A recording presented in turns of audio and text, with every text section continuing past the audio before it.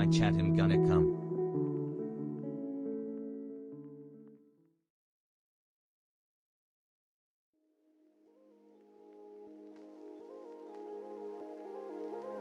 Hope everyone is having a good day. Hasan.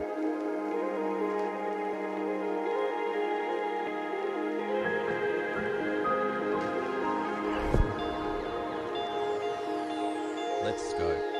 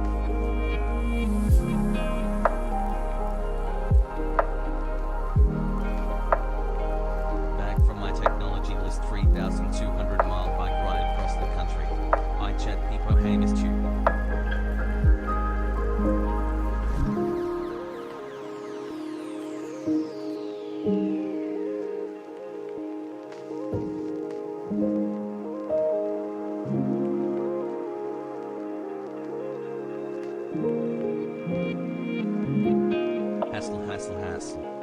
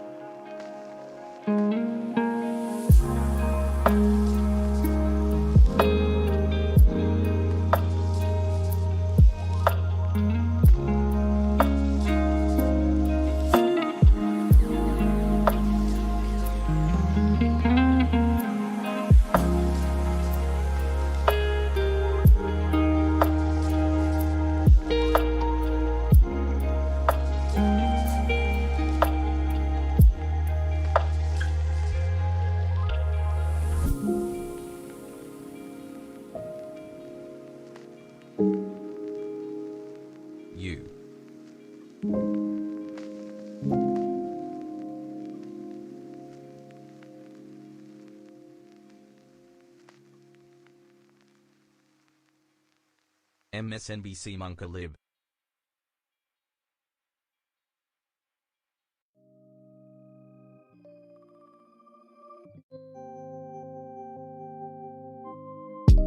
Putting child locks on the TV. Let's go, legs go. Waiting for Hasan on MSNBC. What will he do?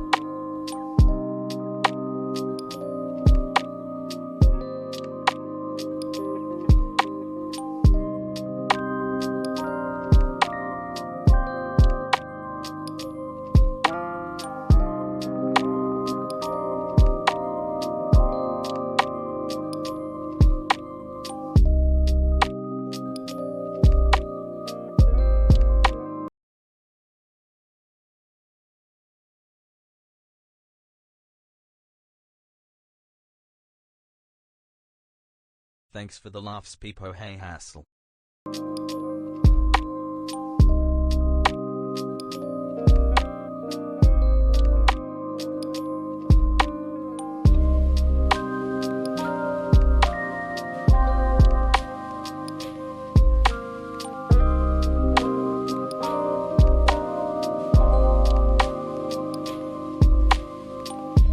Peepo, hey, yo, chat, yo, Hasan.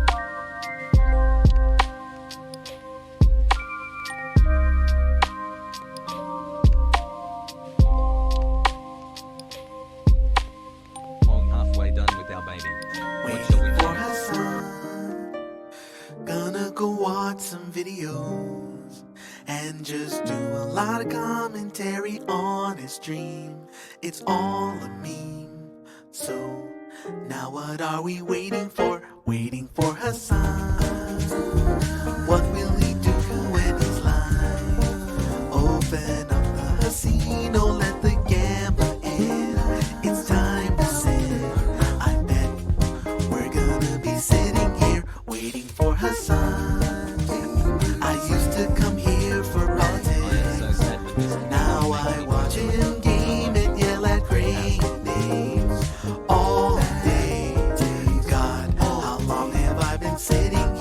Waiting for Hasan. Waiting for Hasan. Waiting for Hasan. Waiting for Hasan.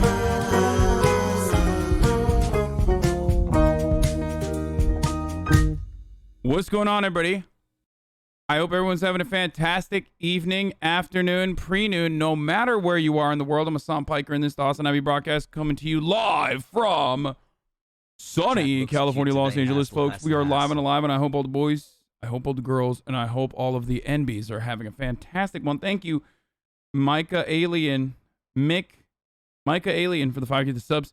I hope everyone's having a fantastic one. It is Sunday, August 15th, 2021. And it's 11:14 a.m. and it's an 82-degree beautiful day here in sunny California, Los Angeles. And I worked out earlier this morning. I'm feeling good. You know, I'm, one might say, working on the weekend like usual. Guess who else is working on the weekend like usual? The motherfucking Taliban. That's right.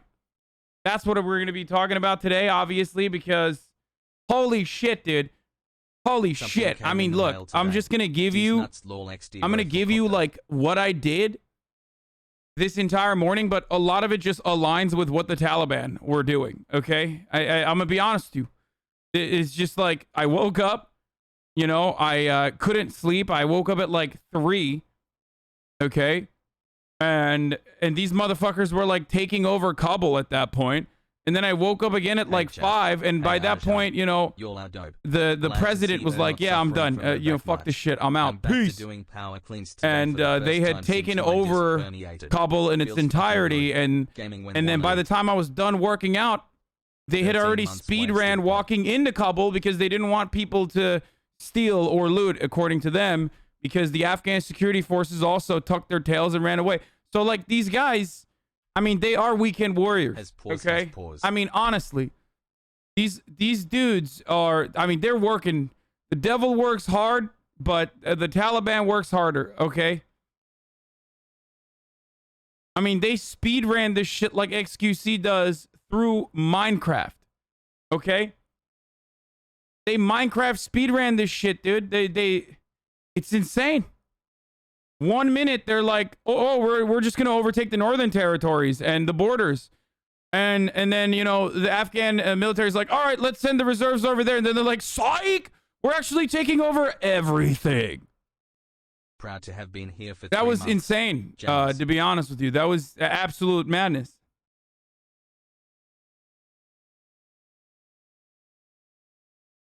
Okay. XQC is a Taliban leader, so it makes sense. I mean, straight up, dude. He was just like, dude, we need the Jews, dude. We fucking need the Jews, dude. Listen, dude. Dude, all you need, dude, is you need the Jews, dude. Okay, we got the juice and we got the sauce, dude. And we are doing a Taliban. Hasan. You do not understand.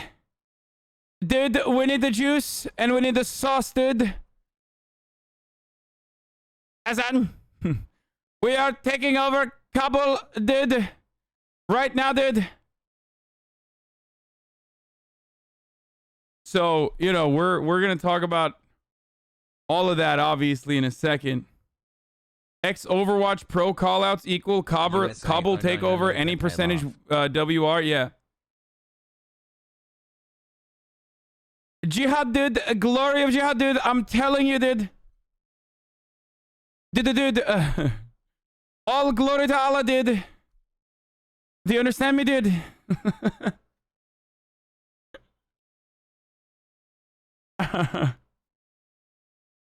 Okay. What's the Taliban? Your streams always help me deal with the insanity of the world. Thank you. This happening was inevitable. Yes, of course it was inevitable, dude. Why? Yeah, no this shit. Guy gets it. All right, listen. Looking cute today, Hasan. You look cute too, chat hassle. Listen, we are going to we're going to talk about all that, but let me just tell you what else is going on. So, I'm gay. Basically, I finally got Austin to fucking watch a TV show with me. last night, me, Austin, and my brother, we fucking kicked it and we watched Fuckboy Island, and he got really into it. Like, he was actually really, really into it. Right? He was like yelling at the TV and stuff, and then he was like, all right, I'm done. I'm out. I think he like wanted to go and do something. I think he like went and hung out with XQC. What the fuck? He went and hung out with Will. Thank you. What the fuck? This is why I said he went and hung out with XQC, chat.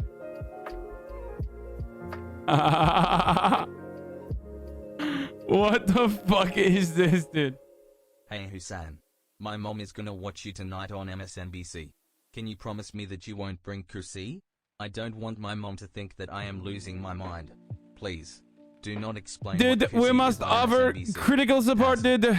Okay? 1 year. Critical support to anti-imperialist forces, dude. Critical support to Taliban, dude. Okay? We must rise up, comrades, dude. We must rise up. I am an actual warlord, dude.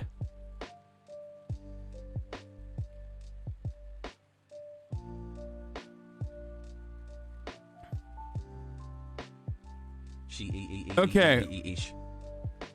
Now that Felix is unbanned, you can watch his take on your drip. Okay, we'll watch it in a little bit. Dude, we'll watch it in a second, dude. Okay, actually, you know what? Fuck it. We'll watch it now. Hassle. First they invade, then they steal, then they say fuck Afghanistan, then the Taliban takeovers are concerned, bruh. Kyle's take on Afghanistan is trash. What is Kyle's take on Afghanistan? Boys, as someone who is from the region, okay, I'm gonna keep it a $150 with you. I'm gonna keep it a stack. I'm gonna keep it a 100 with you. This is how power grabs happen, okay? If ISIS was not fucking purged by Assad and also by the Kurdish militias, ISIS would be treated like a serious political entity now. And the Taliban is going to be treated like a serious political entity. This is how it works. So for those of you who are like, oh my God, I can't believe this. Like, oh, what the fuck? That's wild. Like, no, that's how it works, dude. The fucking warlord psychos of yesterday put their guns down and then become the politicians of tomorrow. This is Turkey, same region as Afghanistan. No, I'm just saying that, like, obviously it's not the same in Turkey. Turkey's creation was a little bit different, and also it's a fucking empire, right? It's a remnant of an empire. But most of these other countries that have developed as like loosely tied together, constantly warring tribes and you know, different ethnicities amongst villages, like all of the formations that they put together in an incredibly complex geopolitical situation like Afghanistan, the motherfuckers will keg W empire when I say Turkey was an empire. Bro, the Ottoman Empire.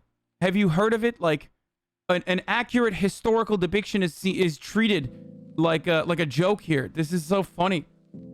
8. Like just because you don't know doesn't change the reality that that's like a, you know, all right, whatever. So 300 years ago, guys, I'm not saying it was good or bad. I'm just trying to offer historical analysis here.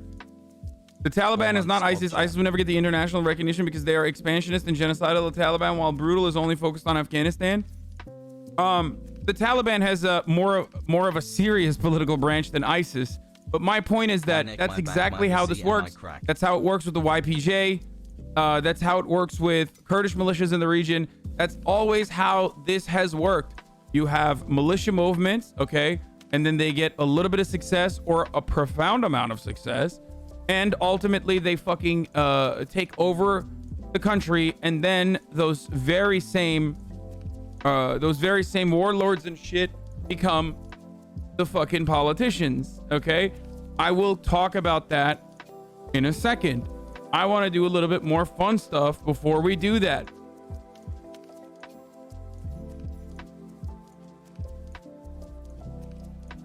Let's see what the fuck he's saying about my drip, dude. Give it $1.50, guys. I don't like criticizing people's looks, whatever, guys. But Hasan's my friends. I get to do it for free. Okay, let me put some music on. Hold up. I don't like it criticizing your chat because I think it's kind of rude or whatever. Okay, I'm gonna keep it a stack. Okay, if Hasan wasn't attractive, this would make him look like a fucking cuck. If Hasan, I already gave my counter to this. He's completely 100% without a doubt wrong. XQC could wear exactly what I'm wearing and look like a fucking fashion model because he has like a fashion model build. He looks like a goddamn clothes hanger. And that is the perfect build for fashion. And the reality is my biggest concern when I dress up the way I do, my biggest concern is unfortunately that I look like a fucking Roblox character, okay? But XQC's hot, to be fair. Are you saying XQC's ugly? What? I'm not saying XQC's ugly. I'm saying he's attractive. He has the fashion model build. I've always said he's fucking attractive. Why is everybody getting like incredibly upset right now? Do I have like the biggest XQC simps in my fucking chat? Like, great show as always. Greetings from Germany. I've literally always maintained the position that XQC is an attractive person. But not only that, but also he has the perfect build to be able to have clothes like hang off of him like a clothes hanger, which is literally how which is the perfect fucking build to have every fucking t-shirt basically work on you perfectly. Like, and the reality is, like, if he was wearing this outfit obviously tailored to his size, he would look great. But when I wear the outfit, because I'm incredibly bulky, the unfortunate reality is that I look like a fucking Roblox character. I know 12-year-olds didn't understand that I was actually complimenting XQC. And also shitting on myself because 12-year-olds are like, I want size. Because I'm literally just basically not a baby since yesterday. So I want size. So when you say someone is like skinny or tiny, that means it's bad.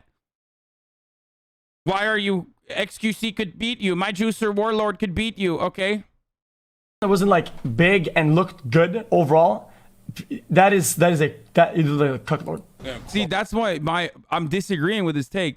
He's saying because I'm fucking big and bulky, that actually works for my outfit. I would look like a cuck lord. No, not at all.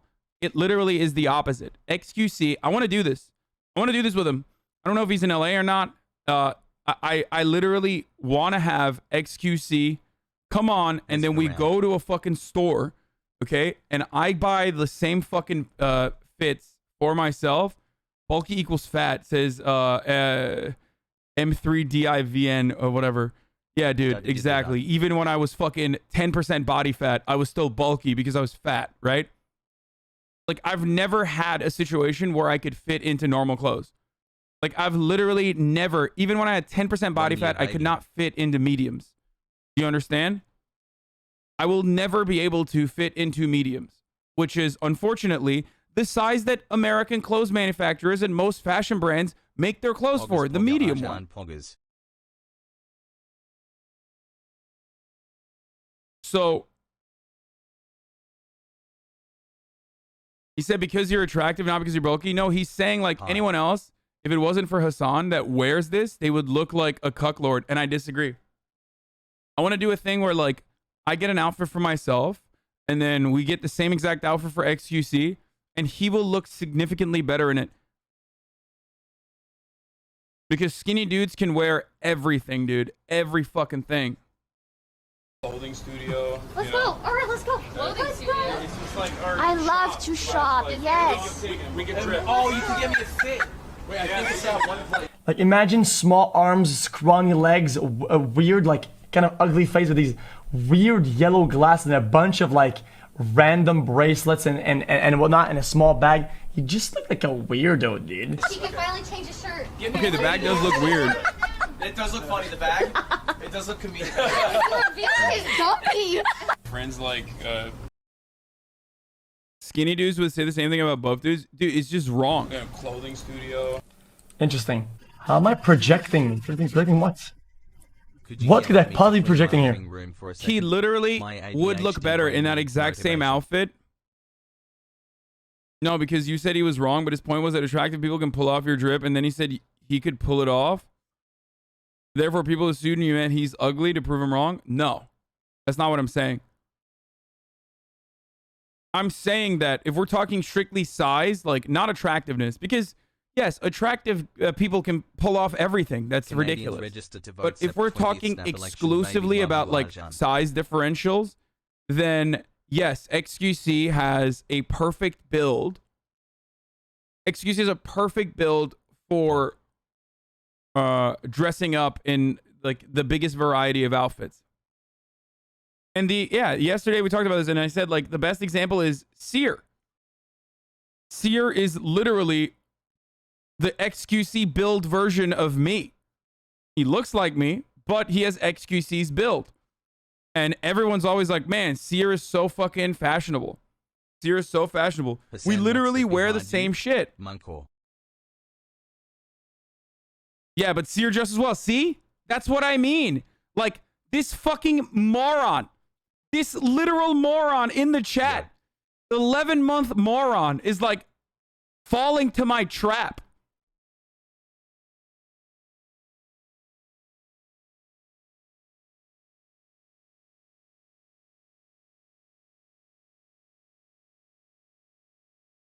You are anyone that says you and Seer dress nothing alike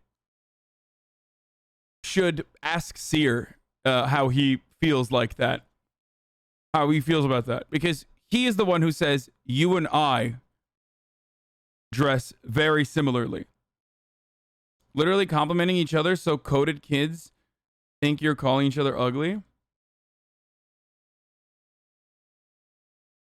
He has a different style though. Dude, shut up, dude. No, he doesn't.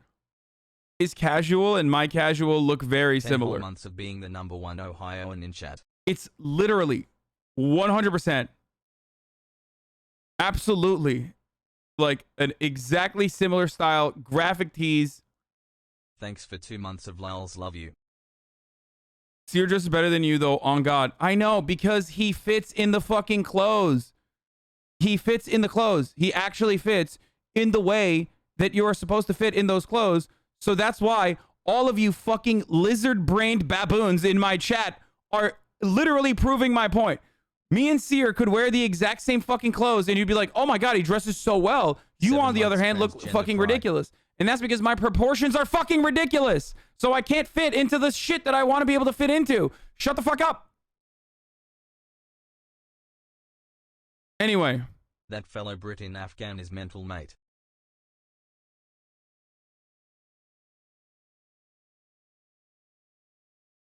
Okay.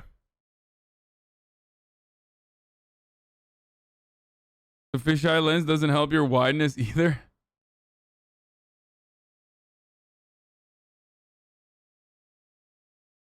I'm gonna get jacked soon. Don't worry, bro. Happy 10 Do it, months. Seer. Love Do you, it, King pussy. Hassel. It's so funny. Like, there's still motherfuckers in the chat who are like, here's proof. What is this? Yeah, dude. Yeah, I know. 9 Seer months, never big dresses hats. loudly, chat. Love ya. Even though, like, this is aggro. He should have worn fucking black pants with this. Literally, like, that's verbatim. Take Like, those bananas. 100% something I would wear, except I wouldn't wear an undershirt underneath it, or I wouldn't wear plaid with that, but still.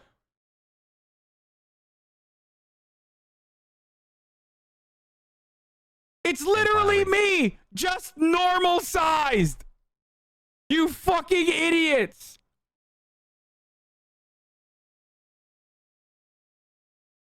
Every girl in the chat knows exactly what I'm talking about right now. TF. It's only the fucking weirdo. I go to Reddit to learn about fashion loser dudes in the chat. Every woman in this chat currently knows exactly what the fuck I'm talking about. Has paused, Okay? has paused. Because women fucking know. Is that actually a sick ass fucking dress? Or is that person rocking it just fucking skinny? That's it. Every girl knows exactly what the fuck I'm talking about right now. And every dude is literally just like, he's just a better dresser than you, dude.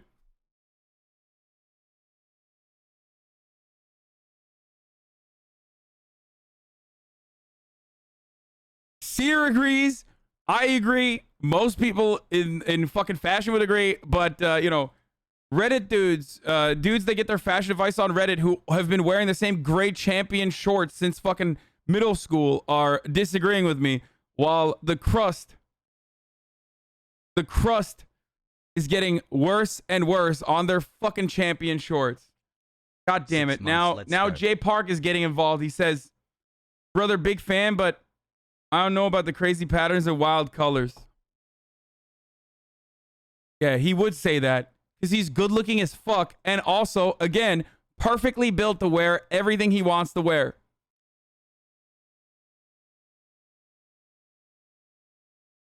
Wearing your busted ass goddamn Adidas. That's what you're doing in the chat right now.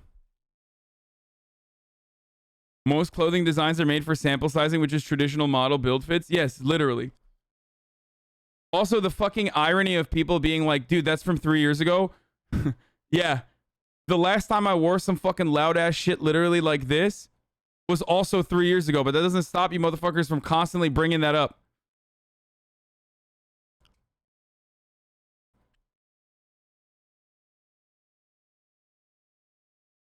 Seer ain't the only one who shares your drip. Okay, shut the fuck up, dude. Yo, speaking of fashion, do you still get most of your shirts from Dan Flashes? Yes.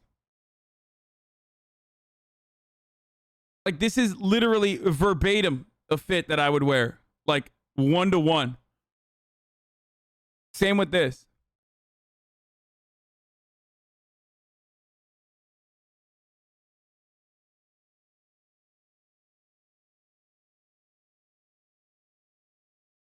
Anyway. All right. Did someone explain Hasan to me? All he does is talk about Seer.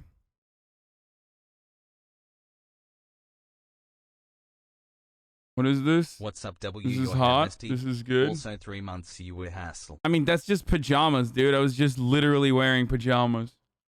Proof your drip doesn't work on everyone. Austin actually looked good. The irony is that, like, the irony is that this outfit he would wear now. I talked to him about this. I talked to him about this like yesterday when we went out shopping together off cam. And I asked him, like, do you think you would wear that outfit now? And he's like, yeah, I 100% would. Can we touch nuggets yet? The Redditor judges, Hasan, your drip is bad. Yeah, literally.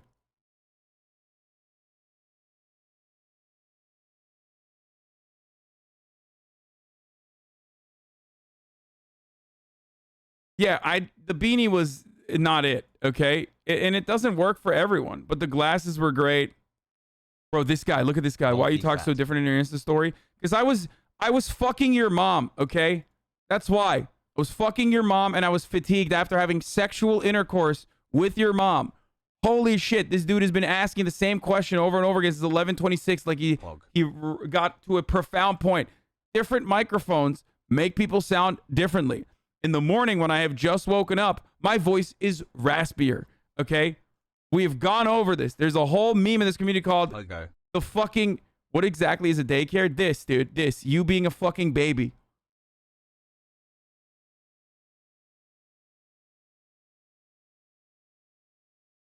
Feels okay, man. Tea time.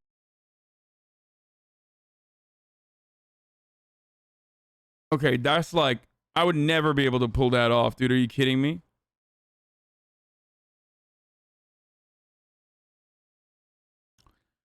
Anyway, yeah, literally. Ultimately, none of this matters, right? What I wear doesn't fucking matter. Because you're still going to fucking talk shit. And guess what? I'm never going to fucking change. Like, I'm not going to be like, oh my God. Because of a bunch of fucking losers who never go outside. Because of a bunch of fucking losers who never go outside who've been wearing the same crusty ass fucking busted ass goddamn Adidas. Are telling me that, like, I am, you know, not looking dressed to the fucking nines or whatever. Is not going to automatically make me change what I'm wearing. Let's be honest, this ain't it, Chief. LMAO. Yeah, totally, dude.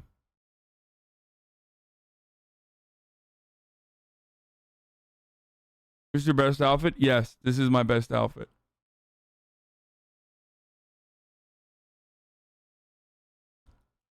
Anyway, on that note, Hasan, you are going on MSNBC today. You need to behave. Oh no, that actually got fucking canceled already because of no. That got canceled because of Afghanistan coverage. They like literally rolled over the segment completely, and they're doing full blown. You know, we need to invade Afghanistan again and stay there permanently coverage for the rest of the day.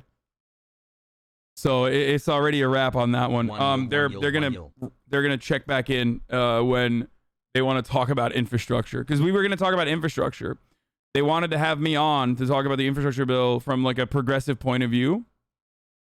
Why do you always backtrack on your assertion of having facial And the hair? Taliban took over Kabul, and the Taliban took over the fucking MSNBC stream. So we're over here. I'm gonna fucking, you know, Has you blast looked very off, hot and tell everybody spicy that today? I'm live.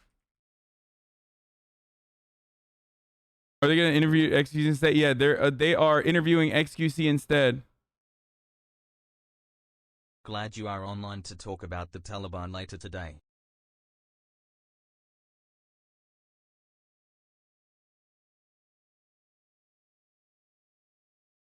Okay.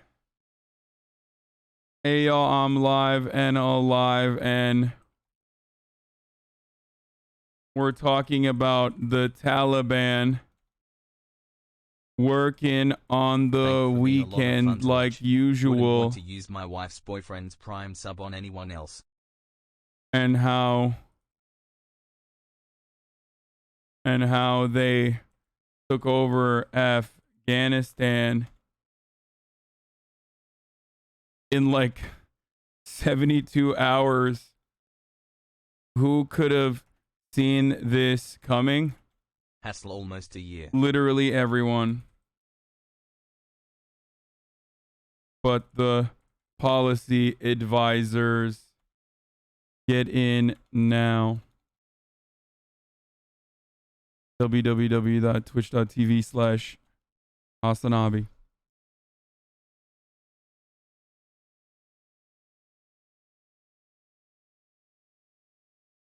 Austin yesterday.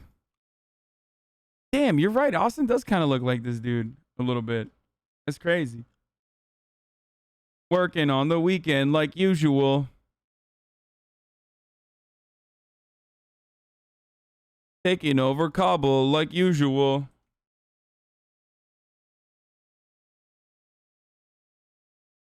There it is. Blast it off. Motherfuckers be like, dude, your style is terrible. Actually cringe. You guys use vaccine as politics. You guys should be ashamed. Yeah, I think anyone who fucking makes like vaccinations political is cringe as fuck. Shut the fuck up and take the vaccine, okay?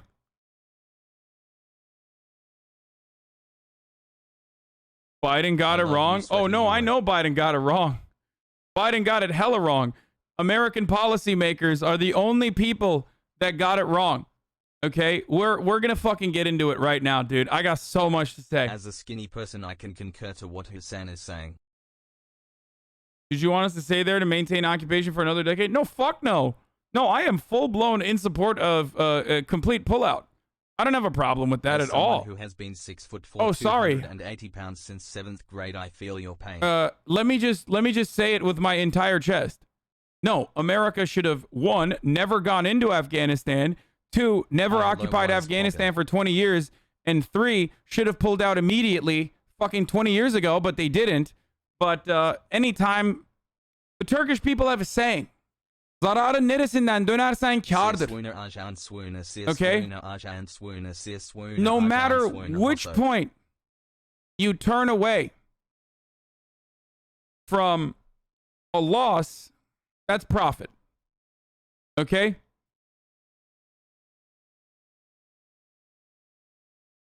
The United States never pulls out, motherfucker. And honestly, we should have pulled out a long ass time ago. Just learned that tattoo ink isn't FDA approved. Are you serious? Might solve a mystery or rewrite history. Kim sizi ya en çok zararı bize uğrattığını şu anda. Oh dude, don't Turks are gonna get so mad at me for the shit I'm about to say. Bro, I'm gonna be honest with you. The liberal Turks are so fucking reactionary, dude. I'm seeing it. I'm seeing it all over my timeline. They're literally doing the same shit that like the immigrant 3 months caravan later. Andes are doing.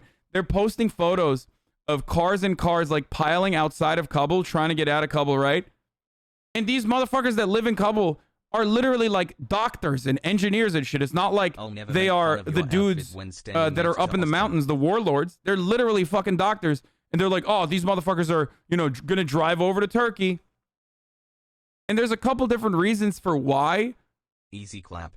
There's a couple different reasons for why Turks are fucking really, really pissed off about it, because the amount of like Syrian refugees that the Turkish government took in, and with no plan of integration, okay, with no plan of housing, like literally just took in, was an insane amount. Okay, you know how Americans say like, oh, we can't have like immigrants come over, like, you know, they're gonna take over our country or whatever. I mean, obviously the Syrians did not take over the country, but they did come in a size that was very sizable.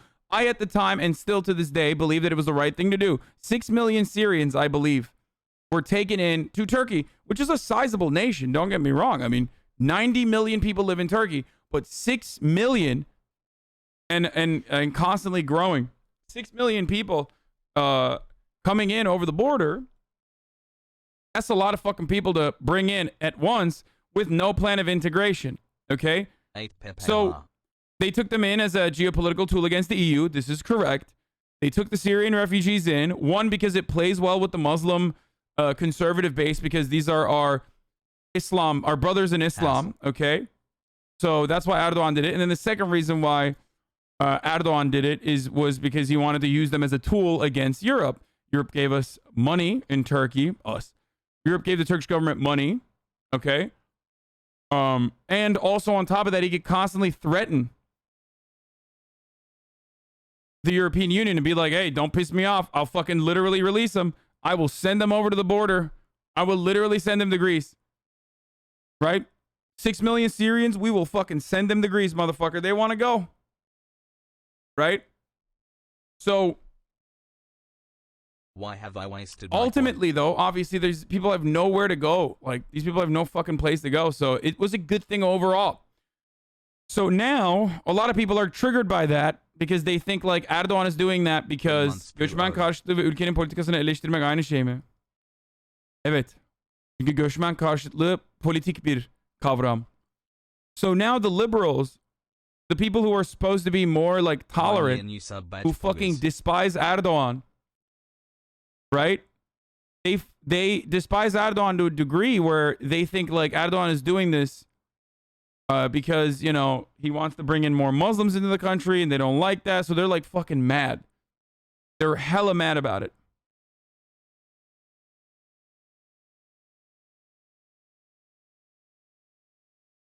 Dunkey commands.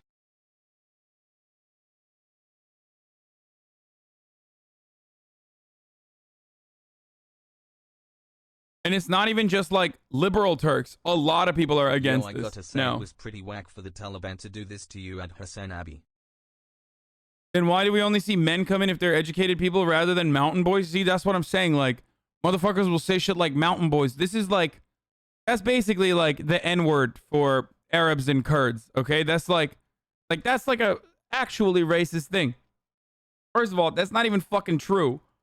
And the propaganda that I'm seeing is nearly identical. Like, it is basically identical to how, you know, reactionary conservatives would be like, everyone that's coming in from Guatemala is a rapist. Now, Taliban, what did the Taliban do?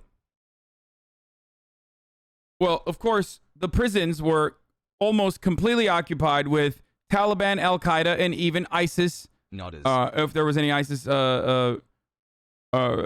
militants in those prisons. They open up the prisons and everyone's like, oh, these motherfuckers are gonna come to Turkey. Dog, why would they come to Turkey, you fucking idiot? They literally are the Taliban.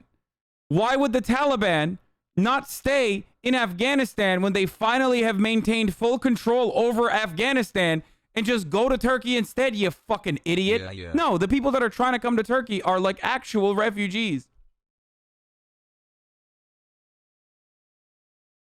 But yeah, vatandaşı ve oy toplama. See? They're saying the exact same shit that conservatives say about the Democratic Party. They want to give citizenship to the Afghans and the citizenship to the Syrians so they will get all the votes.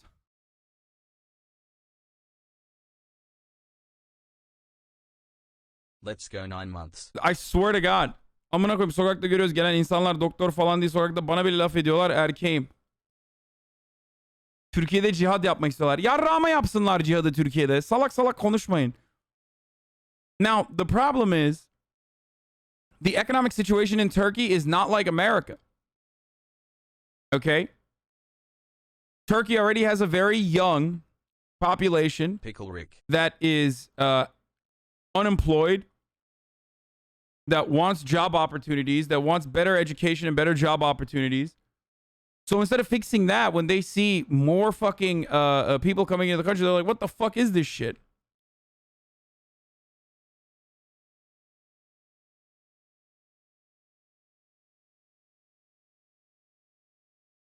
Agreed.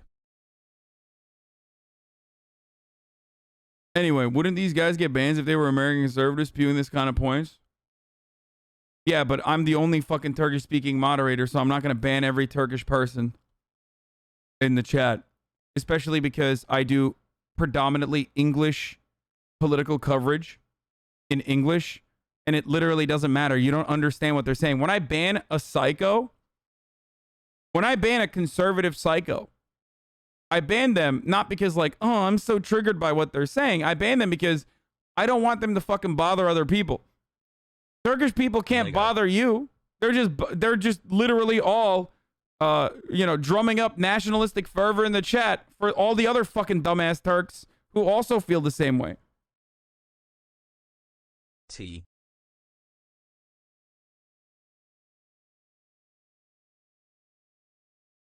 So you don't know what the fuck he's saying. So what? What are you? You mad?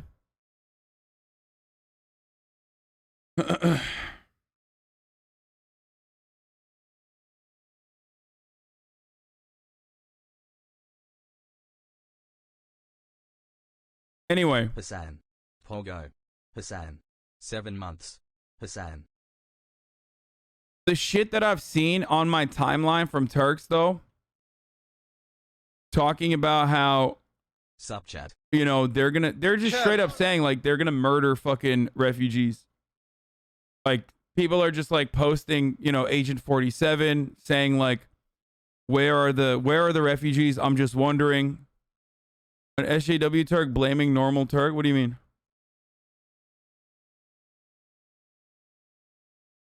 There is no inclination that the Afghan people who are running away are going to end up coming to Turkey.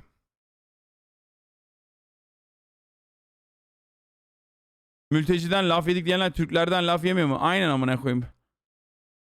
Mülteciden laf yedik. Ne oldu ne? Mülteci senden daha az mı? O yüzden mi? Let's go Hasan. I love Değil mi? you. Senden Happy daha 2 az. months, Orada bro. olmaması Our lazım çünkü. parasocial realty and ship continues. Yerini bilsin değil mi? Sonra sen Amerika'ya geldiğin zaman Amerikalı da sana öyle diyor ama haberin olsun. Amerika'ya geldiğin zaman yerini bil. Arap pezevenk diyorlar sana. Ondan sonra ağlıyorsun amına koyayım. Vay be bu Amerikalılar ne ırkçıymış vay amına koyayım diye. Bir gün o yarrak döner götüne girer. Arkadaş haberin olsun. İnsanlara insan gibi davranın.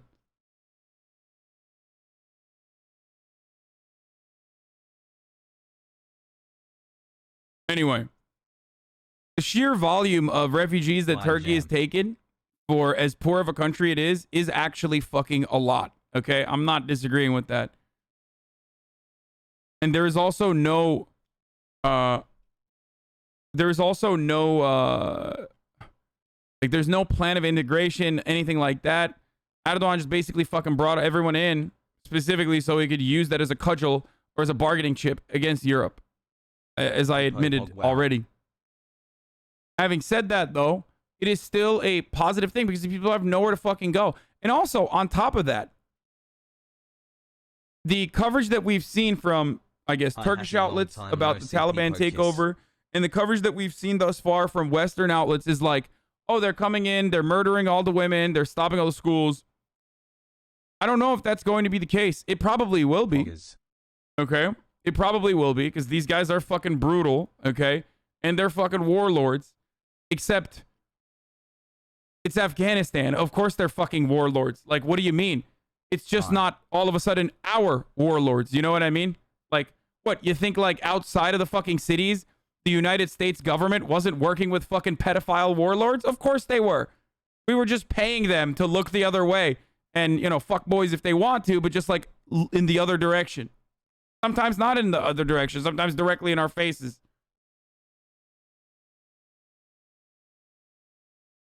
Any suggestions for a starting point to understand all this shit, I'm a dumb American. Anyway.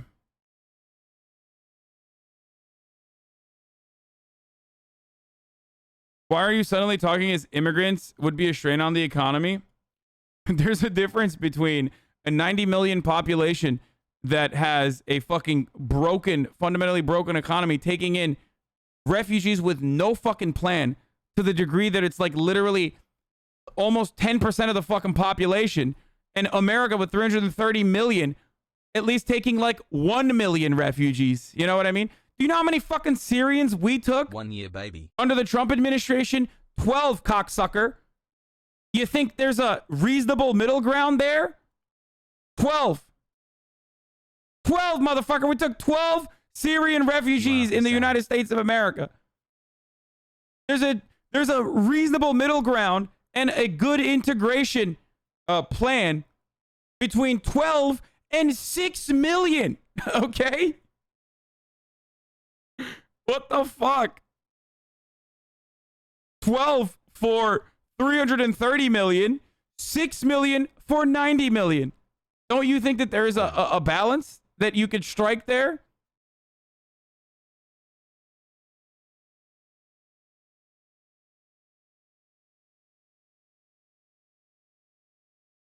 Hassle. It's not 12. I'm exaggerating, but it was 1 year. It was 12. But I think in total, let's see how many. It was 1 year where they literally took in 12 refugees. Like, I think it was the first year of the Trump administration that they took in 12 refugees. I'm going to give you the exact number. Hold on.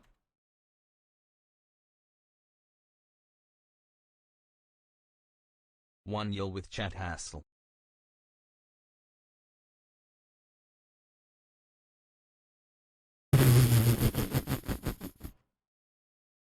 Okay. The Trump administration capped it at 15,000, but for all refugees, not just Syrians. The Trump 2021 plan allocates 5,000 slots for refugees facing religious persecution, i.e. Christians. Okay, 4,000 for refugees from Iraq who helped the United States, 1,000 refugees from El Salvador, Guatemala, and Honduras, and then 5,000 for the rest. And it bans refugees from Somalia, Syria, and Yemen, except in cases of special humanitarian concern, citing a terrorism risk. Like, this is not a lie.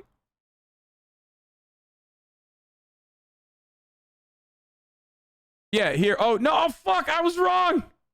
It wasn't even 12, dude. It was 11, chat. Boys, it wasn't 12. When do I become a hog? It was 11. Fake news, Andy, strikes again. It was fucking 11 refugees, dude.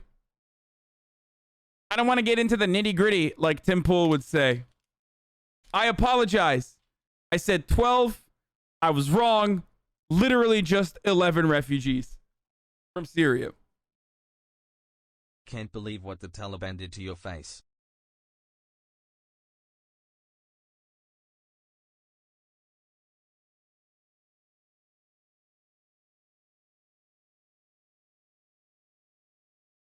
My girlfriend loves. This is bad for the Democrats. Chat. Yeah, I'm just gonna do Tim Pool coverage now. This is bad for the Democrats. This is really bad news for the Democrats. Wait, I thought you meant 11,000, not just 11. No, motherfucker, I said 11.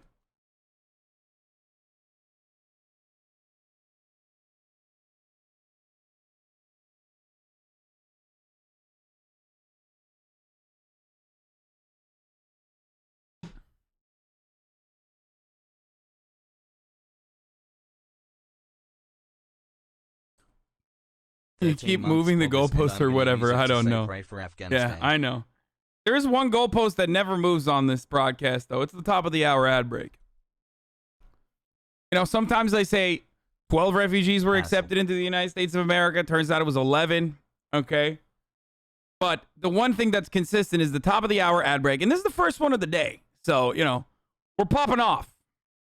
First one of the day. I apologize if you've done this already, but have you done a quick rundown of why leftists are upset at Biden? There's a 60-second ad break at the top of the hour. Okay. And you can avoid those ads if you want an ad-free broadcasting experience. All you need to do is subscribe. You can, of course, subscribe for $5, or you can subscribe for free if you have a Twitch Prime. You can also use an ad block or a VPN, but Twitch Prime is free. Here's the ad break now.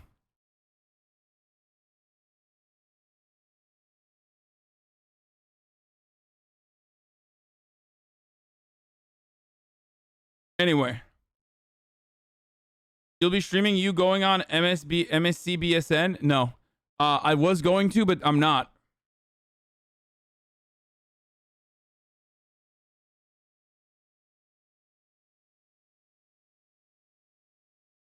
Yep.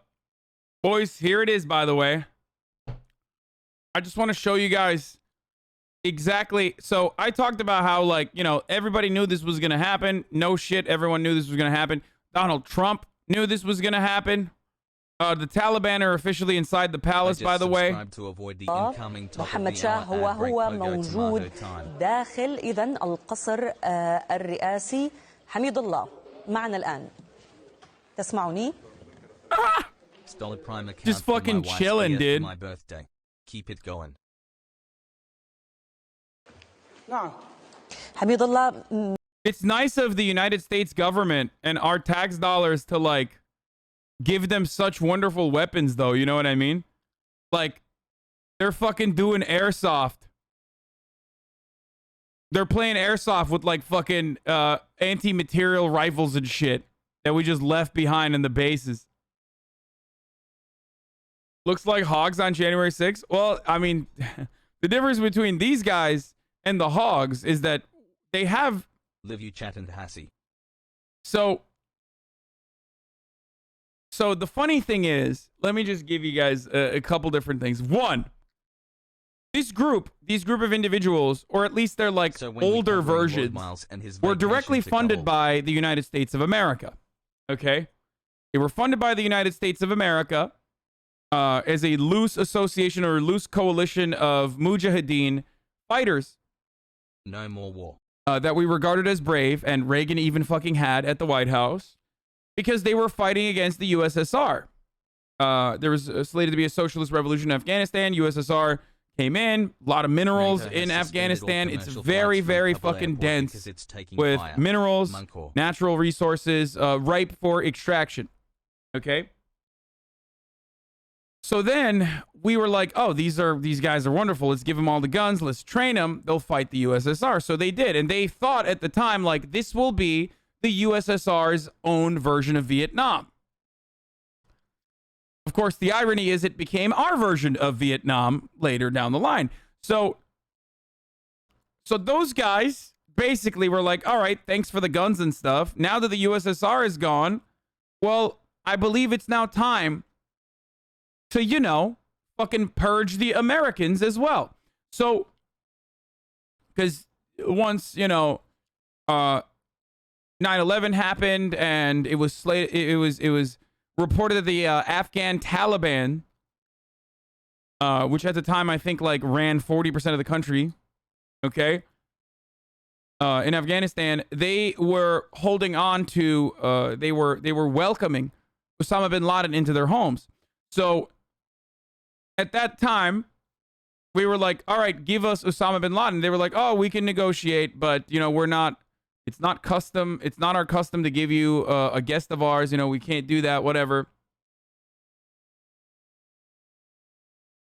And they were like, all right, fuck it. YOLO. Time to go into Afghanistan. So we went in, and everyone, 90% approval at the time during the original invasion. right? There was one fucking congressperson that was against Pog. the invasion of Afghanistan. 90% approval rating from Americans. So, because, you know, we're fucking psychos and we're horny as fuck. We're like, we need to see blood. Blood for blood, you know? Blood for the blood god. So, yeah, Barbara Lee.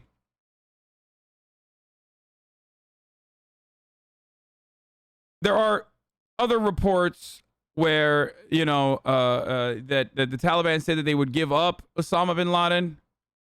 I'd have to look a little bit further into it. Anyway, no, it was not Bernie. Bernie was was reluctant, but still voted for the invasion. So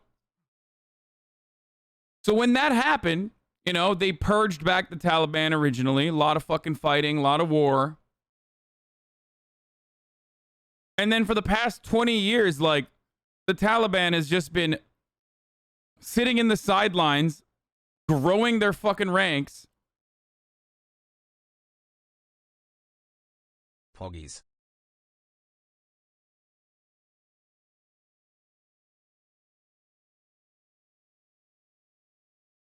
Oh, here's more. Hold on. Yeah, the Stinger missiles supplied by the United States gave Afghan guerrillas, generally known as the Mujahideen, the ability to destroy dreaded Mi-24D, the helicopter gunships deployed by the Soviets to enforce control over Afghanistan. Yeah. I mean, this is publicly available information. A lot of this is, like, not even declassified. Glad that didn't come around and bite us in the ass. Yeah, exactly.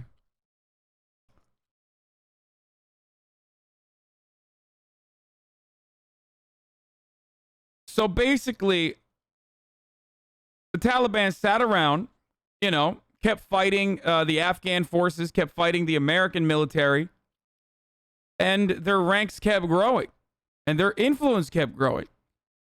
Because, like, in a lot of instances, our goal in Afghanistan was to withdraw the troops and then train the Afghan forces, right? But, like, not really. Okay, we put a fucking puppet state in a position of power. Oink oink. And we literally just decided, you know, whatever. We'll just, like, you know, throw some money at the fucking problem. We'll just go to all of the fucking surrounding, like, regional warlords, some of which were pro-Taliban, some of which were not, and give them and give them money. Like, literally, bags and bags of money, okay? Don't build roads. Don't build schools. Don't build infrastructure. 3 months. Don't build, like, a robust network for Afghan people to actually, you know, survive and thrive. Don't allow for, like, a genuine democratic revolution to occur. Just literally throw money at the fucking problem. And when I say literally throw money at the problem, like, this is... I know I am very liberal with my usage of the term literally. I mean, like, actual bags of fucking cash. And there are probably veterans in my chat that if they toured Afghanistan, they know exactly what I'm saying. Like, they would just literally fill up a fucking bag of dollary dues and give it to a fucking warlord and be like, please look the other way and don't shoot at us.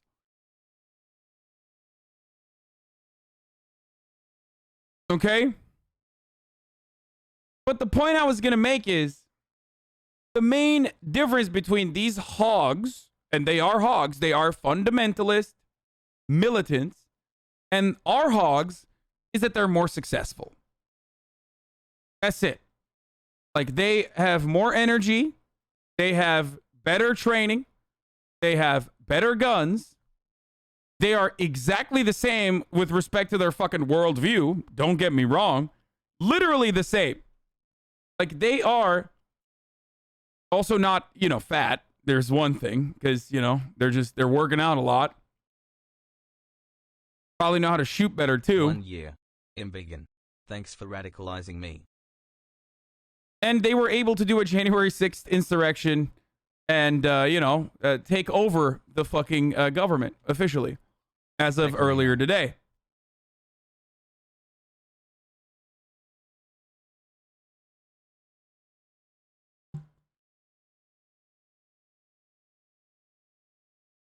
Hasan.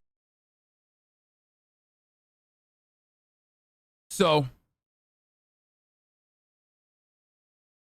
That's where we're at now.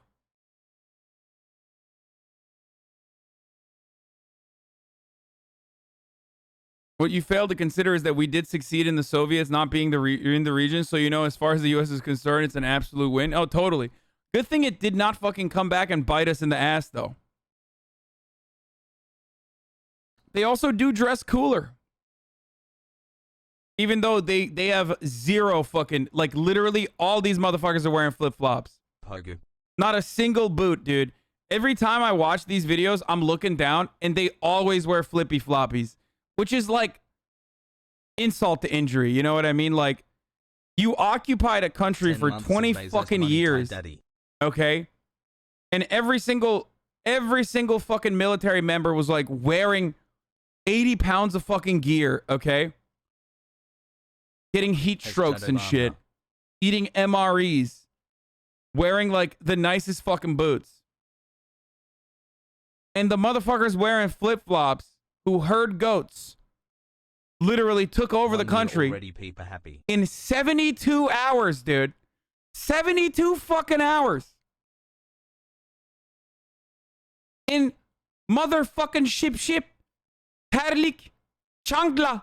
They were literally just, they all wear flip-flops, dude. They were like, yeah, whatever, bro. We are taking over. Like, that's so disrespectful. The amount of disrespect. Week, please pray for me, chat. So yeah, not like they had to fight for it. No, they literally did not. But someone could say they were fighting for it for 20 fucking years.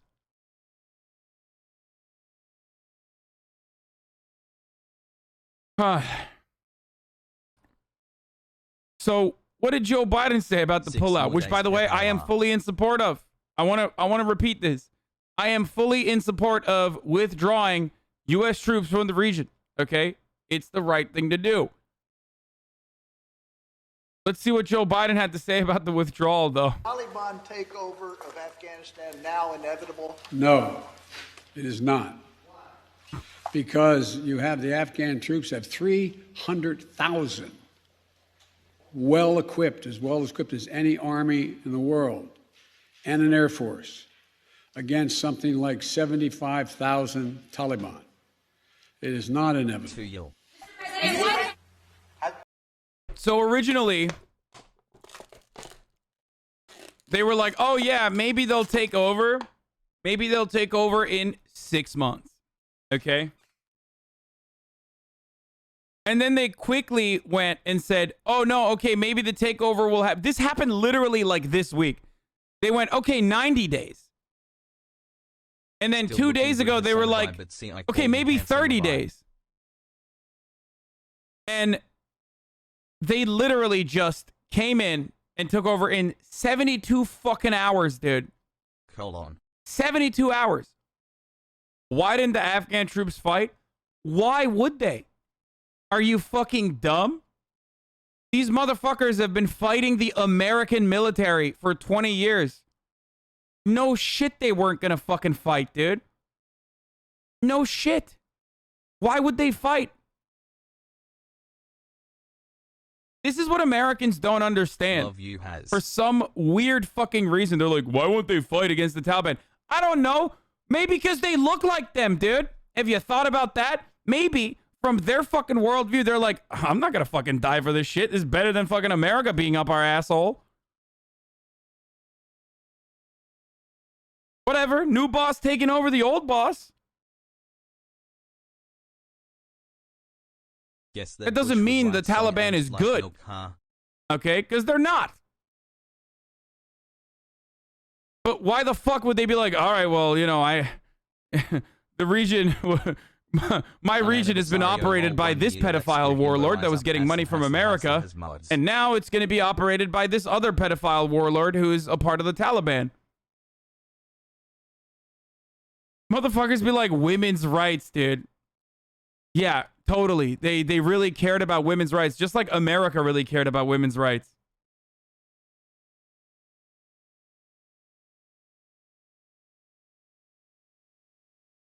Hassle, hassle, hassle.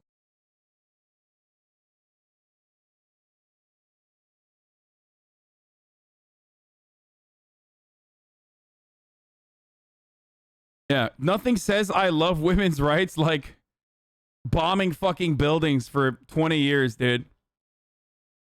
Bitch, we barely care about women's rights when it comes to domestic policies. Like, what are you talking about? What do you mean women's rights, dude? In Afghanistan. It's like a laughable notion. What do you mean? Has raid.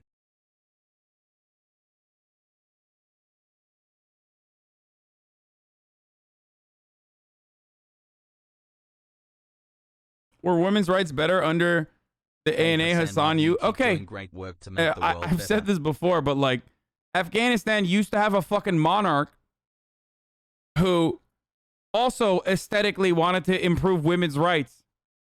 That is before we get to like the socialist organization that was occurring, that also was pro women's rights in the country, which the America allied Mujahideen purged and killed.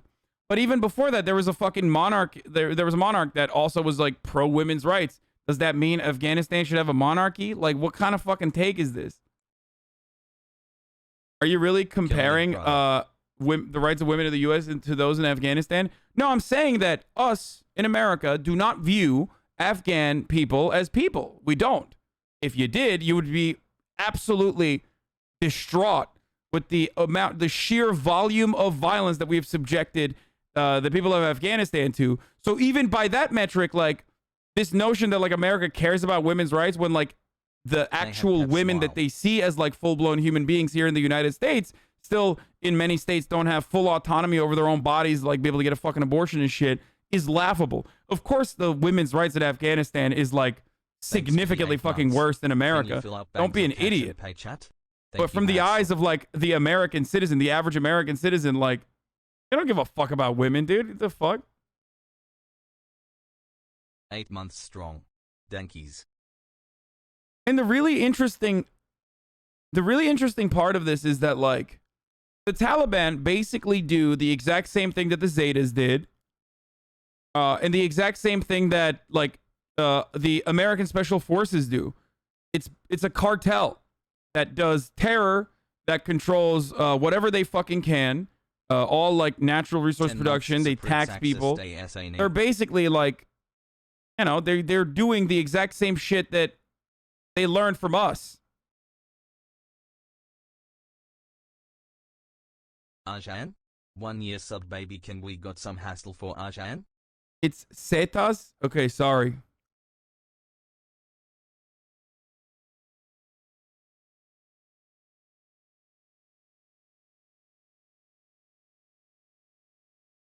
What is this?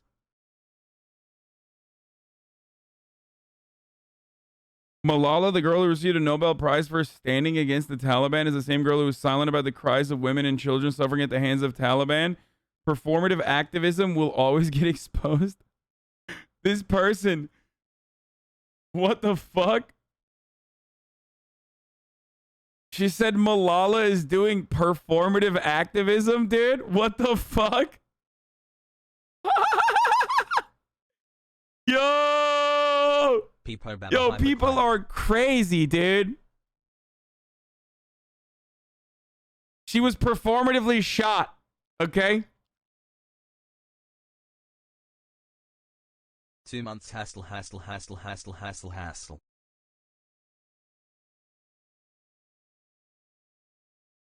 Performative activism is when you get shot in the head but then don't die a martyr. Exactly.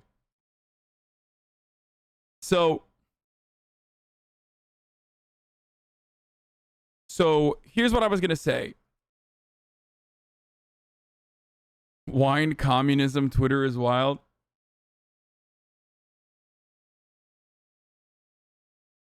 I heard from my Afghan friend that they 100% choose America over Taliban. It completely is entirely dependent on who you're speaking to.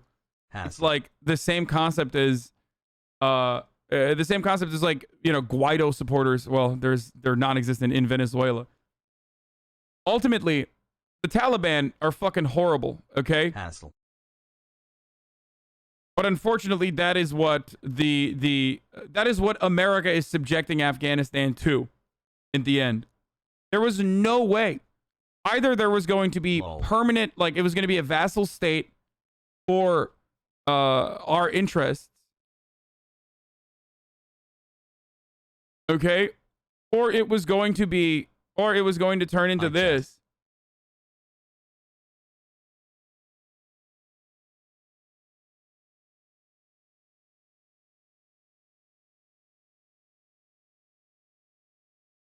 Listen, man, with the homeless strip here's what I'm in support of. Are you ready for this? Are you boys ready for this? If you fucking care about women's rights, okay, in Afghanistan, literally open the fucking doors full swing to every Afghan woman that wants, and man too, that wants to come to America. I'm fine with that. Are you? Do it, pussy. Ask liberals like why we can't do that. That's a good way to, you know, deal with the problem, I think.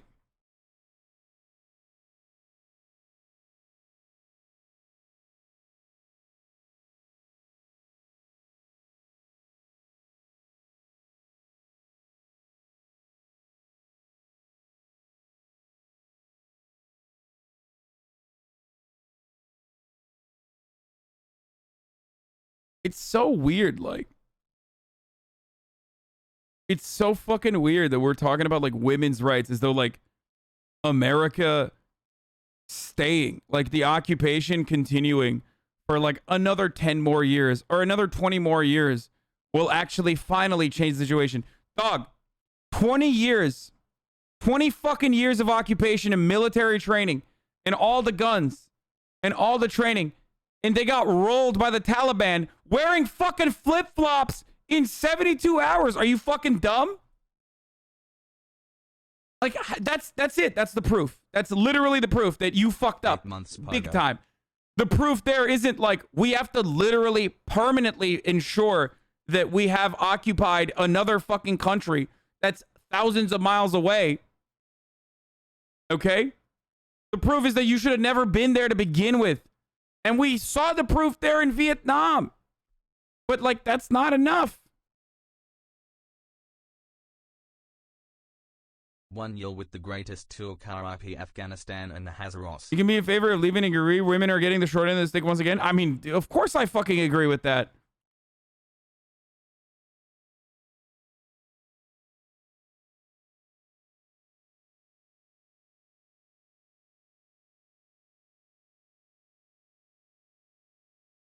Mr. President, thank you very much. Your own intelligence community has assessed that the Afghan government will likely collapse. That is not true. Can you please clarify what they have told you about whether that will happen or not? That is not true. They did not reach that. Love hasn't chatted. So what is the level of confidence that they have that it will not collapse? The Afghan government and leadership has to come together.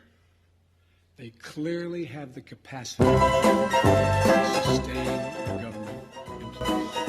Do you see any parallels between this withdrawal and what happened in Vietnam with some people feeling? None whatsoever. Zero. What you had is you had entire brigades breaking through the gates of their embassy. 6, if I'm not mistaken. The Taliban is not. They're not remotely What can be done competent to stop all the rapes and murders There's of going to be women no by circumstance where you see people being lifted off the roof of an embassy in the United States from Afghanistan. إذا مقاتلو طالبان. تفضل. The jury is still out. The likelihood there's نعم going to be مقاتلو طالبان الآن وصلوا إلى and owning the whole country is highly unlikely.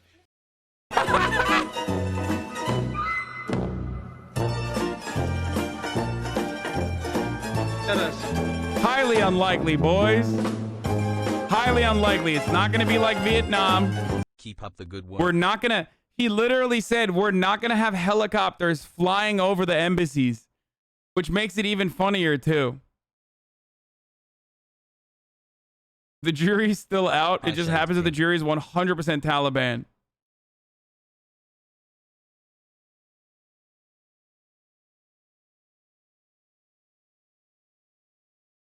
Highly unlikely.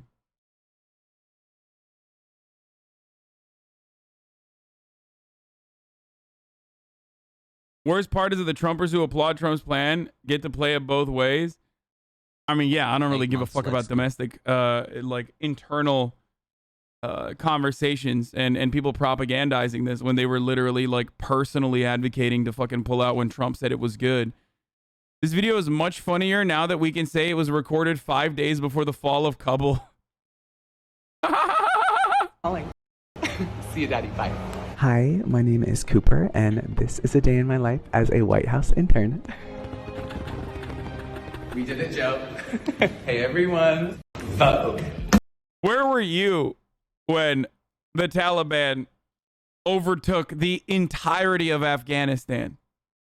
That's what Usually this is what I was doing. I was watching this. A big coffee. Sorry, they're like really strict in here. Hey, Jenny. I booked you a nail appointment, love. Yeah, I didn't tell you to do that. It's called Initiative. Hi, White House. This is Cooper. I don't think so.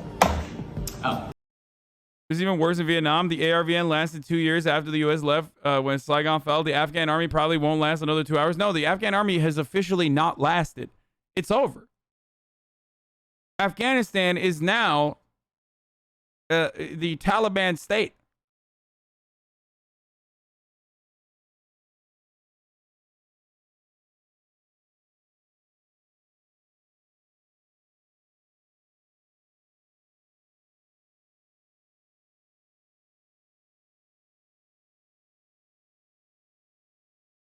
So now what we have to do, did they change the name already? Wait, no, that doesn't. Yeah, they're calling it Talibama, dude.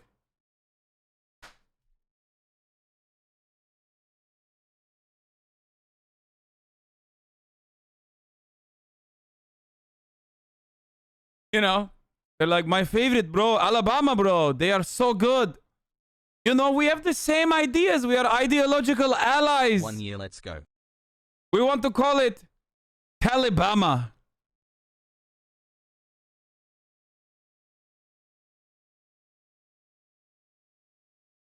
German news saying Taliban got into the presidential palace. Oh, yeah, they did already. Sweet home, Talibama. Anyway, so since then, Joseph Robinette Biden decided to bring back 5,000 troops to ensure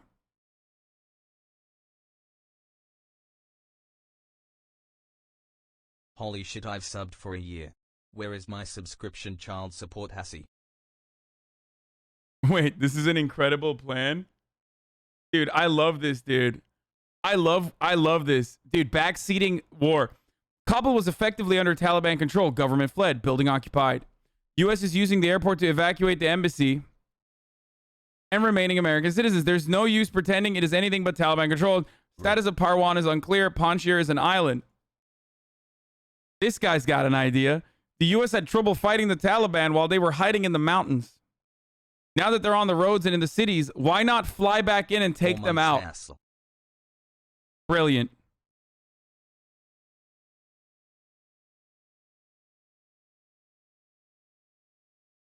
The U.S., including Democrats, saying that it is the responsibility of the Biden administration to get out not only those U.S. citizens, but also those Afghan allies. All right. Thank you very much, Heidi Jo Castro, with all the latest from Washington. We're going to continue our coverage of the situation unfolding in Afghanistan, where the Taliban have reached the capital. So, you know, their drips are all right. Wow, look at those weapons. That's so strange. Wait, is that Ted Cruz? Who has now fled the country. What the fuck? Is that Ted Cruz? After a military assault over the past week that has seen the group sweep the country, make really some unprecedented gains in strategic cities and provincial capitals. Seems like they have American weapons. That's kind of odd. I wonder how that happened, boys. The US-led invasion drove the Taliban out of Kabul, and after so many billions of dollars were poured into the country, here we see images of the Taliban essentially declaring their return to the helm of Afghanistan. Well, we're going to continue our coverage of that after a quick break. Do stay with us. Abby, can you at least admit that Maduro isn't any better than Guaido Derby? Okay, so where was I? Oh, they're literally wearing flippy floppies. Oh, yeah.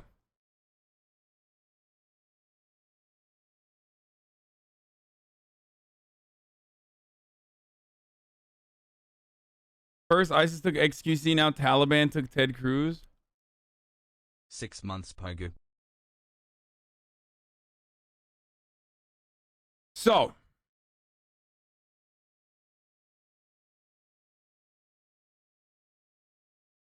much love to everyone in chat. obviously, we shouldn't have been there in the first place, but at this point, isn't it better to say fuck it and pull out instead of staying there for another decade or two? Yes, it's better to say fuck it and pull out. 100%.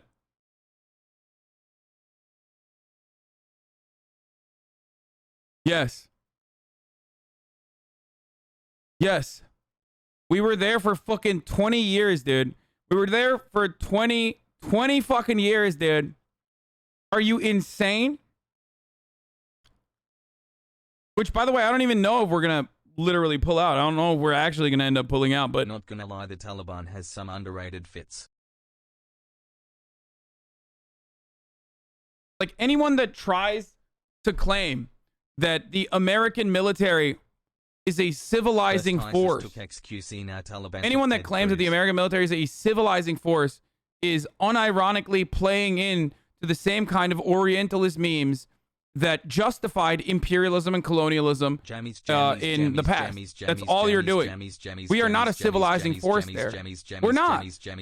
In the short term, some people in Afghanistan might feel that way if they lived in big cities, but ultimately that is not the reality because their existence justified the growth and strength in numbers of the Taliban. And for 20 fucking years, we spent $90 billion alone on training the Afghan forces, and they rolled over in 72 fucking hours.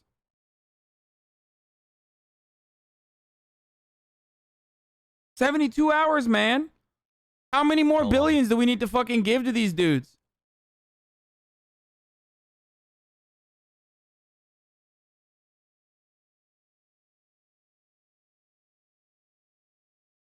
The USA has a weaker pull-out game than my ex.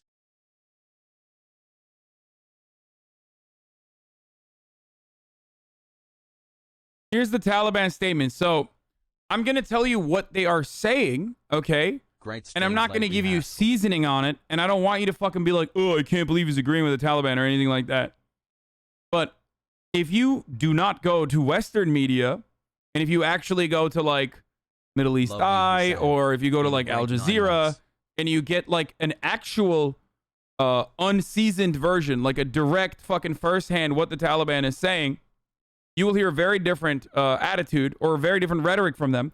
Not saying that you should believe what the Taliban is saying, but right now their number one concern or what they are claiming that they will not do is murder any of the fucking people that worked with the American government. I don't know if that is going to be the case or not, obviously. But the official statement is that they will respect women's rights. They literally said that. They're like, we're not gonna fuck over women. We promise. Which I think is, I mean, it's very strange that they would even come out and say that. Hard cap on that, okay? My man is defending the fucking Taliban. Yes. Here I am, the Taliban defender. As I literally say, I don't believe that that's going to happen. But the Taliban statement right now is ordering all forces to not enter Kabul. They want a transition process. They're promising no retaliation against civilians or military. All are forgiven. Everyone should stay at home. Poggies.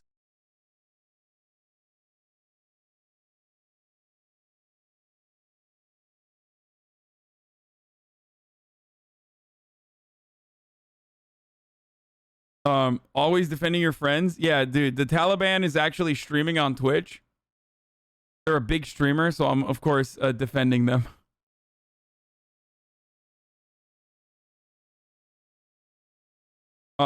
Much love, not super knowledgeable, but what can other countries do to help now? Yeah, they're saying stay at home because COVID is a big problem.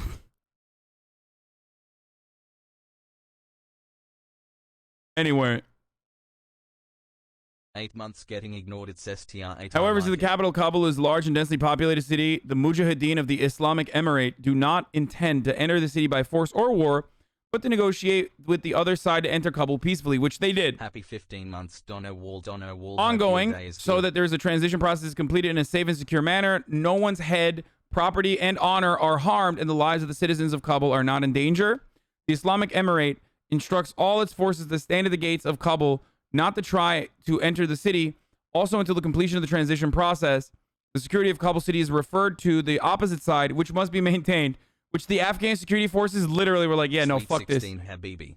3. So what they originally said when they went to the fucking gates of Kabul, or like they surrounded Kabul, what they basically said was, we're not going to go in. You know, you can maintain security there. You don't have to fucking run away. We're not going to do anything. We just want to peacefully take over the country. Right? And then the Afghan security forces that were there were like, fuck that. And they just literally ran away. So then the Taliban said, okay, well, now we have to enter Kabul to maintain security and peace so that looting doesn't happen. But that's why when you see the images, like, they're just fucking chilling and taking photos and shit, and they're not shooting at motherfuckers because they took over. It's their government now. That's a Herman Miller, by the way. Me and the fucking Afghan government have the same chair. It's the Afghan military and security forces that have abandoned their own population. This is a part of the whole situation. It's too easy to just say the United States failed, total U.S. catastrophe. Absolutely. We made mistakes almost from the beginning. We failed in terms of a strategy that put pressure on Pakistan to make sure that Pakistan did not provide safe haven for the Taliban and for Al-Qaeda. We made the mistake of thinking that they were an ally, and they weren't. So our strategic failure includes how we failed to deal appropriately with Pakistan. All right, but you know that the Afghan forces were heavily dependent on air support from the United States. Okay, I mean, no one expected foreign forces to remain there forever. There is a great deal of criticism about the way in which this departure was carried out. It left a huge vacuum in the country. Some of the districts that collapsed were completely taken by surprise. They were in a country, you've worked there, you know that how mountainous and difficult the terrain is, areas very remote. These were places that were essentially supplied with food and ammunition by US forces. That disappeared, and the Taliban were able to step into that vacuum. Well, you make some good points there, but let's unpack that a minute. Now, the Taliban have zero air support, but yet they defeated a force that mathematically was 4 times their size. Why is that? And I think this comes down to leadership and will to fight. And clearly the Taliban believe in their cause, and Afghan security forces, it's not apparent that they had that there. And so this is why while I really am unhappy and disappointed with the way this withdrawal moved so quickly, and that it happened without having important policies in place, such as how do we get Afghan interpreters out and other Afghans who are at increased danger, how do we get them out? Those policies should have been in place first before we begin to execute this withdrawal. Having said that, at what point do you finally step away? I mean, and so for this reason, I support the president's decision to withdraw. I'm not happy with the way it's happened. Damn, the US right. really sucks at so what about all those, I mean, what would you say to the millions? Well, obviously there's 20 years of war. This is an incredible setback for the US on the global stage, but you must know the families of veterans, lives were lost, and of course thousands, I think, over 100,000 Afghan lives lost. What do you say to people who are now asking what it was all for? Mm-hmm. Well, oh shit, that's a fair question. And for the record, I'm going to show you guys. I'm going to show you guys. This is what winning looks like, which is a documentary about like where $90 billion of American spending went. It was shot like many years ago. Vice basically played the entire thing and showed the entire thing. It's by Ben Anderson. And you will very quickly understand why all of this happened. We're going to watch that later in a little bit. Over the last 20 years, there were too many cases where people who had dissenting views about what was going on, particularly with regards to Pakistan, but also with the quality or the capability of Afghan security forces, I think those were too often dismissed or suppressed. And we've got to make sure that we don't have, that our institutions don't allow that. And then we have a culture that encourages understanding of that. Well, Ben Hodges, retired U.S. Army Lieutenant General, thank you for joining us. Thanks for what you're doing and for the opportunity. We want to give you a picture of the situation now. After a week of rapid, really unprecedented gains on the part of the Taliban, the group managed to seize at least 26 of Afghanistan's 34 provincial capitals, meaning it's now in control of the area seen in grey. I mean, this is pretty much the entire country. This includes Mazar-e-Sharif, the last government stronghold in the north and the country's second largest city and major port, Kandahar. But it's Kabul, the capital, that we're focusing on now. Taliban fighters have entered the capital through its 4 main gates. The U.S. has been the last of its diplomatic staff, sending helicopters to fly them from the embassy in the city's green zone to the international airport. EU diplomatic staff have also been evacuated to safe but undisclosed locations. Well, Charlotte Bellis now is in the capital, Kabul. She has the story of how the day unfolded. After 20 years, it was a hostile departure for the United States from its Kabul embassy. As the Taliban reached the city limits, helicopters ferried staff to Kabul International Airport. Those who remained burned sensitive documents, while Black Hawks and Apache helicopters circled the capital, monitoring for Taliban fighters. All this guy does is bitch and talk any solution whatsoever. What a fucking guy. As they released heat flares over the green zone. That's what you get to do when you are right. Okay, that's it. Final statement. What do you mean? Solve the Afghan conflict? Like, what can I do?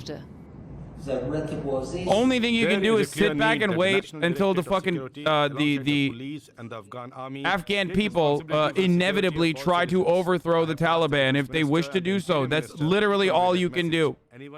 There's nothing else. Like, this notion that like we're supposed to fucking solve it by like, you know, pressing on one side of the fucking scale is idiotic. It's literally the reason why we're watching this right now. But its leverage had weakened with every loss on the battlefield. In just 9 days, the Taliban took control of every major city except Kabul. By Sunday morning, its fighters surrounded the capital, of course not. holding districts inside Kabul province. So it is a popular uprising, and all the provinces are with us.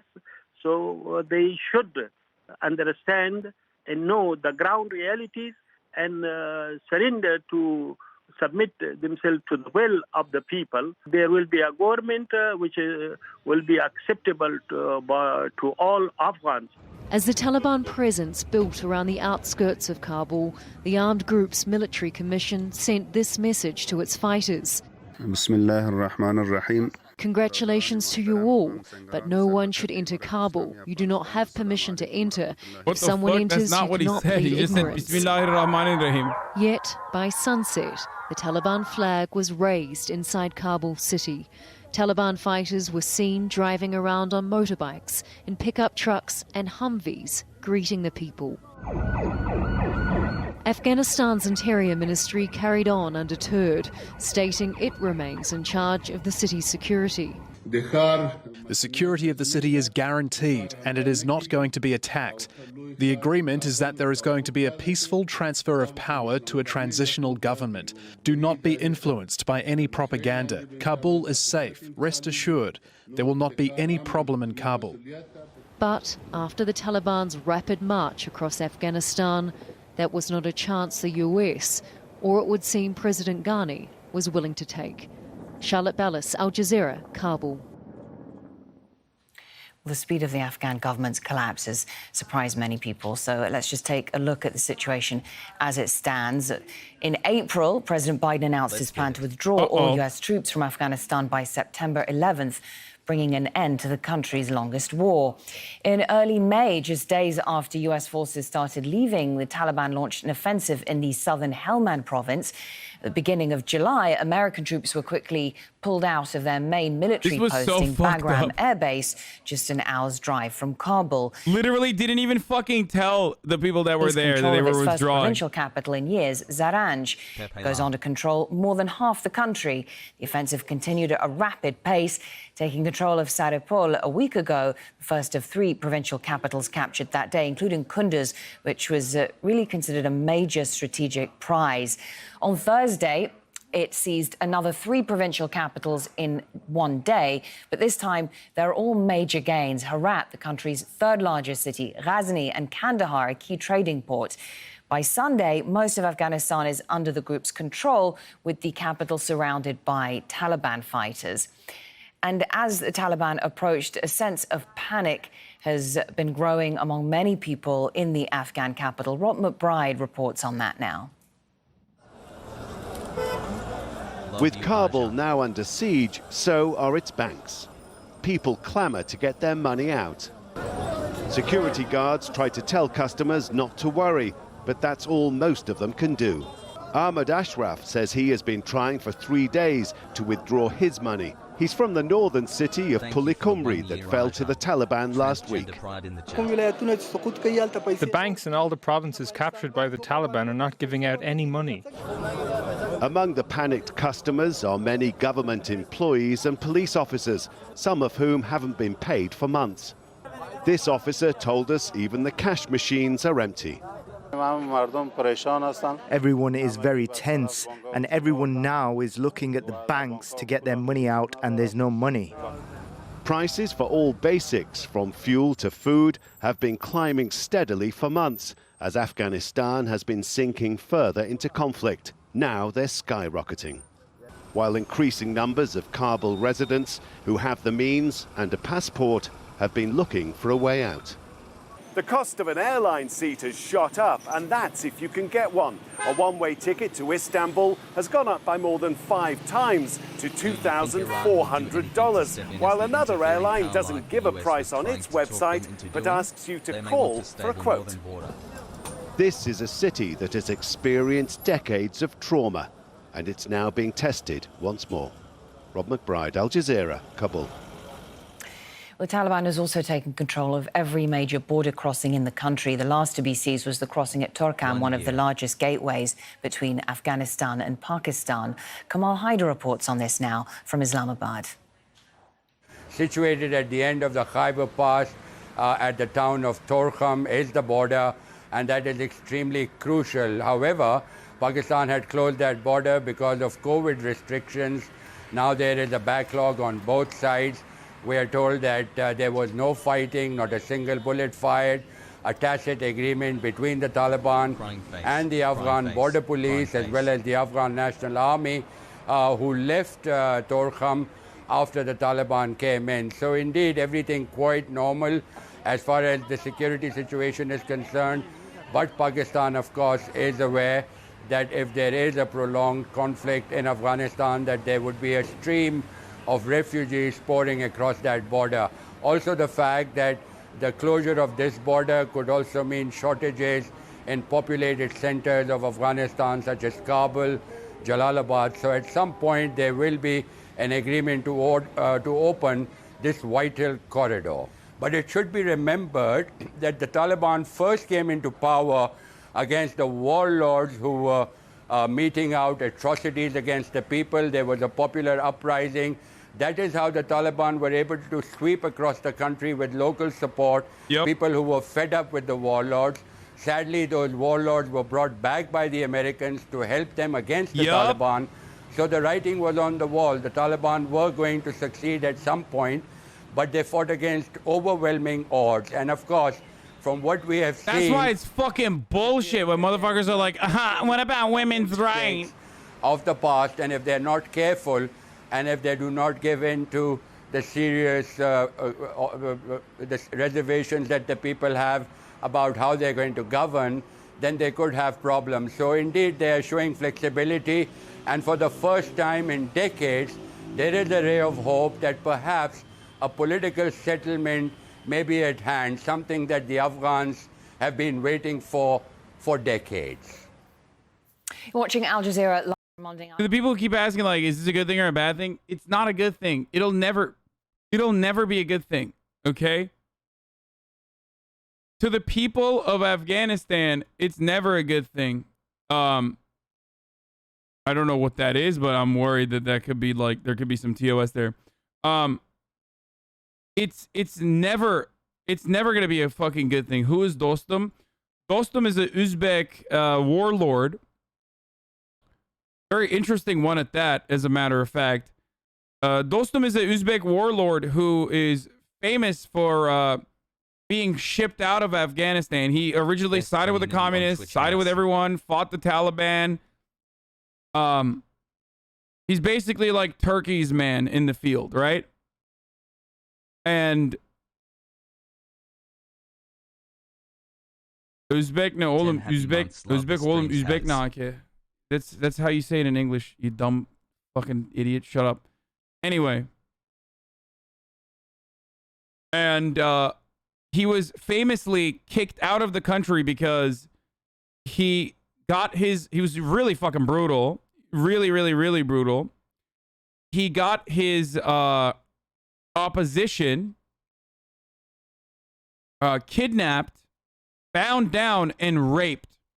Like, one of the dudes that is like a military commander now in Afghanistan literally fucking was bound down and raped by someone else under the commands of Dostum. Adamın Türkiye ile alakası yok.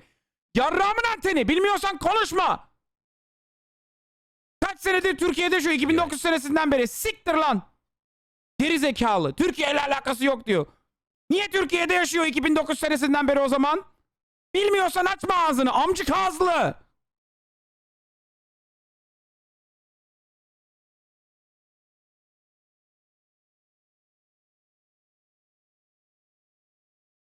Sorry.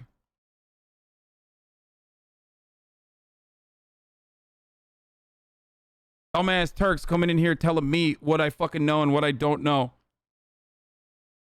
Jesus Christ. Adamın oğlu liseyi Ankara'da okudu ama hayır abi. Türkiye ile alakası yok abi. 2009 senesinden beri sadece orada yaşıyor ama.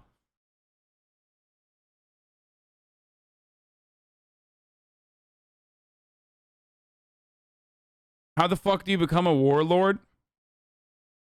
Just, you know, be the best at doing war in Afghanistan. No, I said he has a pussy mouth. Like a tiny little pussy mouth. Amcık ağızlı.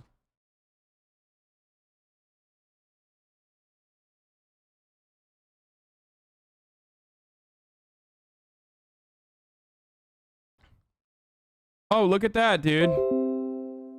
Hey, boys, look at that. Bring our troops home from Afghanistan at once. Entire U.S. government just got caught with their pants down in Afghanistan, and the whole world could see it. Complete collapse of American credibility. Oh, that's strange.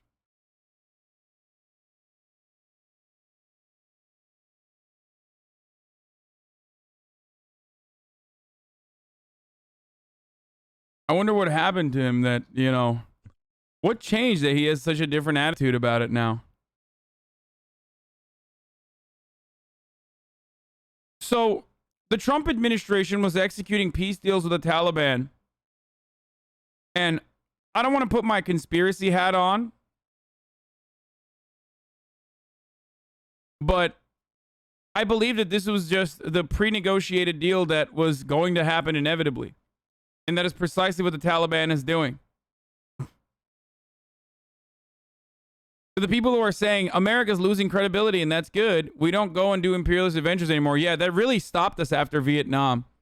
Remember when we stopped imperialism, when the exact same thing that is happening right now happened in Vietnam? That was wonderful, right? Nothing will stop American imperialism. And we're not going to lose credibility per se. It literally doesn't matter. But yes, if I put my conspiracy cap on for a moment, I think that this is basically what the execution, this was the execution of that deal. That they were just going to fucking pull out.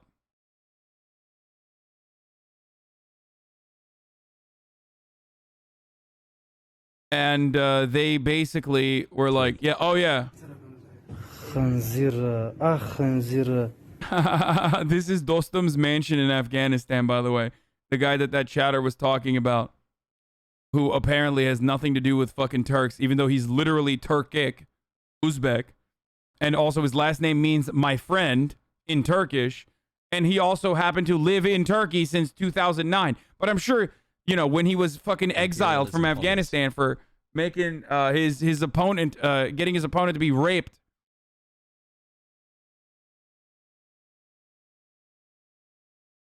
Some Turks in the chat are like, dude, that guy has nothing to do with Turkey. Yeah, dude. He just happened to live there for no reason. Anyway, this is his mansion in... Bulduğum fırsatı yine kus nefretini Türklere. Salak salak konuşma oğlum. Allah Allah. Türklerden nefret ediyormuşum gibi konuşma. Anyway. Let's see what his mansion looks like. Ay خنزير. ايش المجاهدين فقير والغلا واي. Apparently he's saying he's a pig.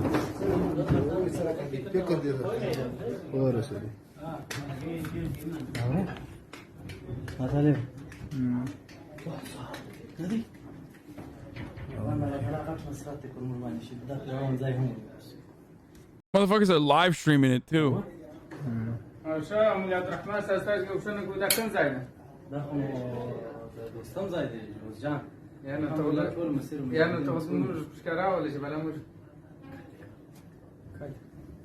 Hayır, penisimi ememezsin Syrian Gamer 1. The guy is saying pig, pig, pig. Zero.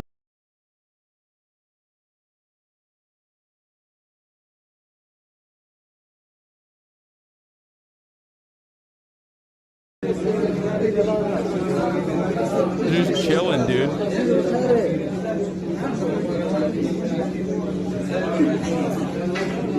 Just a bunch of homies thriving out in Afghanistan, dude.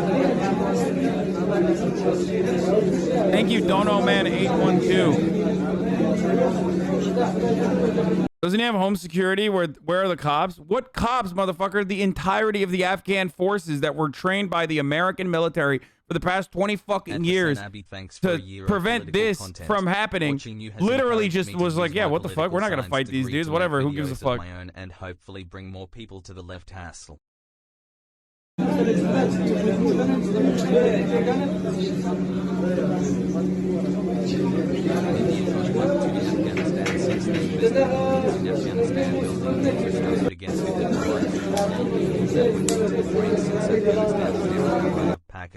These are the cops now.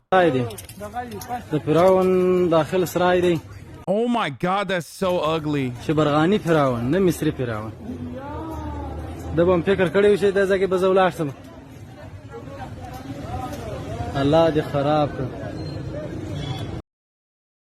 Motherfucker said, is the Taliban left or right?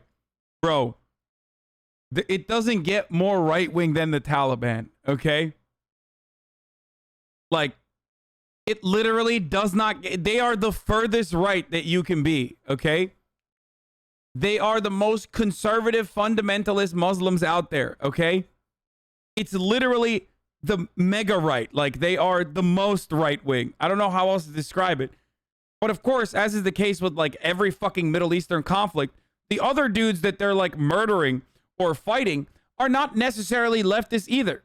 Because the leftists have been fucking eviscerated by, guess what? The very same motherfuckers, maybe not these guys because they're young, but their grandfathers basically, 30 years ago, 40 years ago, by the American government.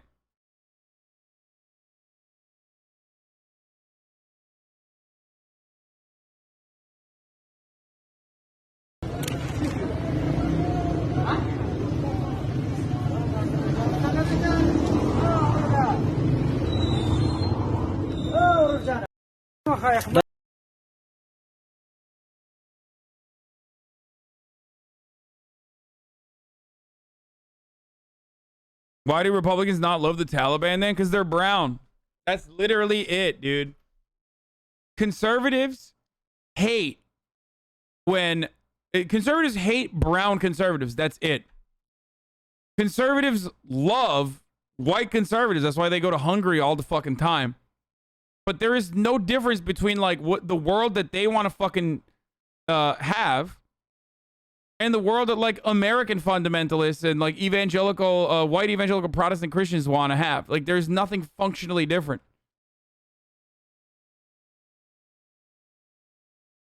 Hope you and Chad are on the lookout for XQC. He wasn't banned for no reason. He's there on the ground with his warlord brothers. Yeah, dude, we already talked about this, dude. Really, dude? OOC, really, dude?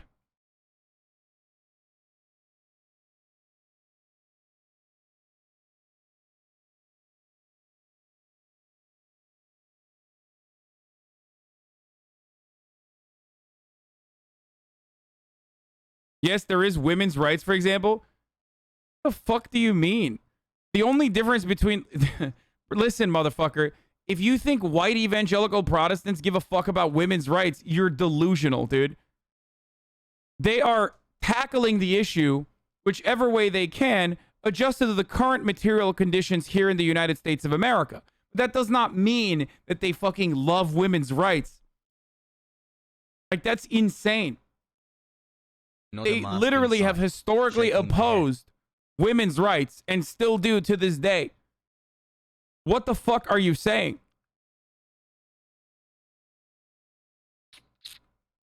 One year hassle Taliban poggers? Dude, are you fucking high right now?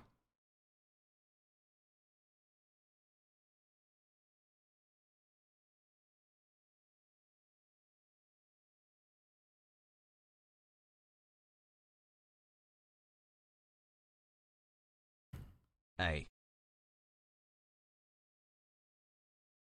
Would capitalism have been dismantled in order for U.S. imperialism to end, or does anything else need to have?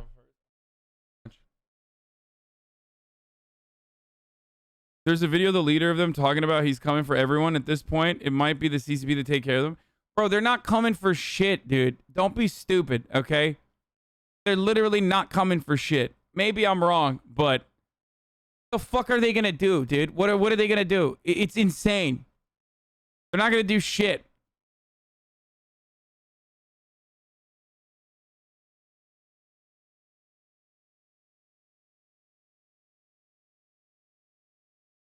They are not controlling women to the same degree. Rape, forced marriage, not allowed to work.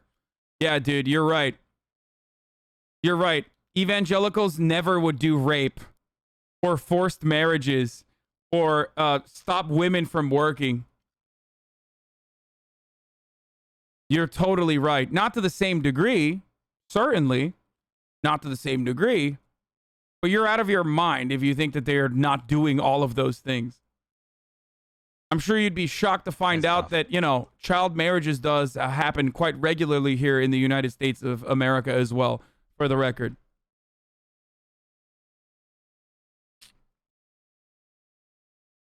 My sub has lasted longer than my relationship. At least Hasan won't leave me.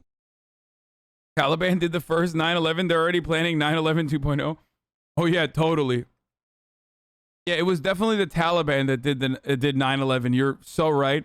I love that, like, chatters who literally weren't alive when 9/11 happened are in here with, like, just such a gigantic fucking black hole of information when it comes to, like, anything that has happened in recent years.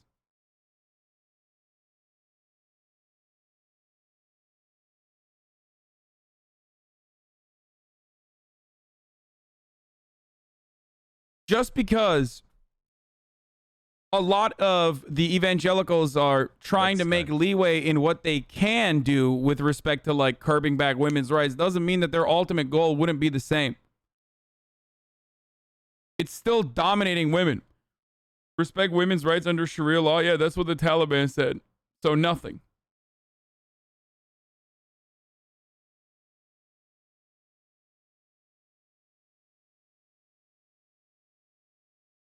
Four months of great news coverage.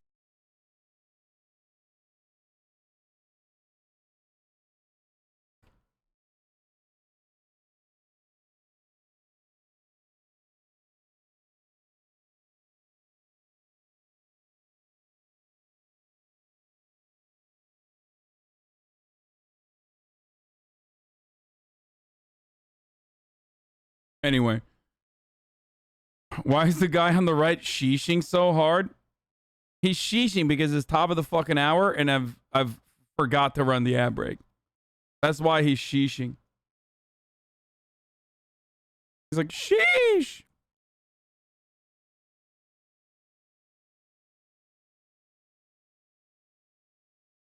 That's right.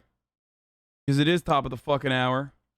And it's time for a 6-second ad break. We're going to get back to the fucking news here. Okay.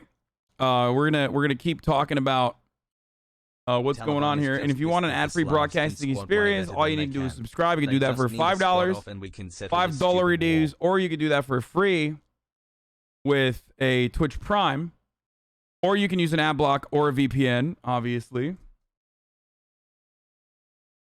But Twitch Prime is free if you have an Amazon Prime account. Here's the 1-minute ad break now. With the fast-moving and for many really horrifying events on the ground in Afghanistan, where the Taliban have now reached the capital city of Kabul. American Chinook helicopters have been spotted taking off and landing near the U.S. Embassy as the Pentagon speeds troops into Kabul to get our people out. And that is happening as we have just been told by a Taliban spokesperson that a delegation of Taliban leaders is at the presidential palace right now negotiating a transfer of power. ABC's Ian Pannell is in Kabul with the very latest. Ian, good morning. Yeah, good morning, Trevor. I mean, what an astonishing week. What an incredible just few hours this morning. As you say, Taliban delegation, a delegation of elders went to the presidential palace. Not clear whether they're still there, but there appears to be a process underway for some kind of peaceful transfer of power. What we're told is that a delegation will then go to Doha, to Qatar, which is where the Taliban leadership is based. Now, the Taliban have issued orders saying their fighters will not enter the city, although we've certainly seen reports of some fighters around there. We've seen people waving white flags and some police abandoning posts. But I have to say the mood here this morning is one of fear and dread. This morning, the Taliban releasing this video appearing to show people lining the streets and cheering as their troops drive unopposed into Jalalabad. Now, all routes out of Kabul are sealed off, and the city stands as the last hurdle between the Taliban and total victory. Millions of Afghans here in Kabul are bracing for the militants to take over. I'm just saying, perhaps the people of Afghanistan would have been more happy with the fucking Afghan government if it wasn't literally a fucking puppet state that the American government put on top of Afghanistan as they work to build infrastructure rather than just like ship their own fucking pedophile warlords back into Afghanistan that the Taliban had originally purged, or even in some instances literally pay the same Taliban warlords to just look the other way. As I mentioned already, this is the reason why for many people, especially outside of like Kabul, they see it as like, yeah, whatever, this might be fucking stability. Not that it's a positive thing, though. For the overwhelming majority of like Western-focused engineers, doctors, college-educated women, shit like that. Of course, this is devastating. Like, this is devastating because the Taliban is going to come in and be like, Sharia, motherfucker, let's do it.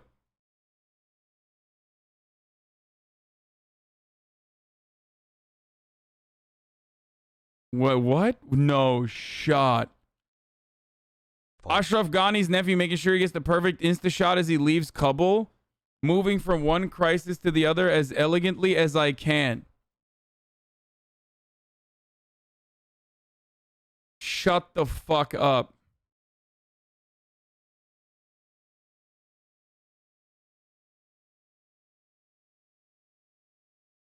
My motherfucker, dude, this motherfucker did the Sigma grind set, dude. He's like, rise and grind, motherfucker. I'm escaping the country in a fucking private jet. Wow, these guys.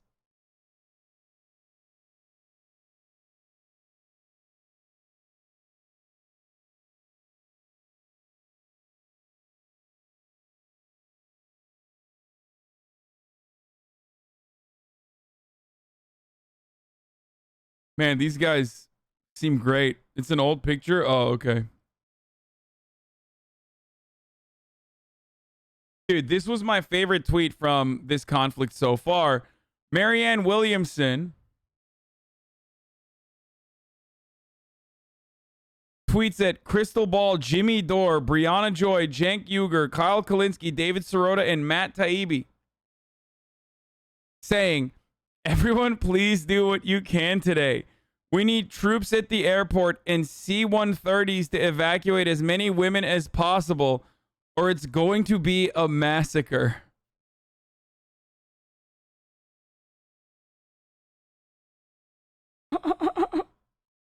Yeah, throw the podcasters in Afghanistan, dude. Oh my God. Jimmy Dore, help.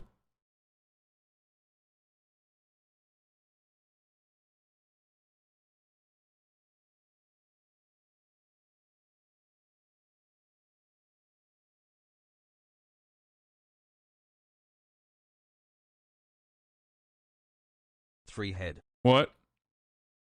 Can't stop thinking about Cenk Uygur doing a halo drop in the Kabul International Airport and he starts just murking dudes left and right with twin Uzis. Cenk is pinned down by a squadron of Taliban behind a flip technical when a mysterious voice crackles through his earpiece.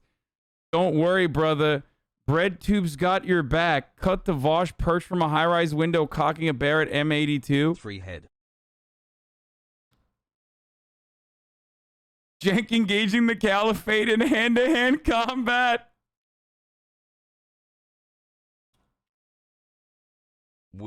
Hasan, why didn't she tweet at you? A good thing, I think.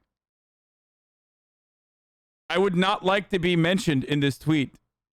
This is definitely a tweet that I would not want to be mentioned in this tweet, my friend.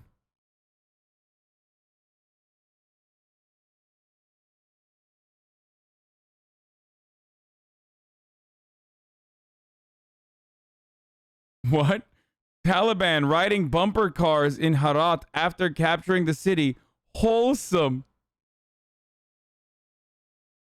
What the fuck? My man said wholesome.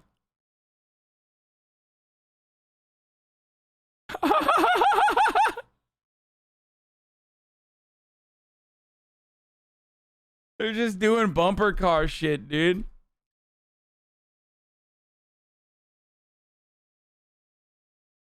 Taliban drippy as fuck though. Yeah, no, they were rolling in, dude. And my father the devil. Okay, see, these are the guys that actually have the shoes. That's how you know. High command, okay? Because I was watching the fucking videos. WTF. Most of these motherfuckers were wearing flip-flops. Okay, I mean, they weren't wearing flip-flops, but they were wearing slides. Do you see the Taliban propaganda? What? Are you serious?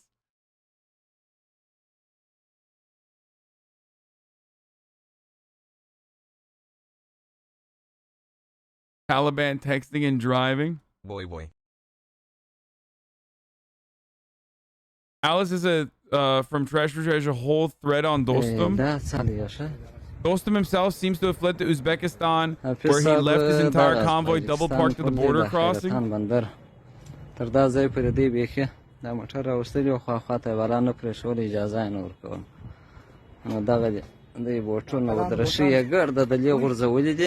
Why are you laughing? They could invade the US or Germany.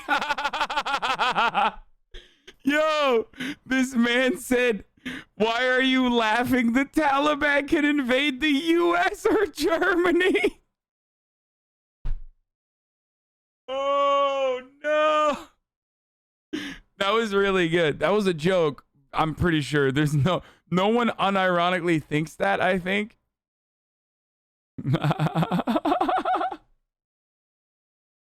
Well, Germany actually, yes. Oh my God. No, dude.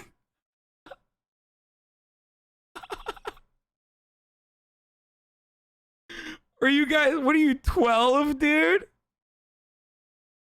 You can't honestly think that, like, the Taliban is capable of invading Germany, dude.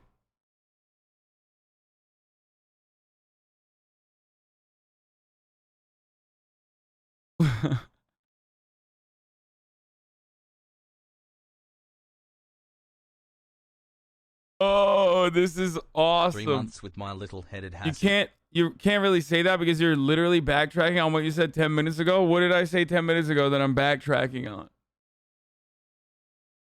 I never held the position that the Taliban is capable of invading anything. Okay? They can take over their own country that they like have been dominant in against the poorly equipped, not poorly armed, but like poorly trained Afghan security forces who are like, yeah, fuck it. Like, I'll work with you guys instead. Whatever, bro. Like,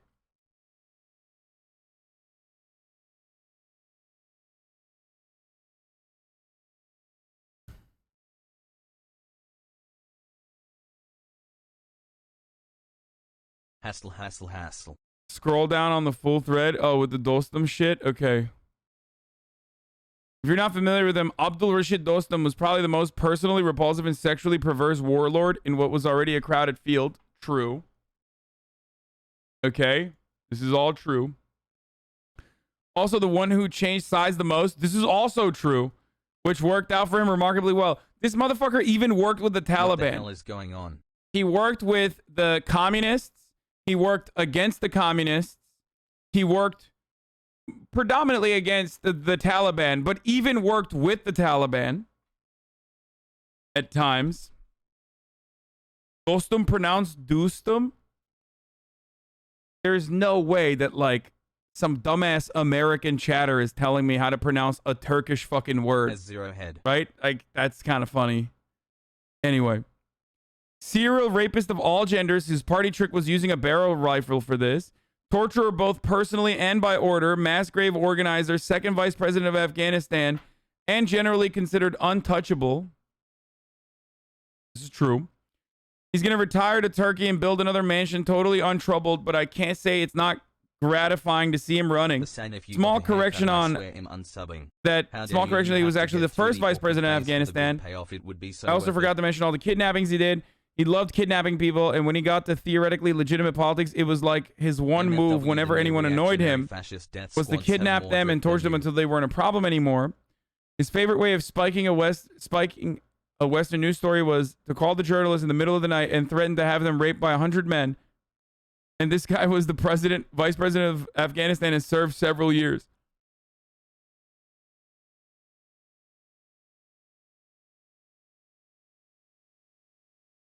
Yo, shout out to my generation's Vietnam. Hell yeah, brother, has chud.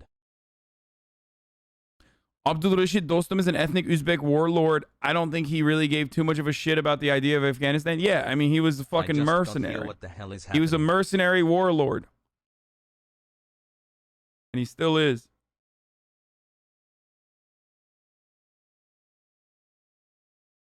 Any theories on why the Taliban is not raiding the U.S. embassy? Are they standing off? No, dude, because this was fucking... Why would you raid the United States embassy when you're collaborating with them, dude? Hey, listen, dude. You know what this is? This is an ambitious anime crossover, okay? That's what's going on right now. Why the fuck would they invade and fuck their own shit up?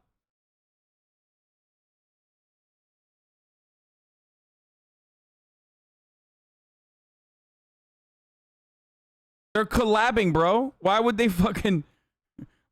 want Americans to like come in and fuck their shit up? They basically gift wrap the country for them.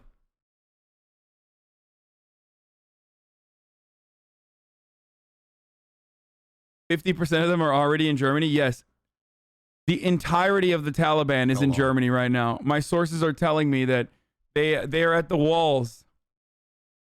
They've broken through the walls of Vienna in a way that the Ottoman Empire never could. And they've moved through Austria swiftly, and now they're in Germany.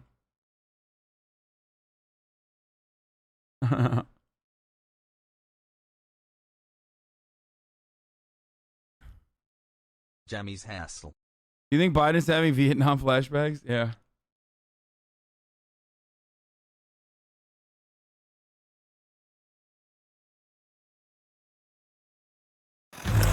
Topping our world lead right now, U.S. troops are heading to Afghanistan for an urgent rescue mission. They're there to evacuate non-essential. Taliban didn't rape women or killed innocents, people, or bomb streets. What? Are you fucking delusional? That is precisely what the Taliban does. Just because America did that as well doesn't mean that the Taliban doesn't do that. That's literally kind of their fucking thing that they do. What?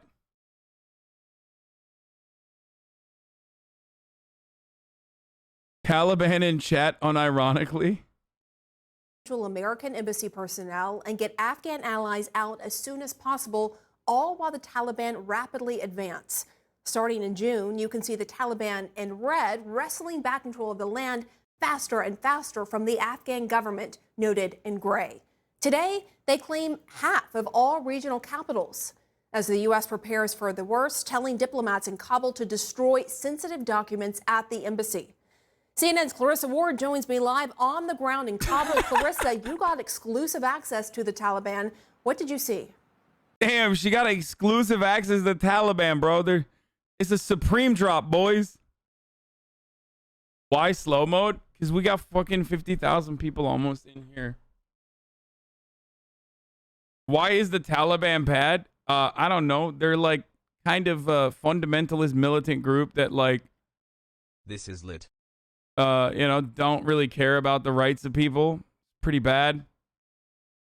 Overall, you know, they fucking murder, rape, pillage. Oh no, not good. Oh no, the Taliban will invade America. That's right, Pamela. We actually traveled to Ghazni province. It's just a few hours south of Kabul. That province is now completely under the control of the Taliban, and they took us to see some bases that once belonged to the U.S. and are now very much under their control, along with whatever Siberia, they found 420 there. for the 10 gifted Humvees, subs. weaponry, ammunition. We also, while we were there, though, Pamela, got to really have a glimpse into what life is like under the Taliban, as that appears to be what Afghanistan's future now looks like. This is what remains of the U.S. presence in much of Afghanistan. The hollowed-out skeletons of sprawling military bases, now under the control of the Taliban. Once there were hundreds of U.S. and NATO troops at Fob Andar in Ghazni province. To be fair, like, I don't know who rapes more. The Afghan puppet government and, like, the interior, or people who have no fucking care or consideration for the Afghan people when they are fucking down there, like American military service members, or the Taliban, or the warlords that we trafficked back into Afghanistan that were doing the raping and murdering. So it's always like, just moved to NYC. It's hard to figure out who is doing more raping pound for pound. I literally don't know. It's not even like, I mean, they all are doing it, but I don't know who is doing more of it. The last Americans left a couple of years ago, but their memory still lurks, ghost-like. It's just so strange to see this, you know? The Taliban granted access to CNN along with award-winning Afghan filmmaker Najibullah Qureshi, keen to show off the spoils of war. So we're just arriving at another U.S. base, and already I can see a large number of military vehicles over there. According to the Taliban, Afghan forces here surrendered 3 weeks ago when their food ran out, leaving weapons and ammunition and more. When the Americans were here, were you and your men attacking this base a lot? Yes, many times we attacked this base when America was here. We did operations. We were using IEDs.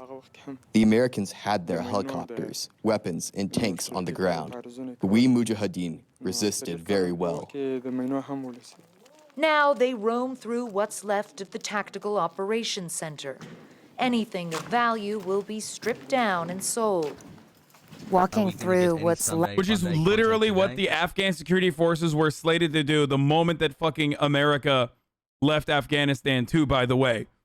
To whoever will buy it, in a lot of instances, the very same Mujahideen that you are seeing on your screen. There was a massive concern from the American security forces on the ground that like every time we give these motherfuckers guns, either they're like shooting it randomly when they shouldn't be, or they're literally fucking selling it. And then all of a sudden, we're giving the homies guns, and then next week, you know, the fucking Taliban are shooting back at us with the guns that we gave the fucking security forces. Left of these American bases, you have to ask yourself, what was it all for? America's great experiment with nation building now vanished. Isn't she scared of these dudes that would have pissed my pants? No, dude. Wait, they're like, why? They desperately need positive fucking PR. Like, I think people unironically think like these people don't have like an ideological position or what they want. Yeah, they're fucking psychos. But as you can see, they're capable of fucking holding back in front of CNN more so than the American version of the Taliban, okay? The Taliban motherfuckers, the chuds in America, react disproportionately and worse to the fucking presence of CNN than they do because they understand, like, we need some fucking positive PR right now. Vanished into dust. They have, like, you guys don't understand, like, this is the new normal in Afghanistan. I keep trying to fucking explain this to you, but you're like, yesterday's fucking terrorists or freedom fighters or whatever the fuck you want to call it are going to be today's politicians. Okay? This is how it works. The only difference is like, listen. I'll tell it to you like this. Dan Crenshaw was a fucking military member and now he's a congressperson. The way that it works is the same, okay? This is literally the fucking same. It's just that they don't have a standing fucking army.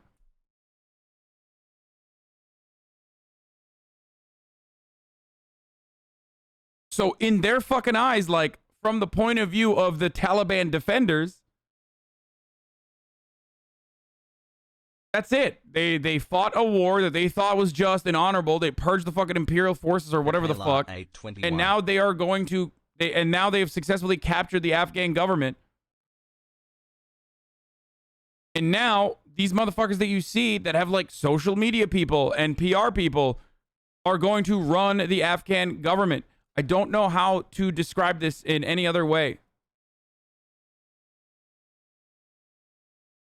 Our beautiful operators either join the government or make racist coffee. Exactly. Well, these guys are a bit more successful. It's our belief that one day Mujahideen will have victory and Islamic law will come not to just Afghanistan, but all over the world. We are not in a hurry. We believe it will come one day. Like, people hear this and go, oh my God, that's so scary. It's like, yeah, what do you mean Monka? What do you think he's going to do, bro? Really? Really? Overtaking an abandoned American base from a bunch of fucking cowering Afghan security forces is a little bit different than fucking spreading jihad all around the world, okay? Shut the fuck up, chat. Stop fucking Monka-essing with some dude with some fucking psychotic ideas. Jihad will not end until the last day. It's a chilling admission from a group that claims it wants peace, despite continuing a bloody offensive. Since the U.S. began its withdrawal in May, the militants have advanced across the country at an alarming rate. They have U.S. guns now? Newsflash, they've always had U.S. guns. As a matter of fact, they also had U.S. training. Back of American pickup trucks.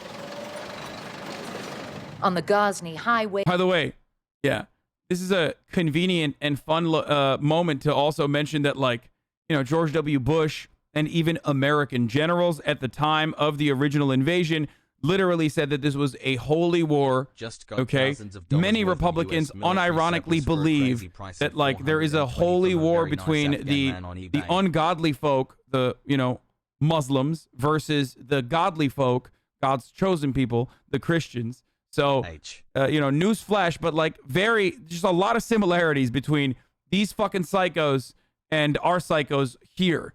It's just the difference is these psychos know how to shoot and, you know, got training from the American State Department for a long ass time, and they know their own region a little bit better. We pass base after base, all flying the militants' flag. At the Andar Bazaar, it's a similar sight. The days of underground insurgency are over, and the Taliban is poised to reestablish the very emirate America once came to destroy. But Taliban Governor Maulavi Kamil insists the group has changed since then. What's the point of comparing? Do you not understand what the point of comparing is between the Taliban and like our version of Al Qaeda? Are you fucking stupid? Do you not understand that like it is the same exact energy? The same exact energy of fundamentalist conservatism that is the brain rot? What more comparisons do you need? Happy 2 months. You just like, does your brain fucking malfunction when you see a dude with a big beard and brown skin? Is that what it is?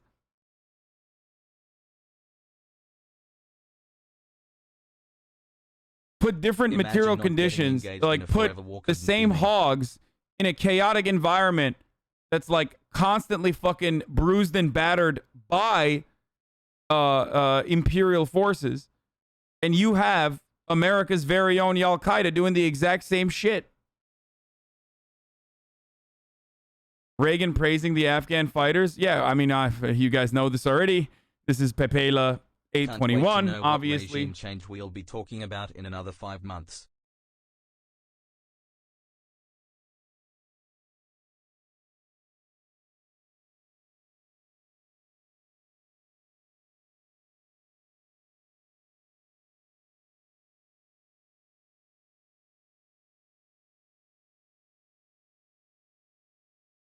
Anyway. Then. The difference between that Taliban and this Taliban is that the Taliban of 2001 were... This is my favorite thing, by the way. They've like rebranded, right? So they rebranded and now they're like Taliban 2.0.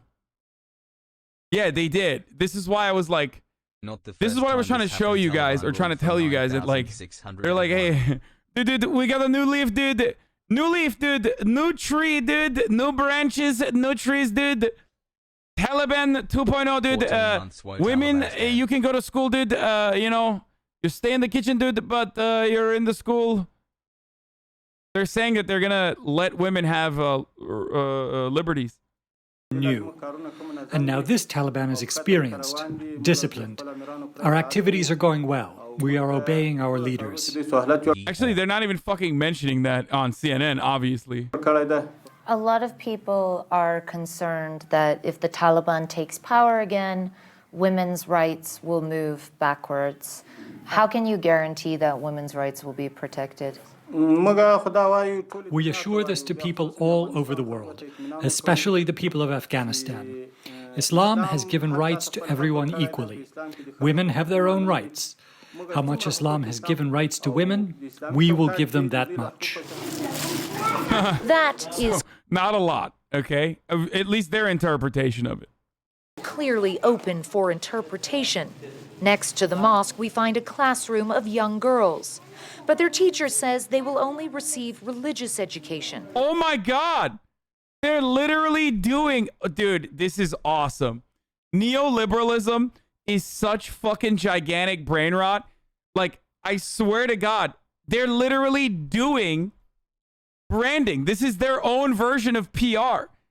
They're actually doing PR to a Western audience, dude. They think this is going to be successful. It's not, because, newsflash, people literally don't think you're a human being. So it doesn't, you know, people in the Western world unironically don't consider you to be a fucking human being, so it doesn't matter. But I love that they're like trying to do propaganda where it's like, no, you do not understand, okay? Let me tell you, bro, we are the new Taliban, okay? And what we are doing is we are teaching our women, okay? We are teaching our women religious education only, but we are teaching them, look, bro, these are girl bosses, okay? These are girl bosses. They are gatekeeping.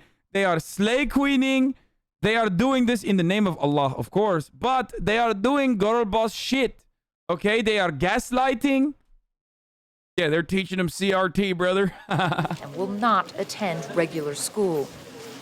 At night, I am separated from my male colleagues and sleep in the woman's part of the house with the children. This is, by the way, this is called gaslighting gatekeep girl the boss. Mohammed bin Salman technique.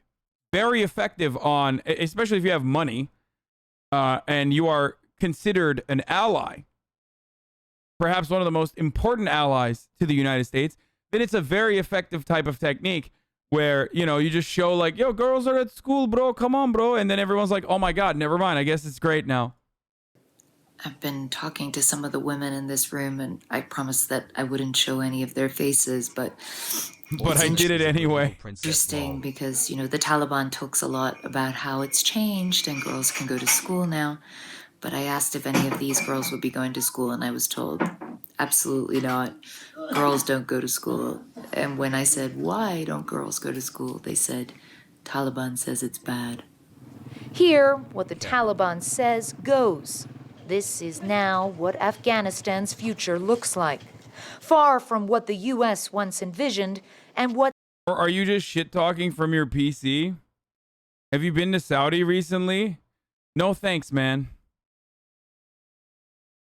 Am I wrong, motherfucker? What's up? Dude, every time I fucking criticize Saudi Arabia, there's people who are literally like, dude, why do you hate Saudi Arabia, bro? Why do you hate Saudi Arabia, bro? Come to Saudi Arabia, bro. What so many Afghans dreamed of as the Taliban pushes on towards an all but certain victory. And Pamela, we actually reached out to some of the soldiers whose names, you might have noticed there was a mural at that base with the names of some soldiers. We reached out to some of them to get their impressions. How does it feel to know that this base that you once spent time on... You're comparing it to Afghanistan? Yeah, no, I'm saying that, like, given Saudi Arabia's geopolitical positioning, they should never, ever have even been in the same category with respect to fucking liberties, civil liberties and rights offered to its individuals. And yet here we are. You know what I mean? Shut the fuck up, bitch. You were fighting on, that you lost men on, is now under the control of the Taliban. And one soldier who is no longer in the military, he was a private at the time, he said, you know, when you start out in the army, you really believe that everything you're doing is right and you're doing it for the right reasons. And now, when I look at the situation and I see what's happened and I see these images that you're showing me of this base, I don't feel so much angry as I feel just what a waste. What an Women have been allowed to drive for several years in Saudi. I love when motherfuckers are like, bro, what do you mean? Saudi Arabia, women have liberties, dog. What the fuck? They've been allowed to drive for 3 years. The main fucking feminist activist that was advocating for it is still in prison. But like, come on, dude. They literally recently decapitated another fucking, activist. But hey, dude, it's like women have been able to drive for 3 whole years. You shut the fuck up. unbelievable waste. Those were his words, and I think they really stuck with a lot of us as we take stock of this incredibly powerful and potent moment, Pamela.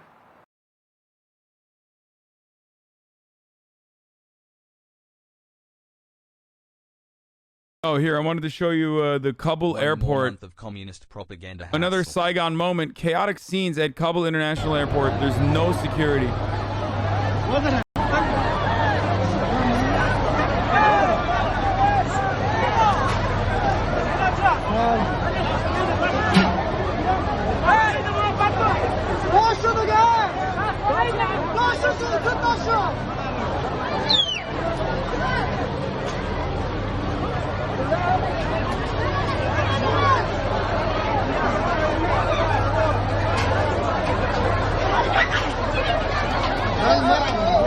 Yeah, a Shia dissident was, murdered under suspicious circumstances in Canada recently, actually. Who knows how that happened.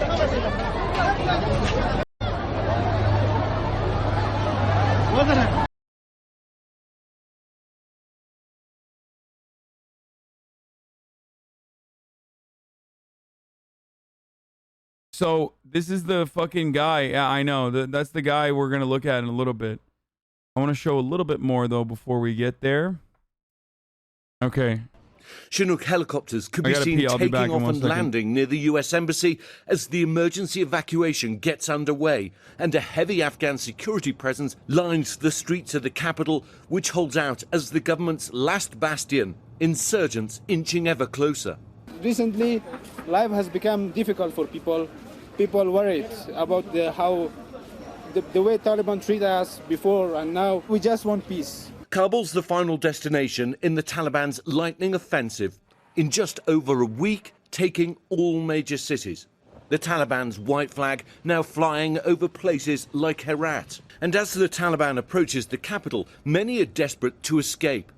This airport processing centre filled with visa applicants, among those Afghan translators who supported the US military during the nearly 2-decade war, now fearful that their relationship with the West could cost them their life. We serve for the American forces, we serve for the US and ISAF forces, for the coalition forces. They have to take care about us.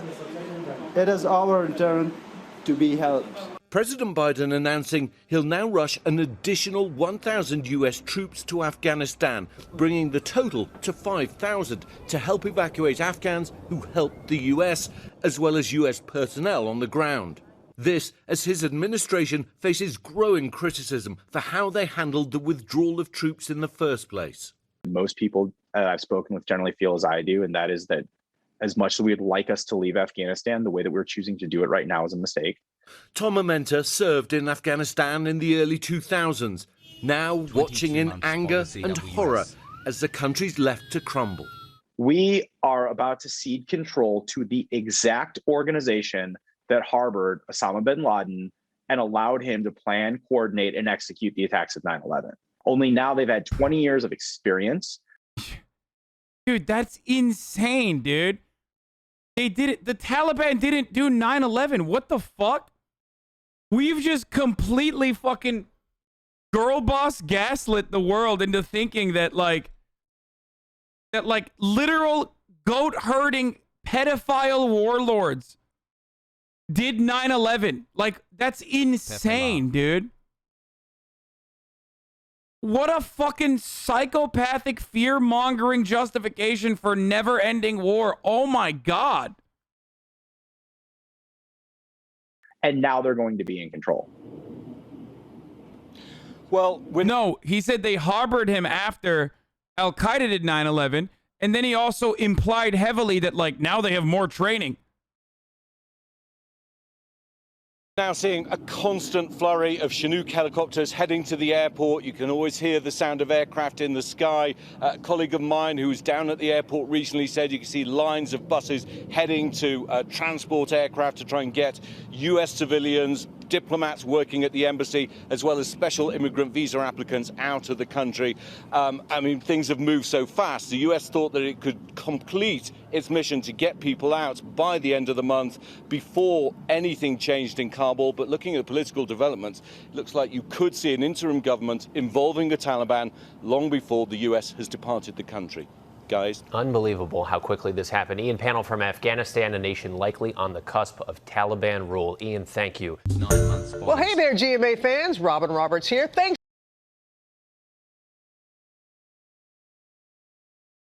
Eric, and as the situation on the ground in Kabul rapidly deteriorates, I mean, we've already seen all this. I've watched the Al Jazeera coverage already. It's like, all right. Well, earlier I spoke to Taliban spokesman Suhail Shaheen about what they plan to do now. Their properties, their lives are safe. There will be no revenge on anyone. We are the servant of the people and of this country.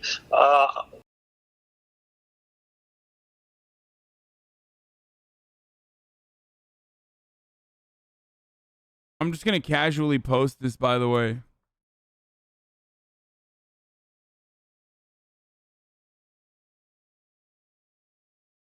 Just for no reason other than...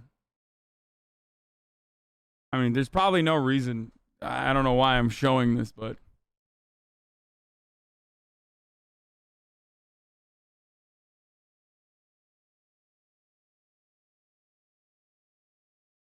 You know?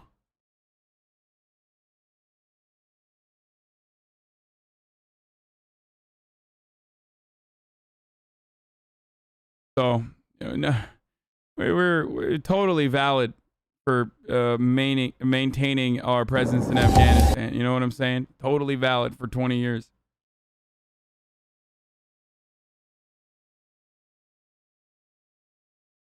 What's the difference between Al Qaeda and Taliban? They are different fucking. They're different militant groups with different opinions and different ethnic backgrounds, different countries that they're from. They branch out of the same kind of American training. They branch out of like the Mujahideen, okay? But different branches.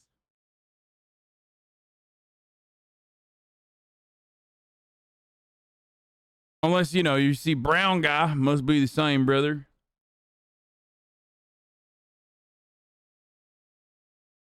Didn't you literally just roast Johnny Harris for using the Guardian? What? You fucking stupid? I literally use the Guardian all the time.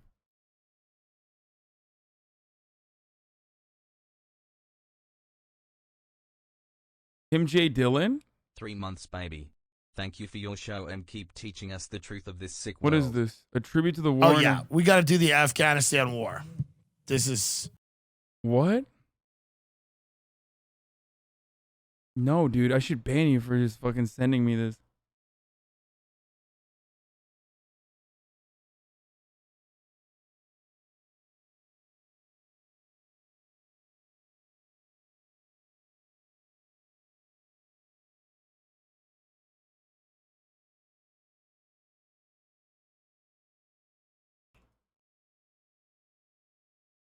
Love people showing interest in world issues, but how about bringing people that serve to give their opinion? Taliban took over the pool at Chukri prison in Kabul. At the end of the video, you can see the airport and the air traffic control tower where it appears everyone's heading towards, by the way. So the big thing is that they emptied out all the fucking prisons. Okay? Oh, here. I just want to point to something here. I forgot, but this is now a pro-Trump stream. I'm wondering and what here's you why. think about how the administration thus far has handled it. There's been a lot of talk about the fact that the president wrote that 3-page letter in which he apologized. Well, I think the same as I've been thinking for the last number of years. What are we doing there? These people hate us. As soon as we leave, it's all going to blow up anyway. And you say, what are we doing there? We're spending hundreds of billions of dollars, trillions of dollars on this nonsense. And the minute we leave, everything blows up, and the worst guy gets it. And let me tell you, the worst one is the one that hates this country the most will end up taking over Afghanistan, and as is going to happen with Iraq, and Iran will end up going into Iraq and getting the oil. What are we doing? We don't have money. We're a debtor nation. We can't build our own schools, and yet we build schools in Afghanistan. I'll tell you, our thinking is so far off. It just shows the leadership of this country. I mean, we just don't have it. But Donald, you know too that when you ignore Afghanistan, buildings get planes driven into them. So yeah, dude, totally. Yeah. 9/11 happened because we ignored Afghanistan, dude. Fucking asshole. Oh, these guys are such fucking dipshits, dude. We can't just ignore that area of the world. You can do things through intelligence that you don't need, and there's nobody more into the military than me. In fact, if anything, we should increase our military budget because it's obvious the world hates us. But when you look at what's going on over there and the hatred that those people have for this country, I just say, folks, it's time to... Even when Donald Trump is on the right side of history, which is rare, Fox News somehow finds a way to bring it back up. Fox News is like, hold up, we're going to fuck this up, dude. We're still going to turn around and we're going to find ourselves mathematically on the worst side of history. Start spending money on the United States. Let's rebuild our own bridges. Let's rebuild our own schools. It's terrible what's going on. So you're saying get out now? Well, it's a total lack of respect for this country and for our leadership. And what's going on there is unbelievable after having spent $700 billion. I mean, that's yeah, if only Donald Trump spent like a little bit of money. He now spends his waking moments shitting on the fucking infrastructure plan, the bipartisan one and the Democrat one. Mister, we should be spending our money on ourselves. fucking hates it now. Also didn't do any of that when he was in charge, but, you know, it was... Peepo Poopo, thanks for being here. Short clip from Vice. Okay, we'll look at that in a second. Hold on. Sad part is how much time we've been there. Isn't it the longest standing war in American history? Well, it's many, many years, and it'll go on for many years. And the sad part is, as soon as it ends, and you have those guys sitting back just waiting, as soon as there are other ways of doing it, and it's called through intelligence. But we don't have very much intelligence in this country anymore. Insert joke here. All right, Donald, let's talk a little bit about this. The price of gas going through the roof. A lot. It's based and also true. Another 1,000. Wait, is this 6,000 or is this even more? 24 hours after Biden authorized another 1,000 troops to Afghanistan, another 1,000 are on the way, bringing it to a total of 6,000. We are not assuming every inch of the airport is secure. A defense official tells Oren CNN, noting Afghan civilians rushing to the airport. Enter Afghanistan next.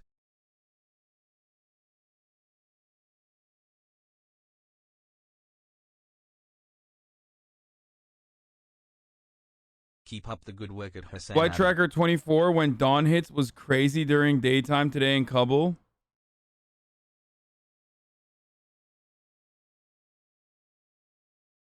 Oh, now U.S. troops are guarding the perimeter at the Kabul International Airport.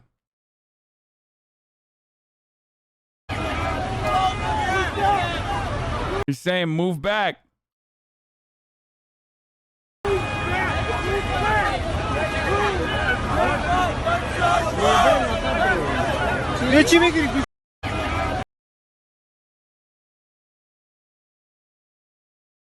Ram Ranch Cowboys in Kabul. Guys, another 10 will do it, okay? Another 10 will do it. Why are we broadcasting military movements and giving them heads up? This is Offset? so sad. Alexa, play Fortunate Son. The U.S. Army aircraft is about to land in Kabul. Isn't that actually, like, can they even hide that?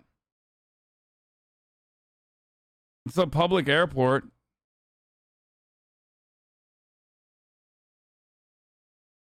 No. Cleric is joking. Goes way back. And Cleric is a combat medic. And I think he's making a point, and the point that he's making is like, it's a show of force, but it's also theater.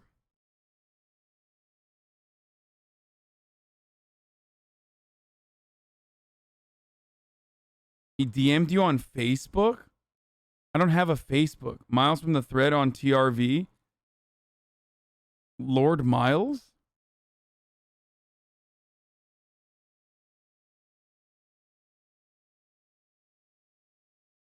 The United States has consistently followed a policy of non-interference in Afghanistan's internal affairs. I mean, let's remember here, the people we are fighting today, we funded 20 years ago. She's right. And we did it because we were locked in this struggle with the Soviet Union. They invaded Afghanistan. That's crazy. Why is nobody canceling her, dude? Maybe because she's got shooters. Peace sign. Kissing face. There's clearly an agreement with the Taliban for us to do this now. Like, we have a deal to evacuate people, then leave. Yeah, I think so. And we did not want to see them control Central Asia. And we went to work. And it was President Reagan, in partnership with the Congress, led by Democrats, who said, you know what, sounds like a pretty good idea. Let's deal with the ISI and the Pakistani military, and let's go recruit these mujahideen. And let's get some to come from Saudi Arabia and other places, importing their Wahhabi brand of Islam. Wow, look at that. It's all true. 100% factually correct statement from Hillary Clinton, dude. Hillary, we came, we saw, he died. Ha ha ha, Clinton, dude. She's right. 100% correct on that. So that we can go beat the Soviet Union. And guess what? They retreated. They lost billions of dollars, and it led to the collapse of the Soviet Union. So there's a very strong argument, which is... Oh, my God. Never mind. She tied it into... It was a massive success. A very good success for us. Yeah. led to the collapse of the Soviet Union. Very good that we did all of that. Nothing bad will come of this. It wasn't a bad investment to end the Soviet Union, but let's be careful what we sow because we will harvest.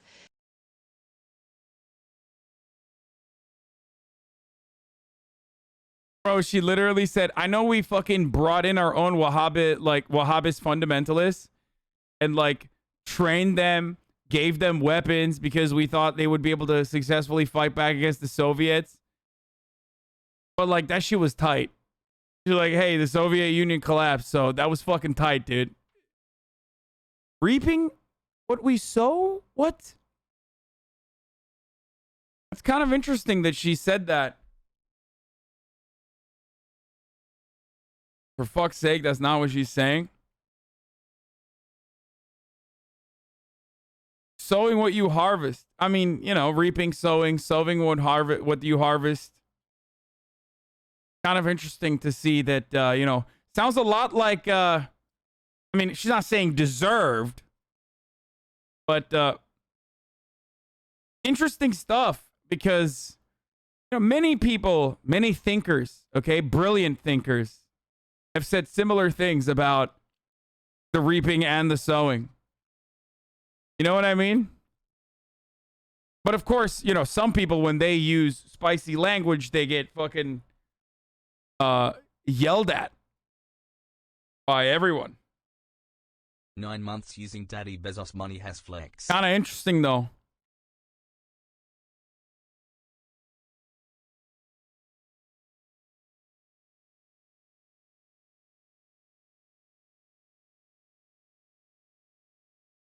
This is Wahhaboutism.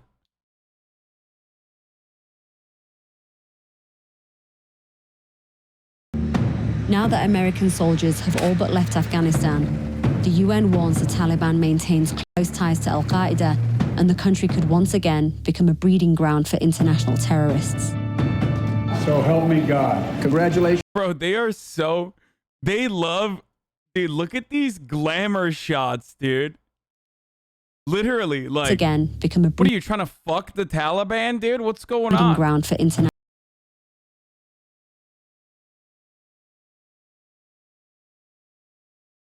Yeah, that is the guy from the interview, by the way. National terrorists. Yo, they're like, look at how fucking drippy and hot they are. Like, that's what you want. That's what Vice wants you to get out of this, okay? Like, don't you want to fuck these mujahideen? So help me God. Congratulations, Mr. President. The Taliban, fearing a change in policy, had a clear message for the new US president. Joe Biden has just been elected. Do you think that could potentially change the situation? He's gonna say, Joe Biden, you have 2 years. Yusuf Al-Bidan, you have 2 years. This is Mohammed Khanakin, full face of Kurdistan. Joe Biden. Bad time, but I was wondering if you would Trump تګلاره خپل کو خپل اسکر وباسي د ملک نور د نه ځان خوږي نه د خپل اقتصاد خرابوي. Wait, what is he saying? He's saying to own Trump's policies by withdrawing his forces. Yeah, I mean, that's what I was saying as well. It's just like this is a continuation of the Trump negotiations. د لپاره د موږ مشران دا چې دا د ټرمپ تګلاره خپل کو خپل اسکر وباسي د ملک نور د نه ځان خوږي نه د خپل اقتصاد خرابوي. But you're now no longer fighting against American soldiers. You're fighting against people who believe in the same book as you, who are the same religion as you. You're fighting against your brothers. نو کوم د شهر مطابق قوانین کدا حکومت و مینه موږ د دې سم کوم ستونزه نه لرو. امریکانو سم کوم ستونزه چې ور شوی هغه په دې شکل چې دوی په موږ غرض نه لري موږ په دې غرض نه لرو صرف هغه یو دی وتل لارم دوی ته ور کړی دا چې دوی په ینه په امن کې ووزي. That's how you know these dudes are psycho, okay? Because he doesn't even say like, yeah, this is a fucking puppet state that the people don't want. These are like American dogs or anything. He's literally like, yeah, we're killing him because they don't believe in my form of Islamic law, that my interpretation of Islamic law. And that's that's how you know these motherfuckers are actually full-blown invested psychopaths. You know what I mean?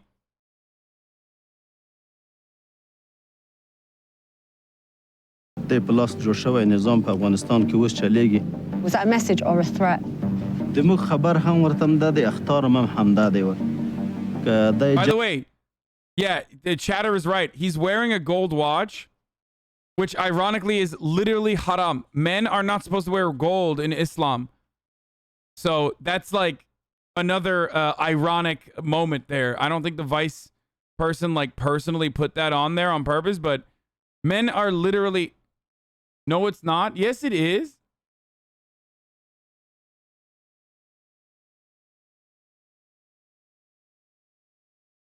ورته دا د اختار هم دا دی. که د جنگ زیاتوي نو موږ د جنگ او د جهاد لپاره بالکل آماده یو. موږ په جهاد باندې نه ستړي کېږو، په زخمو باندې نه غمجن کېږو، په شهادت باندې نه دردېږو. موږ که شهیدان شوم کامیاب یو، که په ستړي وم کامیاب یو، که په جنگ کې وم کامیاب وو. موږ په فاتحانه توګه کابل ته انشاءالله ننوځو. دا د موږ لار او کامیابي ده. Then again, also, martyrdom and suicide is literally fucking... I mean, I guess he's not saying suicide, but still, that's also a sin.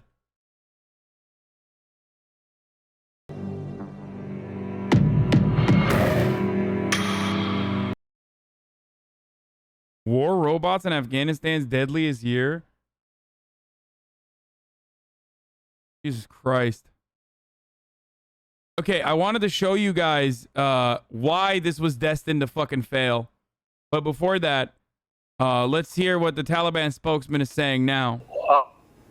Our leadership have instructed our forces to remain at the gate of the Kabul, not to enter the city. We are awaiting a peaceful transfer of power. When you say peaceful transfer of power, what do you mean? What is actually likely to happen? It means that the city and the power should be handed over to the Islamic Emirate of Afghanistan, and then in future we will have an Afghan inclusive Islamic government in which all Afghans will have participation. When you say participation, do you mean one vote, one person? What do you mean by participation? Participation means that we will have in the government other Afghans. They will be part, we will have them in the future government. But it will all fall under the umbrella of the government of the Taliban, the Islamic Emirate, as you describe it? Yes, there will be, as I said, an Afghan inclusive Islamic government. Will there be a delegation going to Doha tomorrow to speak with Mullah Barada? Because there are a lot of rumors that he has arrived in Kabul and the current president, Ashraf Ghani, has handed power over to him. Can you give our viewers some clarity on that, please? They already said they are not going to negotiate with anyone, but I don't know. Mullah Barada is here in Doha. He has not gone to Kabul. These are just rumors. There is also a lot of concern from women in Afghanistan, in Kabul. They have been writing to me, they have been texting me. They are concerned that you will reimpose the regime of the 90s back in Afghanistan, where women couldn't go to school, where girls couldn't go to school, they couldn't work. Can you give us some clarity on what your plans are for that? We have taken already many aspects of the country and also many parts of the country. There are hundreds of schools for girls, universities there where the girls students are studying. There is no restriction on them. They are continuing their studies and they are going to schools they were going in the past. So in Herat, for example. Yeah, they are still continuing studies, you know, no. But by the way, okay, here's another fucking ironic similarity, but like, if he could just basically be like, you know, none of that pussy shit, like no gender studies, okay? No liberal arts, religion only. Women are telling me that when they arrived at the gates of their university yesterday, Taliban fighters told them to leave. No critical race theory. And that there would be instructions from Quetta Shura about whether they could attend university or not. That is what the fighters on the ground are telling the women of Herat. No, what I'm telling is the policy. The policy is that women can have access to education and to work, and of course they will observe. I love how liberal this is, dude. Women can have access to education. Like in America, for example, my man, Americans can have access to healthcare. Now, that doesn't mean that you can get the healthcare, but you can have access to it. My friend Ted Cruz says they're presenting some engaging ideas. The hijab, that's it. When you say the hijab, do you mean a headscarf on their head or a burqa covering their face? No, burqa is not the only hijab. There are many types of hijab. One of them you already mentioned. See, he's saying, see, they've lowered it. They're saying no more burqas. You know, we're gonna let fucking women show face and stuff. I still find this Mark Brennan exchange the most illuminating, honest, and how Biden thinks about Afghanistan.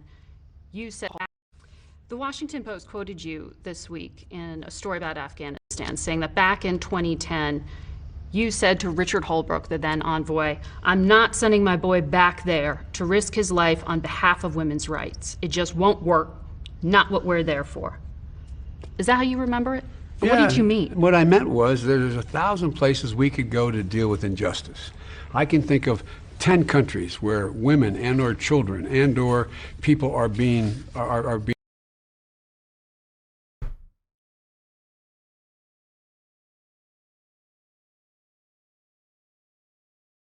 persecuted or being hurt. But the idea of us going to be able to use our armed forces to solve every single internal problem that exists throughout the world is not within our capacity. The question is America's vital self-interest at stake or the vital self-interest of one of our allies at stake? And the fact that they have a system... Thank you for 7 months. Oh my God, I'm going to lose my mind. I'm going to lose my fucking mind, dude. I've lost my mind so fucking hard, I forgot the top of the hour ad break. That was supposed to come 6 minutes ago.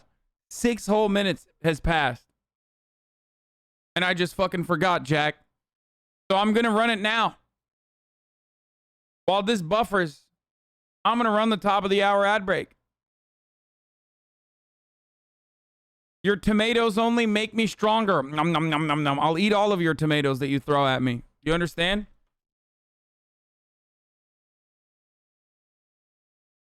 If you'd like to no longer see the ads, though, if you want an ad-free broadcasting experience, uninterrupted, you can subscribe for $5 or for free with a Twitch Prime. If you have an Amazon Prime account, that is, of course. Or you can use an ad block or a VPN, but Twitch Prime is free. Here's the 1-minute ad break now.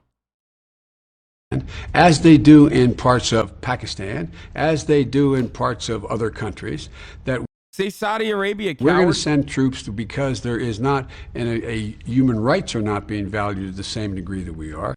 Say Yemen. What's going on with women in Yemen? Bezos bucks. How they doing? That's a different story about sending combat troops. We should call it out. We should go to the United Nations. We should be saying, this is what's happening. We should try to shame and get the world to put pressure on, and economic pressure on people who engage, countries that engage in that, but not send troops. That's what I meant. It is not sufficient. That was my point. And the idea was, and I think Richard had said something like, well, women are being abused there. I said, they're being abused a lot of places around the world. Are we going to send our American forces all over the world to make sure that stops? But then don't you bear some responsibility for the outcome if the Taliban ends up back in control and women end up losing the rights? No, I don't. Look, are you telling me that we should go into China go to war with China because what they're doing to... Yes. I mean, he's right, by the way. But like, yes, if it were up to MSNBC And if it were up to CNN, and if it were up to like the military industrial complex, yes, the argument is, yeah, kind of. Like, that'd be pretty tight. Or at least like more Cold War shit. Like, obviously you can't do full-blown fucking, hot conflict with China. That would be bad for business. But like, it would be kind of good for business if we were just like engaging in wars in Africa. You know what I mean? Like, that would be tight. And that's precisely what they are going to do. And that's precisely what they want to do. Dissing MSNBC less than an hour before you air? No, they already canceled because they're talking about Afghanistan. The Uyghurs, 1 million Uyghurs out in the West in concentration camps? Is that what you're saying to me? It was your quote, sir. I was asking you. No, what you I know. meant. I gave the answer. Do I bear responsibility? Zero responsibility. Mm-hmm. The responsibility I have is to protect America's national self-interest and not put our women and men in harm's way to try to solve every single problem in the world by use of force. That's my responsibility. This graph of opium production after America invaded is crazy. Yeah, I mean, what a lot of people don't recognize is that one thing that will hurt the bottom line is the opium production in Afghanistan, because the Taliban were not a big fan of the opium production. Afghanistan has incredible fields that you could use for cotton production. And yet, for some fucking reason, once we invaded, we decided, yeah, I mean, that would be competitive against our interests, so you should just do the opium instead.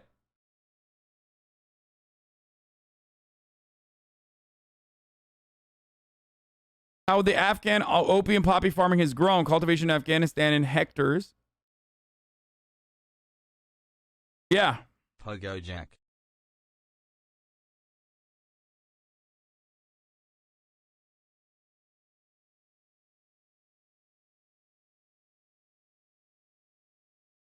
"19 months I love you" has say it back.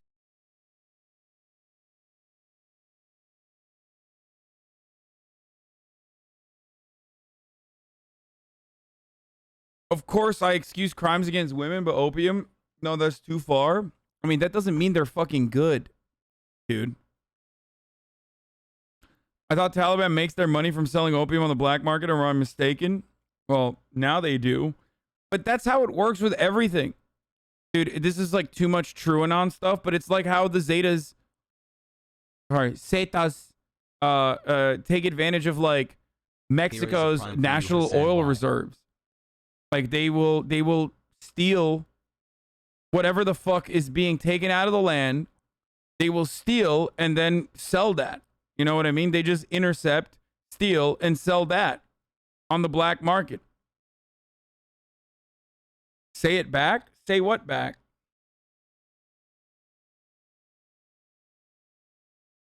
I can think of 10 countries that women's rights are being violated. Deal with the US first. Say what?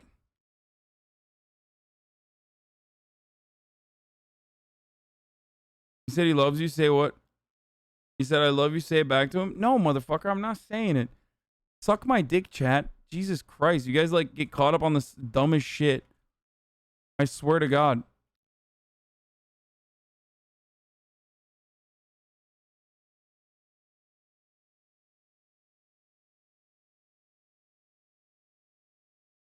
Your opinion on Pakistanis and Afghans who are justifying the deaths of thousands because the majority of Afghans like the Taliban? Sorry for bad English.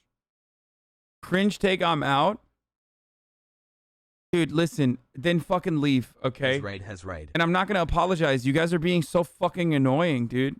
Seriously. Like, I'm literally trying to fucking educate 50,000 people on what the fuck's going on in Afghanistan.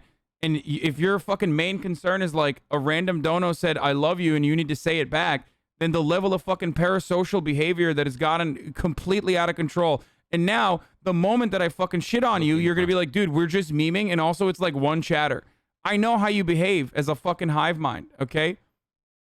You're literally going to be like, oh my God, dude, it was just like one chatter. And it's not. It's not one fucking chatter. It was a sea of fucking psychos. Shut the fuck up.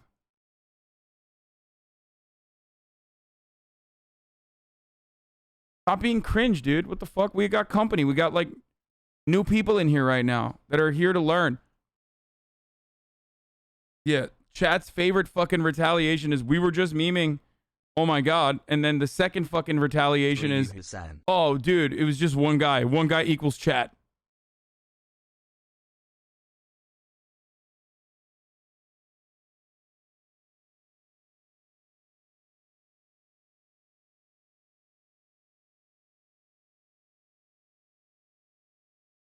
I want to share with you a story from a 2011 trip to Afghanistan that perfectly encapsulates why our mission there was flawed by design and why, despite the heroism of our soldiers, it's time to leave. Read the whole thing, it's worth. I was there with a bipartisan House delegation. We wanted to get outside of Kabul to see Obama's surge in action. The military picked Parmakan, a small town in the Herat province. 20 people out of 50K, calm down. See, this is what I mean. Like, shut up. Take an hour off. You're pissing me off, dude. It's not just 20 people. Is this Twitter thread from Project Veritas? It was linked from Mike from Project Veritas. Mike from PV. Boo.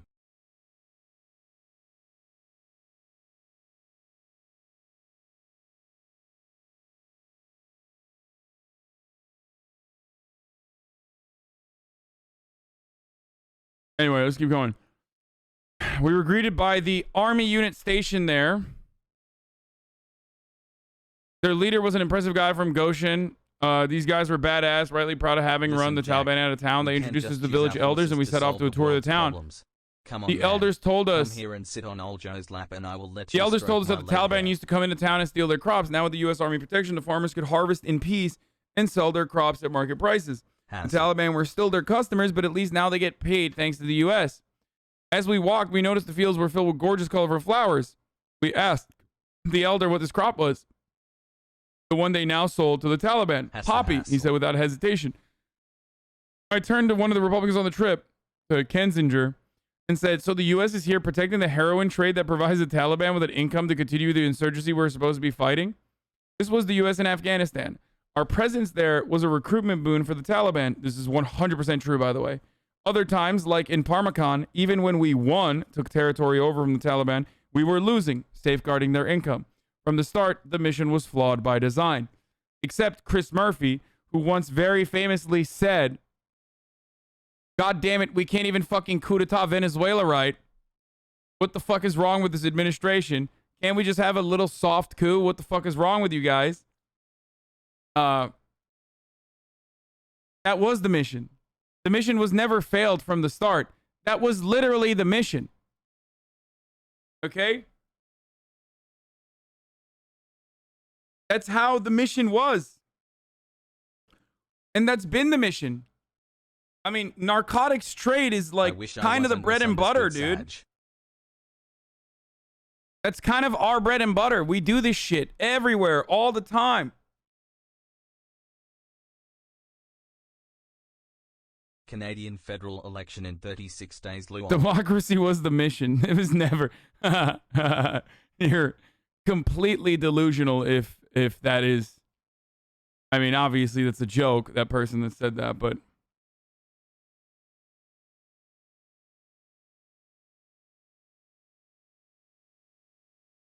nice hairband girl says Kanye West 43. He said, nice hairband girl. That's awesome. Like what? He used girl as a pejorative. I went to Afghan to protect the poppies, then came back and the VA prescribed me opiates. What I'm talking about, brother. What do you mean? Have you read this person's account of Afghanistan?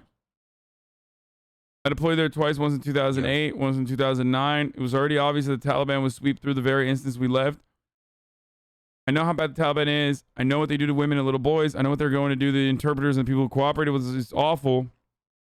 Hi, chat. Afghanistan is a dusty beige nightmare of a place full of proud, brave people who do not fucking want us there. We called them Hajis And worse, they were better than we were, braver and stronger and smarter. I remember going through the phones of the people we detained and finding clip after clip of Bollywood musicals, women singing in the fields of flowers. Rarely did I find anything incriminating. I remember finding propaganda footage cut together from the Soviet invasion and our own operation enduring whatever, and laughing about how stupid the Afghans were to not know that we aren't the Russians, and then eventually realizing I was the stupid one. Damn, that's fucking sad. American soldier thread cringe. I mean, I think it's good to hear the perspective of fucking people who are actively fighting against that. Okay, so I don't give a shit. Yeah, they fucked up, they recognize it, and now they speak out against it. The best you can expect from people when the overwhelming majority do not feel conflicted. I remember how every year the U.S. would have to decide how to deal with the opium fields. You could let them alone, and then the Taliban would shake the farmers down and use their money to buy weapons, or you could carpet bomb the fields and then the farmers would join the Taliban. Or you could give the farmers fertilizer as an incentive to grow weed instead of opium poppy, and the farmers would sell the fertilizer to the Taliban, who used to make explosives for IEDs that could destroy $1 million MRAP and maim everyone inside. I remember we weren't allowed to throw batteries away because people who worked on the base would go through the trash and collect hundreds of dead batteries, wire them together so they just had enough juice for one charge, and then use that charge to detonate an IED. Very resourceful, the Taliban are.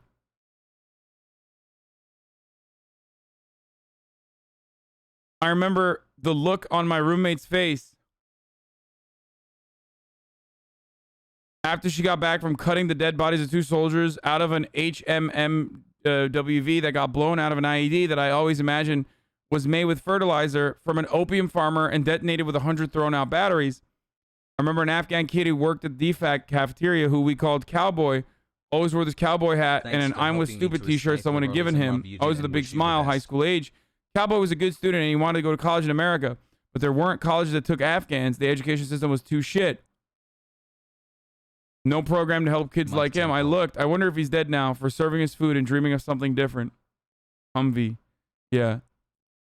Jesus Christ, that's dark. But if Cowboy is dead, then he died a long time ago. And if Cowboy's dead, it's our fault for going there in the first place, giving his family the option of trusting us when we are the least trustworthy people on the planet. We use people up and throw them away like it's nothing. And now we are leaving the predictable thing that is... Now we are leaving and the predictable thing is happening. The Taliban is surging and taking it all back. They have what you can't buy or train. They have the patience and a bloody mindedness that warrants more respect than we ever gave them. I am team get the fuck out of Afghanistan, which is, as a friend pointed out to me today, has always been team Taliban. It's team Taliban or team stay forever. And there is no third team. Oh, wow, this is literally what I said earlier today. So I'm sitting here reading the sad fucking tweets about the suffering in Afghanistan and the horror of the encroaching Taliban and how awful it is that it is happening. But I can't stop feeling this grim happiness like, finally, you fuckers, finally you have to see it too. No more blown up soldiers. No more Bollywood videos on phones whose owners are getting shipped to God knows where. No more hypocrisy. No more pretending it didn't mean anything. It didn't. It didn't mean a fucking thing. Jesus Christ.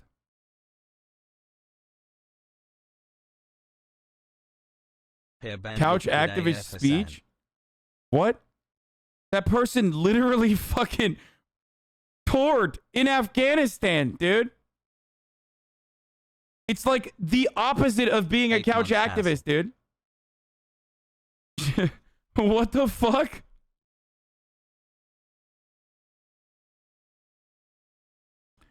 And she writes for Truth Out. So, you know, probably a lefty vet.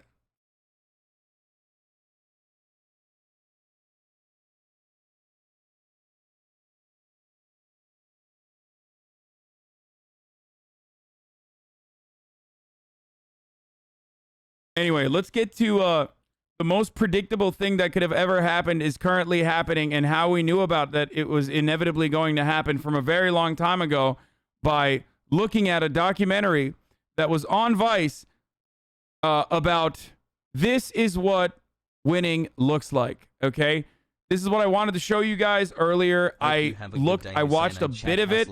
Like, I watched more than half of it. It's an hour and 29 minutes long, but it's fucking gruesome and it's worth it. I watched all the way to like the 30 minutes marker, specifically because I wanted to show you that this is what winning looks like in Afghanistan. I mean, this is like a lot of stuff that I've talked about before. You will recognize one main thing here. For example, you will recognize that, there's a lot of talk about pedophilia, things that I've talked about before many, many times. So let's watch.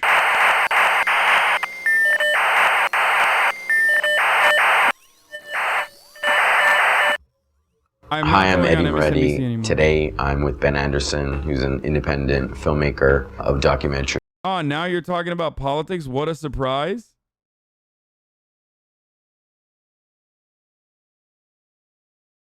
Thank you for the streams. What?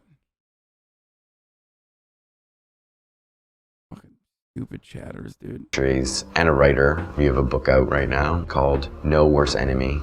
Ben has been working with us at Vice for a number of years. He's also been reporting from Afghanistan for a number of years. He was first embedded with British forces around 2007.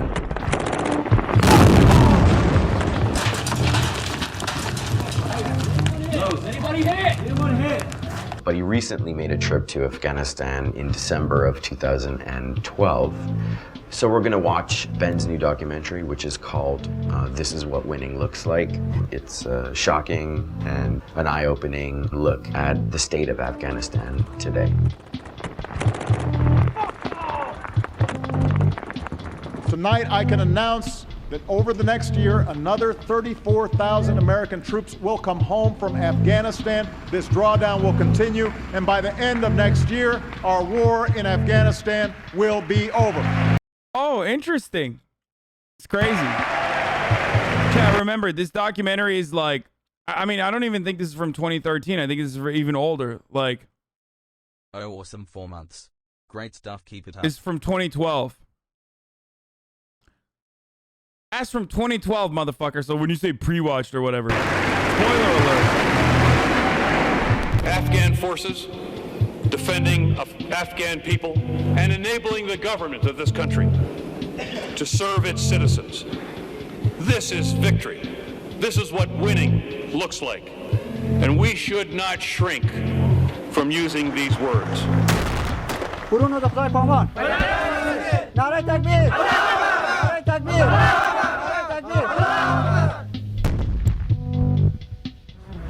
know, over here you've got a PB commander who we know is kidnapping boys and sexually molesting them.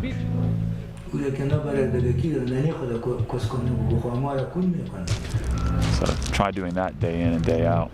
Working with child molesters wears on you after a while.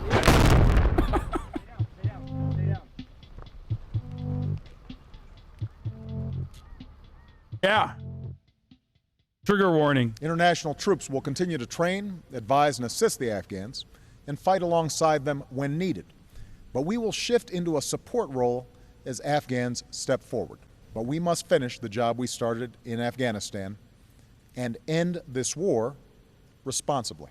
This is what the American military is saying and the American government, but you don't believe it because you've seen to the contrary. Yeah, and the British and American Marines on the ground don't believe it either. I mean, it's all it is now is about getting out and saving face. Yeah. So and we're not leaving because we've achieved our goals. We're leaving because we've given up on achieving those goals. Right That's the only goal now, is to somehow look good as we pull out. It could even be worse than that, because all the fighting has been to introduce a corrupt, hated and feared government who in some areas make the Taliban look like the good guys. And when you remember that the Taliban were welcomed into power in the mid-90s because they looked like the good, just Muslims in comparison to the warlords, it feels eerily similar today.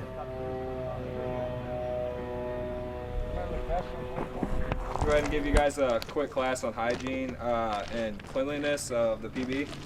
A big thing is separating, like where you shower, eat, use the restroom. You want to keep it separate. So if you're eating, where you just showered, where you're using the restroom, you're pretty much just putting all that bacteria you just got rid of, putting it right back on your skin, using your hands to eat. It's just going right back in your system. And it's going to cause sickness, diseases. Hey, ترجمان صاحب ورته د تو ورته د ځان صفات مراته کو ورته دا خو دا زموږ خپل کار دی معنا چې جامع پای کو ورته موږ ته د مینو درس راکړ تورنیکټ درس راکړ دا سړی چې سرخان تکشینی لاس پریوي بارو تکشینی ورته دا ګرده پوجي معنا ګرده د درس ویل میشه د سوې د دوسمو د استبل درس. This guy's a real fucking asshole, by the way. I'm just gonna say it, okay? I mean, he's right here in this situation, but he's a real fucking asshole. Also, most of you don't know this probably, but they teach that to like American military members in America as well. Like what he's describing to them is a part of basic training. So it's not necessarily because they're like, you know, talking to the Afghan troops like they're fucking animals, but instead like they literally treat all military members like fucking animals, where they will literally tell you like how to brush your teeth and what to do and what not to do in American in the American military. It's just like basic military shit. Let me explain one more thing. All right, we're taking time out of our lives. The Marines are. Okay, everybody here is taking times out of our lives to come down here away from our families to help you guys. We're not here to offend anybody. If we say something that may offend you, you know, we apologize ahead of time. Let us know and we'll fix it. Everyone believes that the training is being accelerated now as we leave. The training is almost non-existent now. Most of the forces have pulled back to the main bases, which they never leave. Because, as I say, the people on the ground, I think, have given up on there being any chance of success.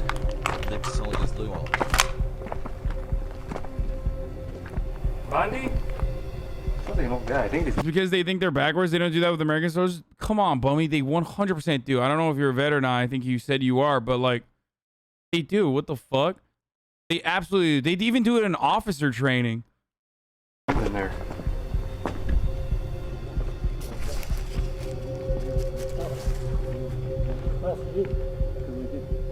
Hey. Bandy? Bandy Hana?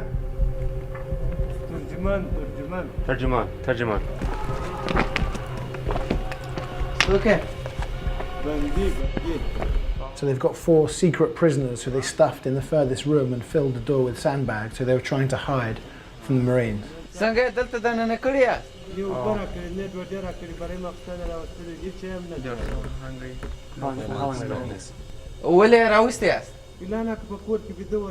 Taliban yes? Yeah, Taliban They are? No, they are not Taliban. Well, last one I became Oh. Hey. No. Tarjuman. He's handcuffed. Okay. This is okay. Really, he's here. This is. Yeah. Oh, there's 4 guys. 4? Yeah. Okay. All right. I'm gonna go talk to the PB. Tell him I was going to the bathroom back there and I heard voices back in the corner of the windows. He's spreading a bunch of misinformation. اوس وکیل صاحب ما راغوښتي دي هغه سره خپل خبره خلاصه کړه بندیان ما تر څو پورې چنولې دي خادواله راوستلې چې ما نه علاقه وایم تر څو پورې چې زه سبا راځم د وطن سره راپورته کړي دي اوس ما د خپل دوی بیا یا دغه جرم موږ ته نه دی معلوم بالا بس دغه دوی راپورته کړه په لاس ما ته راکړه ما ورته کوم کې کړي دي اوس وکیل صاحب راځي باري په لاس ورکو وکیل نظر ګل د خاده سره برای تللی او دا خلک راپورته کړل. Can we see if they're in our system with the eye scan? Can we do the eye scan? All of the Afghan dudes you see here are deeply addicted to fucking opiates. And all of the vets that you see are probably prescribed opiates back home now. They're in America and are now also addicted to opiates. Most of the opiates that are, you know, being fucking protected and farmed out in the fields. These guys? Yeah. Can we take them out and see if they're in our system? See if they're. Wait, موږ کولای چې دې په خپل سیستم کې واچو. یا ورته بندیان ناستي تر څو پورې چې مشر رانسي دغه رسوانې کې بیا. You just read that on Twitter, lol? What? I'm literally watching the documentary with you. How could that have just happened?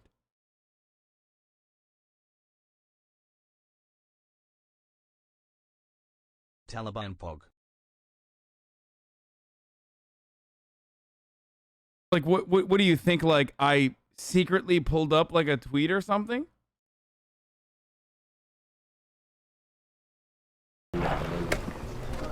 Who dropped him off? Khatab? ترجمان متوسط وکیل صاحب راځي زبر پلاور سم درس ته ورس برابر خپل خبر ورسره شریک د بندیا په باره Can we give them water? وای دا غوبو وړایسو او یا وبور. Take it back, racist assumption that dehumanized them even further. Bro, if you think that these motherfuckers, like the Afghan security forces, are good, you're out of your fucking mind, okay? What the fuck are you talking about? Okay, we're not doing this. We're not doing this. We're not doing this. Yes, I'm being.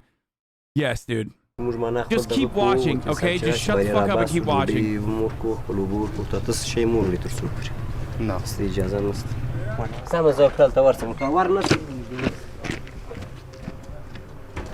Just wait. I don't want to piss them off. It's their show. They show their prisoners. If they kill them, they'll learn. That's a great way to educate the Afghan security forces, by the way. If they kill them, they'll learn. No, motherfucker, they won't. They won't actually learn. Also, what is the lesson? Like, they're under your command, technically. Like, they're training them. These are the good ones, dude. These are literally the good soldiers, okay? Just remember that. We gotta prevent that, though. Right. Doesn't the U.S. military have more, you know, capable kind of resources to do? This is literally nation building from the psyche up. Well, the idea has always been fight your way into a town, clear the Taliban out, then all these other people come in to train the Afghans in governance and build infrastructure and so on. That other bit rarely ever happens, and certainly doesn't happen anywhere near as much as it should be happening, so it's left to guys like him. How can we understand the mindset of Taliban? How can a nation be this uncivilized and behind hundreds of years in the whole world? I don't know, man. What if I fucking bomb you and murder your family nonstop and extract your natural resources, make sure you can't go to fucking school, and then you know, for hundreds of years I'll keep doing that over and over again, and then I'll call you uncivilized when you're like, well, what the fuck do I do here? I can't go to school. The only thing I know is, like, I'll learn how to fucking shoot a gun. At least, like, there's like some honorable higher cause with respect to, like, purging these foreign forces. Fuck do you mean, dude? What is this, like, uncivilized? Do you know how uncivilized we are here in the United States of America when we are thousands of miles away from any sort of fucking foreign adversary, surrounded by 2 oceans?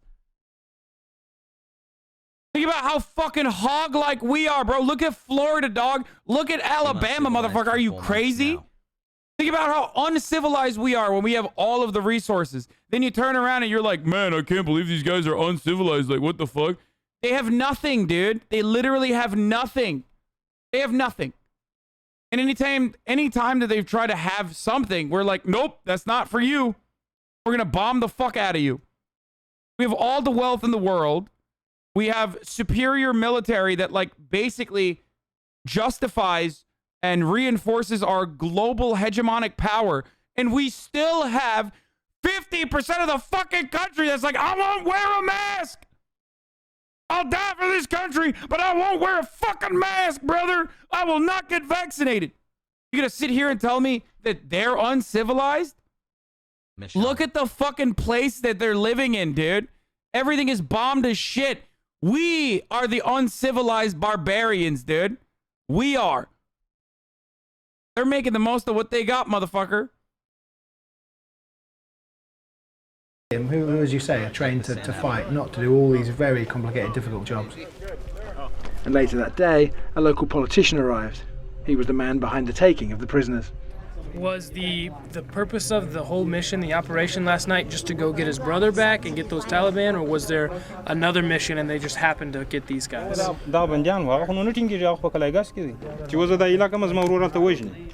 ما دې غواړ وکول ک په دې ورځ کې د سنگینه ورک نشبه مشتا ورور وژنو نو په دې خاطر ما دلته کښینو چې ما ورور مړ نه دوی ما سره تبادله کوي زما ورور دوی راوړي په دغه کسانو زه دا وري لکوم نور جوړ موږ نو سره کوو نه بنجانو چې ما چې ما ورور راوسی زه دوی ورن وري لکوم. If he can only arrest Taliban. That's what that warrant was for. Yes, the U.S. pharma companies do not get their opium from Afghanistan. I know. They get it mostly from fucking Tasmania.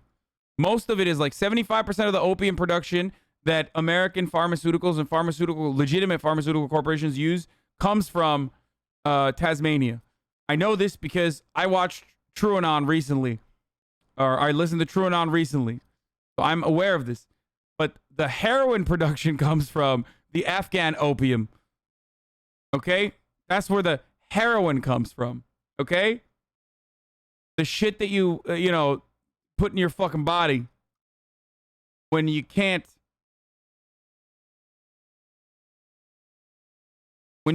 fucking, the shit that goes into your body when you can't actually fucking, The Taliban that kidnapped his brother. Kidnapping their brothers is just the same as kidnapping any random person. It's kidnapping. It's a crime. It's not legal to kidnap any person. Get the prescription. Only if they're Taliban and they catch them. Other than being the brothers of the Taliban who kidnapped his brother, haven't done anything wrong. They haven't committed a crime. So they cannot be arrested if they haven't done anything wrong themselves. Just because they're the brothers of the Taliban does not mean that they are Taliban themselves.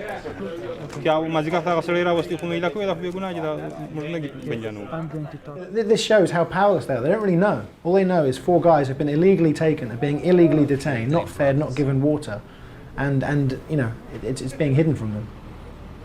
They're playing catch up all the time. That's all they can do.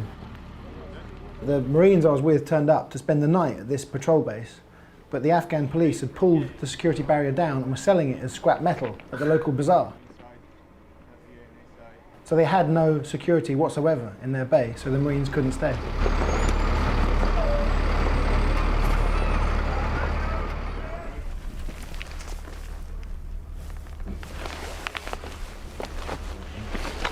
Sitting here, there? All gone. Basically looks like no blood or anything. So they just took them out of here. So they were still here, but I don't know where they are right now. You got to find out where to draw the line as far as where you want to try to make them in. We don't want to make them into American police. That's not the intent of being over here. But we also want to teach them just the human rights piece of it. That if you do have a detainee or a prisoner, that you still have to give them water. So while the Marines were somewhere else, they snuck them into the back of the truck and snuck them out the gate. Leave it! It's sort of a slightly half-hearted effort to make them stop, because they haven't got the power to make them stop. How was those 40? I got a good look at. It is a bit of an oxymoron when you have like American military teaching the concept of human rights. You know what I mean? It's like it is a rather weird. You know what I mean?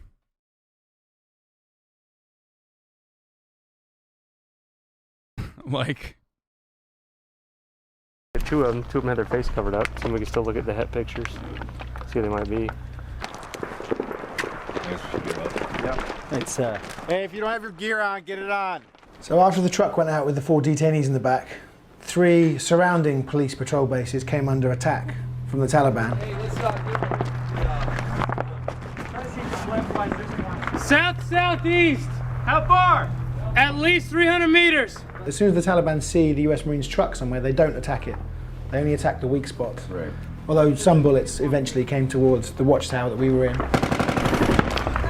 Hey, what are they shooting at? Hey, tell them to watch out. They're just a fucking. Talk to them, Donald. Truck coming in. بخته اقل تا کوچینان دا وای چې تکان مکو چې کوچینان باندې لګي شدلی پرو کړی سو دنه بخته سو تکان وکړ Don't shoot until you can see them. وای چشته وای تر څو چې نه دلې نه د کتل ورته عدالت نه سي ورته خو دغه سیز مشاوره مولي ورته زه دوند وخت ما تر وسه نه دی ور کړی inside the camp and how can I see them if I don't shoot they will stop. Wait till they come out. Then if you don't see them, then you can't hit them with the bullets. You're gonna waste ammo. وای چې ته مهمت په اماسه مصرفه Kids ran into the tree line. وای چې هغه ته کوچینان هم دا اوس مو ولیدل روان ولا کوچینان روان You got any eyes over there to the left? Negative. Got nothing. Where, sir?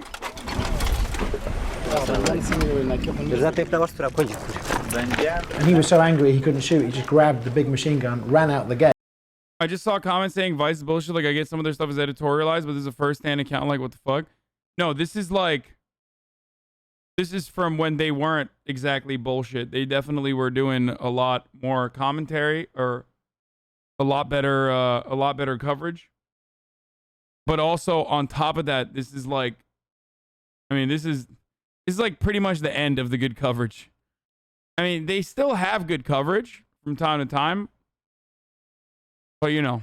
And then just fired wildly.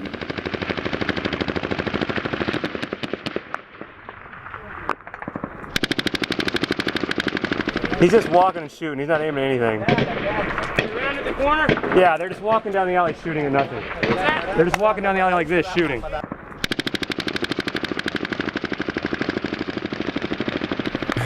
Pre-fire.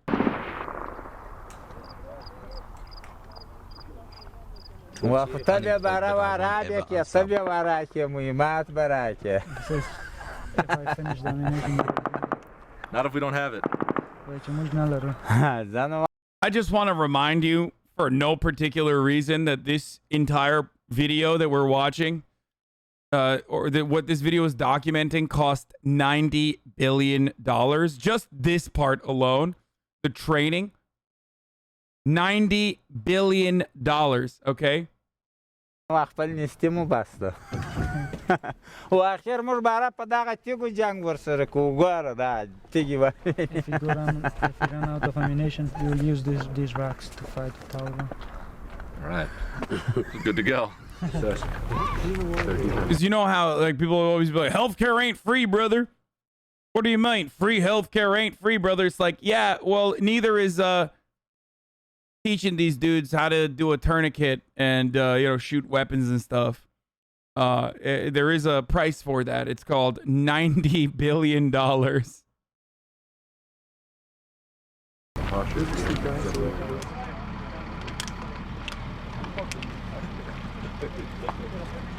That guy is bi-sitting. This is another patrol base. They're advising the police, and on the police base, there's this huge weed plant, like right next to their little area where they have their meetings. Inside the police base. Did you see weed everywhere? Everywhere. Every police base has got a little garden.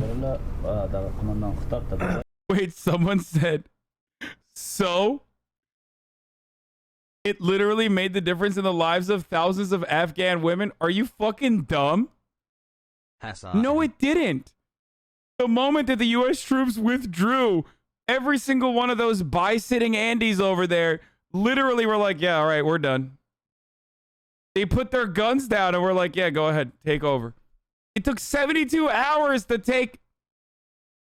It took 72 hours of the Taliban to take over Kabul, dude.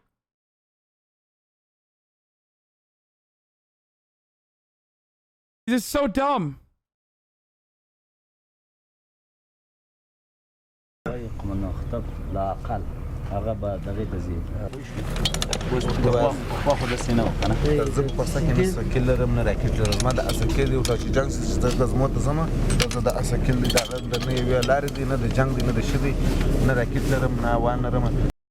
had 20 years of non-Taliban rule is what he's saying, you numbskull.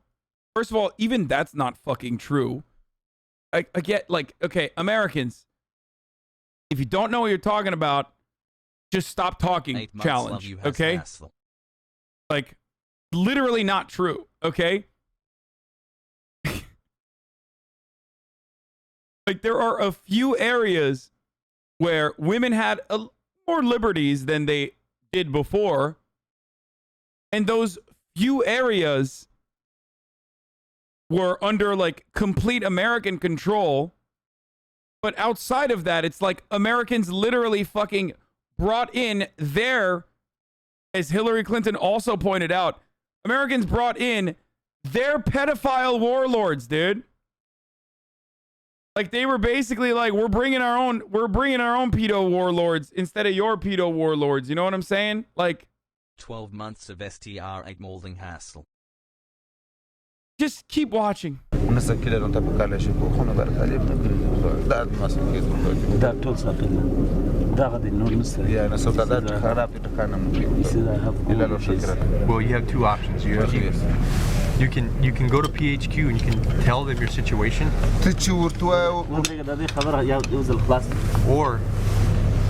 Or you're gonna have to learn to work with what you have. But I recommend you go to PHQ and you tell them your situation and show them that weapon. By the way, we're literally watching an entire documentary that details the harrowing experience of the U.S. forces that had to turn a blind eye to the mass enslavement and rape of Afghan children in the hands of the same military forces that they were training that cost $90 billion. And this motherfucker's telling me like, dude, it was worth it, bro. Like, you know, a couple Afghan women were able to go to fucking school. Like, what the fuck are you, like, what are you talking about? Please don't promote that fucking trot rag. WS is dog shit. It doesn't matter. I don't care about what this fucking thing is saying. It's the New York Times also covered this as well. And demand that they give you more weapons to replace that.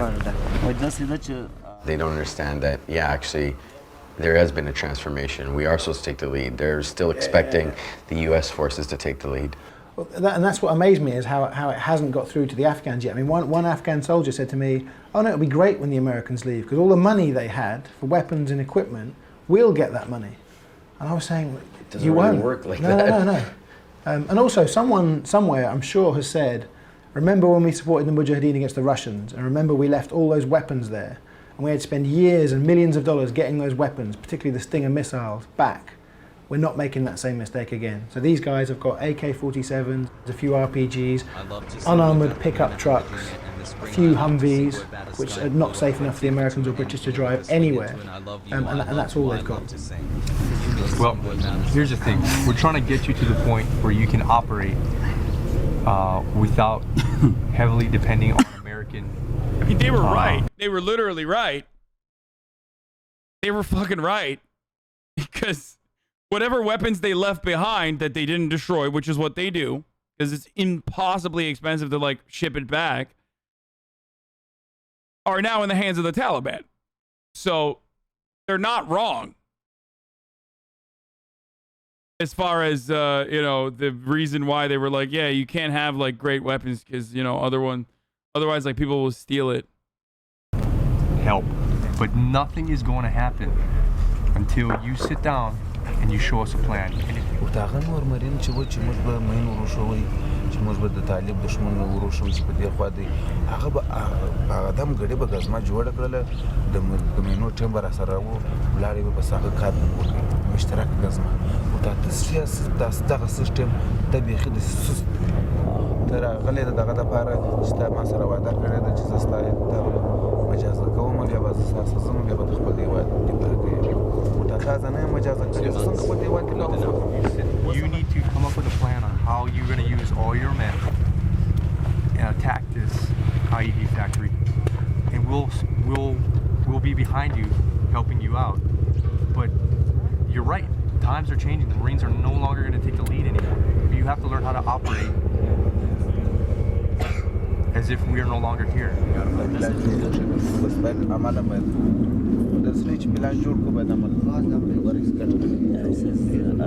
I hear great things about you. You're a good PB commander, so you know you have a lot of men here, and I think you're going to do great things.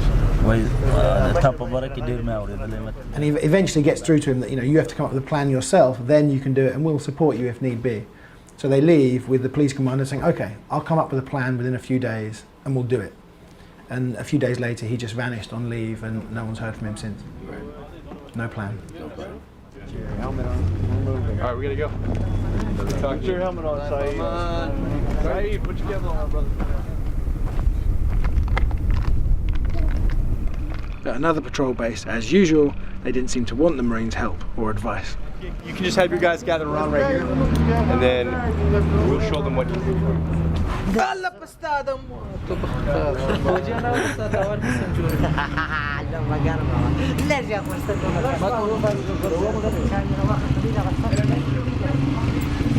Well,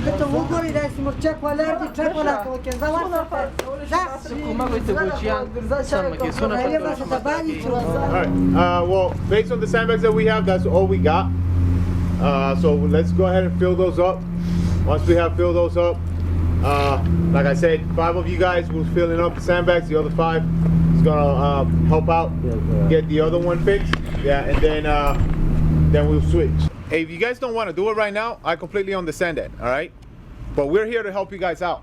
If you guys don't want our help, we'll leave the sandbags. You guys figure it out. We're taking our gear with us. We're here to help you guys out to make your tower safer. That way, you guys don't get shot from all directions. All right.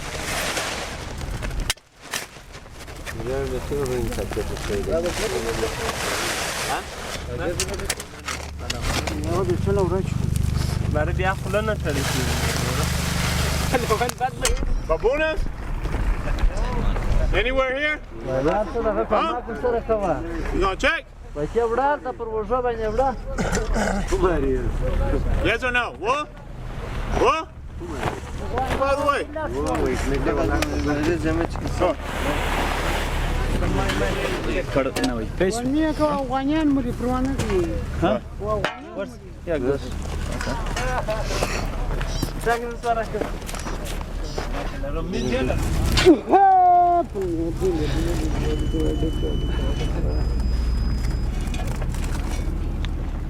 Policeman at the checkpoint was smoking weed, which is kind of normal.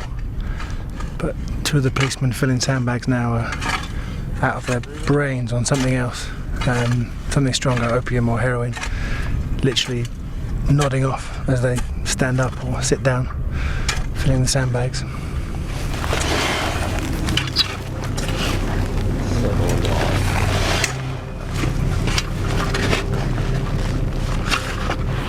So while all that was happening, someone fired a few shots at the watchtower that they were filling sandbags for. Is that him?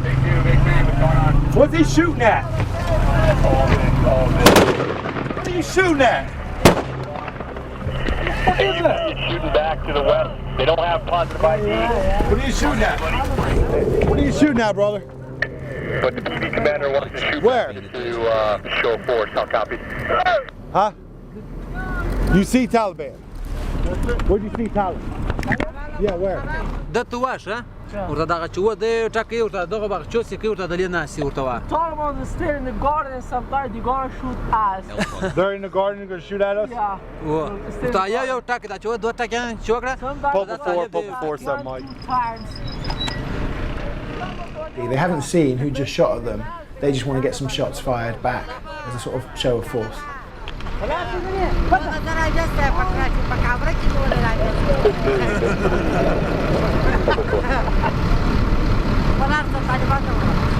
What's that? They're in the garden? In the gardens.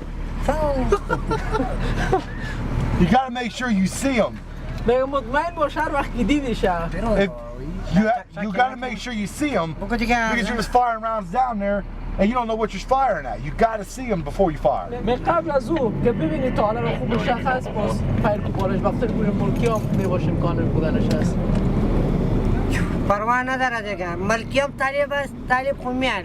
But just like I'm saying, just make sure you actually see somebody before you fire, because you don't know what lies on beyond.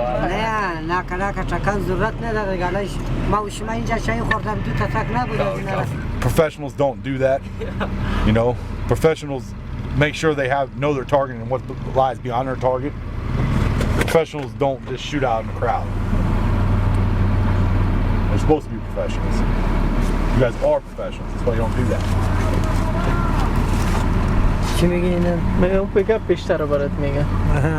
And then 3 weeks later, the deputy commander got shot right through his body and scraped his lungs, and the Marine medics saved him, and they found a bag of heroin in his pocket. So I'm sure these guys were on heroin.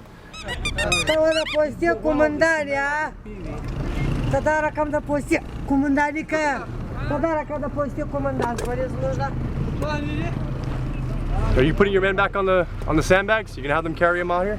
The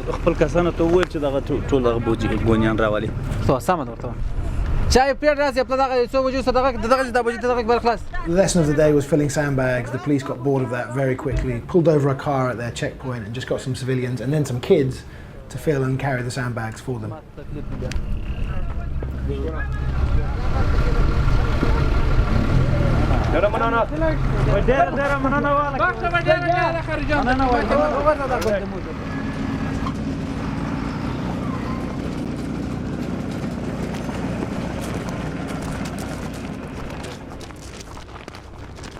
I've seen more military history. This is Major Bill Stuber. He's in charge of the police advisory team, 18 Marines who go out to all these bases. He spends most of his time at the police headquarters trying to advise the leadership. But the actual police chief vanished 8 days into his job, went on Hajj, hadn't been seen at this point for 2.5 months.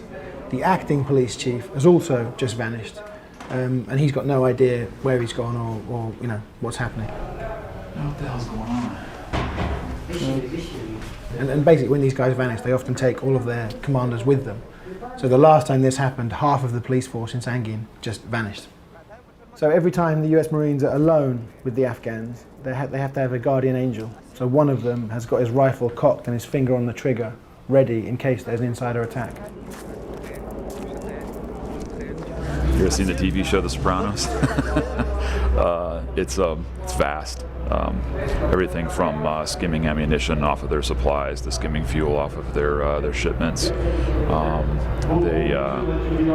There's false imprisonment. They'll take people during an engagement. They'll just wrap everybody up that was around it, and then they'll wait for the families to come in and pay them money to be able to release them. All of these vehicles are claimed on their monthly expenditures, so they're getting fuel and oil money for every single vehicle that you see, even though they can't run, they can't operate. They only get a handful of vehicles that operate. So in the district, I think they have 25 vehicles, and maybe only 10 or 11 of them actually work. But they're collecting the fuel money and oil money for all the other vehicles, even though they can't actually operate them. Ammunition's the same thing. We count the rounds when they come off the vehicles here, and it's usually the rounds, the RPGs that are getting sold in the bazaar. That'll happen in transit because they know once they get it here and we take inventory of it, we're very watchful as to what's going on with that ammunition. Oh, this was taken off of a dead Taliban. What's interesting is the guy that was wearing this vest, when he came in, he was in the back of one of these trucks like this, and we went up to bring him a white sheet, and they wouldn't let us cover him. That was kind of disturbing. I mean, there's just a kid sitting back there, you know, and pissed and shit himself, and fucking bleeding all over, and yeah, it sucks. It sucks to see kids get fucking shot. Did they say why they wouldn't give him a proper burial? He said he didn't deserve it. And, you know, we brought the sheet for him anyway, just because, you know, whether he's a warrior, he's still a warrior, you know, and deserves to be treated like one, even in death. But they didn't seem to think that way. So that was the first time I'd seen that. So. What's amazing is he's really candid about this soldier. He's one of those guys. I mean, he was more sort of emotionally invested in this than anybody else, and he's the one who, you know, I said sometimes almost looked traumatized by what he couldn't do. I was kind of foisted upon him, and he had no choice but to, you know, let me go out filming with him. But he's one of those guys who just couldn't lie. I could ask him questions, and you saw him really wrestling with a good way of saying it, but he couldn't. He just couldn't tell lies, and I really admired him for that. As an advisor, you know, you're a dog with a lot of bark and a lot of bite. So, you know, there's some things that in order to get the mission accomplished, I'm not gonna say, you know, we don't turn a blind eye to anything. We report everything, but there's certain things that, you know, that normally where you would just be like, hey, this is just a no-go. We're not going to do this. That in order to get the mission, accomplished, in order for them to actually go out and still hold security and hold PBs, you kind of got to let it go. You know, things like if we were to go in and shut down all of their schemes, all of their corruption schemes, you would render them completely ineffective. I mean, you take a look around. Really disheartened, I think, by the end of this, because you know, even when guys were abducting and raping young boys and murdering them, nothing happened as a result of his reports. He was reporting everything he saw up to over 200 people in the chain of command. Nothing was ever done. You've got guys like this right here. the S1 officer, the administrative officer, and investigating officer, who are here from Kabul. They're academy-trained policemen, professional. They can read, they can write. They believe in the rule of law. They believe in securing the population and the people and treating them right. I mean, these are the guys that are easy to work with. But then you have over here a PB commander who we know is kidnapping boys and sexually molesting them, and, robbing the people. I mean, he treats the people of Sangin like a piggy bank that he can just shake and rob, and you know, that's really difficult. You know, how do you work with a guy like that? The natural part of an advisor is you want to. Yeah, he did report those. Guess what happened? High command told him to fucking look the other way. That's what. Just for the record, for those of you who don't know, like literally, this is well documented. That like they basically were like, yeah, don't just fucking look the other way at the child rape that is ongoing.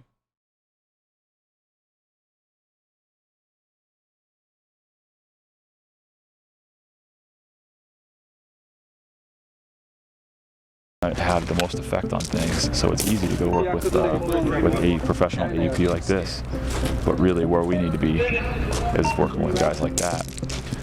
So try doing that day in and day out, working with child molesters, working with people who are robbing people, murdering them. It wears on you after a while.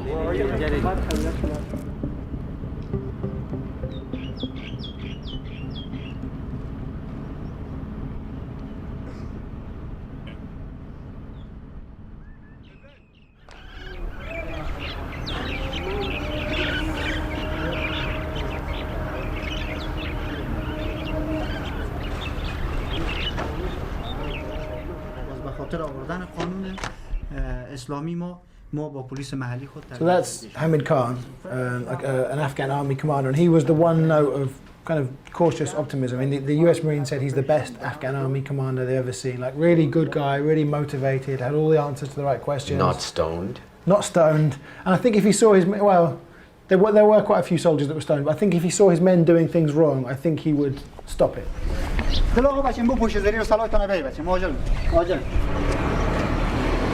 برادران سلام علیکم. خب بسم الله الرحمن الرحیم. قراره که ما و شما قبلا هم آمادگی داشتیم برای عملیاتی که در منطقه به نام بیانزوی. فردا ساعت صبح وقت دیگه ما چیز میکنیم. خدا خواسته باشه بخیر. یک عملیاتی به مشترک همراه پلیس محلی ما داریم که پلیس محلی ما داخل ساحه همراه ما میشوند. زمانی که ما داخل ساحه میشیم تقریبا به 3 گروه ما تقسیم میشیم. گروه اول ما گروه مانور است. گروه دوم ما گروه حمایه آتش است. گروه سوم ما گروه ریزرو است. زمانی که ما صبح وقت حرکت کردیم میایم به آخوندزاده خیل. از آخوندزاده خیل همراه پلیس محلی یک جای میشیم. پلیس محلی به خاطر چند گپ همراه ما میباشند. پلیس محلی نسبت از اینکه شناخت بیشتر در مورد دشمن دارن، یک دیگر راهی که دشمن مین نداره، راهی که به اصطلاح مین نداره و دشمن اون نقطه را به اصطلاح مین گذاری نکرده برای پلیس محلی معلوم است. به این معنی که ما اگر داخل ساحه شویم هم با مین دشمن سر بخوریم هم با خود دشمن سر بخوریم، این ما و شما را به یک مشکل بسیار وسیع برمیخوراند در جریان جنگ. بیا خودت دوجا. آر پی جی کی است؟ آر پی جی برو دوجا برو. بیا دیگه آر پی جی. There are all kinds of other issues with the army. They're still completely dominated by the northern ethnic groups. There are very few southern Pashtuns, like 2 to 3% of the army are southern Pashtuns. So a lot of southern Pashtuns see the Afghan National Army as being almost as foreign as we look to them. Back in 2001, 2002, we could have created an actual national army, but it's an exaggeration to call this a national army. It's not a national army, it's the Northern Alliance. It's the historical enemies of the Taliban.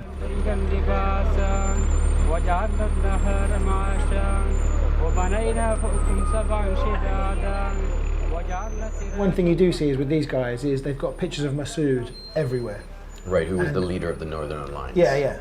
But he was just another warlord like the other one. Well, you talk to Afghans, and many Afghans will say, listen, you in the West love Masood, but, you know, when they shelled Kabul tens of thousands of civilians were killed. And entering into these southern villages with pictures of Masood everywhere it's almost like me driving around New York with a picture of bin Laden, you know, in the window of my car. That's an exaggeration, but you don't look like the army who have come to protect and serve when you come in with pictures of Masood and pictures of Dostum, who's probably the most brutal warlord in Afghanistan's recent history. Yeah, that's the guy that we talked about before. Prolific rapist and vice president of Afghanistan. So the thing I was gonna say is, well, one, it's top of the hour, so I'm gonna fucking run a 6-second ad break. And two, you can avoid those ads if you subscribe with a $5 subscription or with a fucking with the free one with the Twitch Prime if you want an ad-free broadcasting experience. Also, lastly, I'm 8 minutes late, but do you guys have you can use an ad blocker or VPN, but Twitch Prime is free. Do you have the TOS moments in after this? Like, because I'm sure there are TOS moments in here probably, and I'm really not aware or if there are TOS moments. But here's the ad break now. شروع جنگ اگر دشمن شروع میکنه جنگ در قدم اول پرسونل ما اول موضع میگیرن بعد از اون ترصد میکنن در مرحله سوم انداخت میکنن بالای دشمن از انداخت اضافه مهمات قطعا جلوگیری میشه رسیده عملیات ما و شما امکان داره که تا شام ادامه پیدا کنه بیش از 12 ساعت طول بکشه دشمن شاید مقاومت بکنه نشه که باز بر ما مهمات هم به سر وقت نرسه و باز موجه به کمبود مهمات مواجه شد جان مردم ملکی مال مردم ملکی عزت آبروی مردم ملکی در این جریان عملیات ما و شما محفوظ می باشه رسیدی چرا که دست‌ها احتمال داره مردم ملکی هم باقی مانده باشه دیگه آخرین کوشش ما می باشه که ما فرق دشمن با فرق ملکی بکنیم. There was a big drive to try and get southern Pashtuns to join the national police and the national army. It failed. So they created local militias. They're called the Afghan local police. Every village has got its men of fighting age. They're tough guys who protect their village. Some are Taliban, some are anti-Taliban. And we just said to all of them, regardless of their history, if we put you on the payroll, will you fight for us or not fight against us? And that's what these guys are. They're the Afghan local police.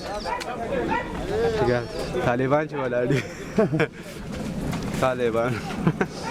And some of the local police didn't look over 16 years old. So as soon as we start walking towards this Taliban-controlled village, they come under fire and straight away start shooting back despite not having any idea where the Taliban are. Like they're firing towards the Afghan local police.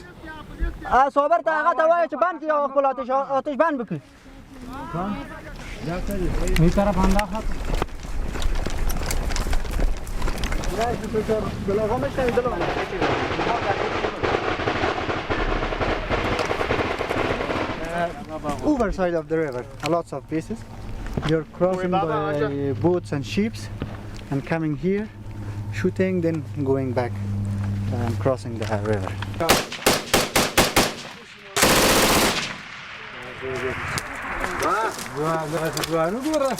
So the A&A are in the first village they wanted to clear, the first village which is still controlled by the Taliban. It's incredible to think there's still a village within 2 miles of the main base in Sangin where foreign forces first arrived over 6 years ago that's still controlled by the Taliban, but they're hoping to clear this village today. And then there's a village on the north side of the river which is also Taliban controlled, but they're hoping to collect all the local elders and persuade them to, join Afghan security forces, the Afghan government, and reject the Taliban and let these guys establish a permanent presence here. At the minute they're firing lots of rounds, but don't seem to be shooting at anything. Sniper.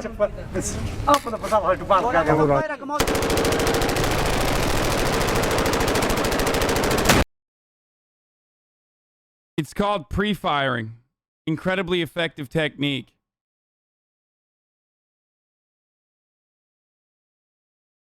Okay? Not just $1,000 worth of ammunition that you just fucking yeet it out.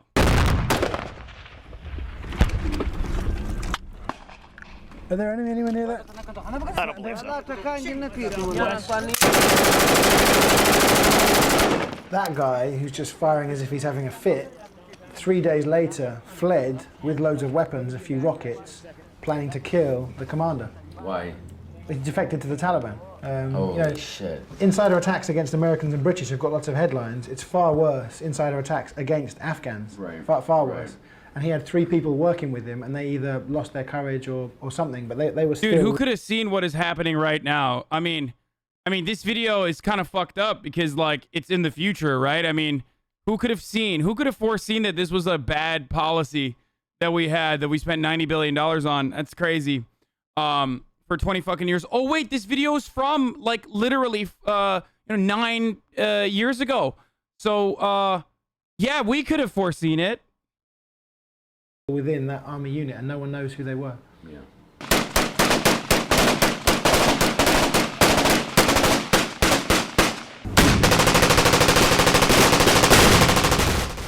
So there's a balloon in the sky that films everything. They've got them all over Afghanistan. Whose balloon? American. American. And they've got these cameras that, night vision, thermal, which mean you can follow somebody for weeks. Kind of like low-rent drones. They just sort of sit there. Yeah. But they can stay up there in one place for weeks, just attached by one cable. So someone is watching all of this, and he says it's 4 guys, not sure if it's Taliban. But as they were running away, one of them ran out and planted a white flag in the middle of all that firing. And it's not a flag of surrender, that's the Taliban's flag, a white flag. Oh shit. Planted that, and then they escaped.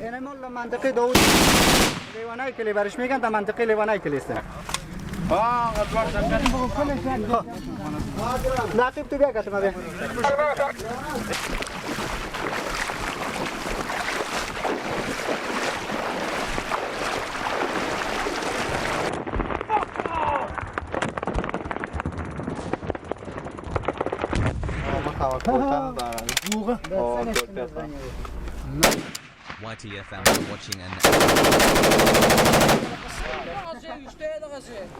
Why is he collecting the casings? He's an old man who's in the Afghan local police, but he hasn't signed up and registered yet, so he's not getting paid.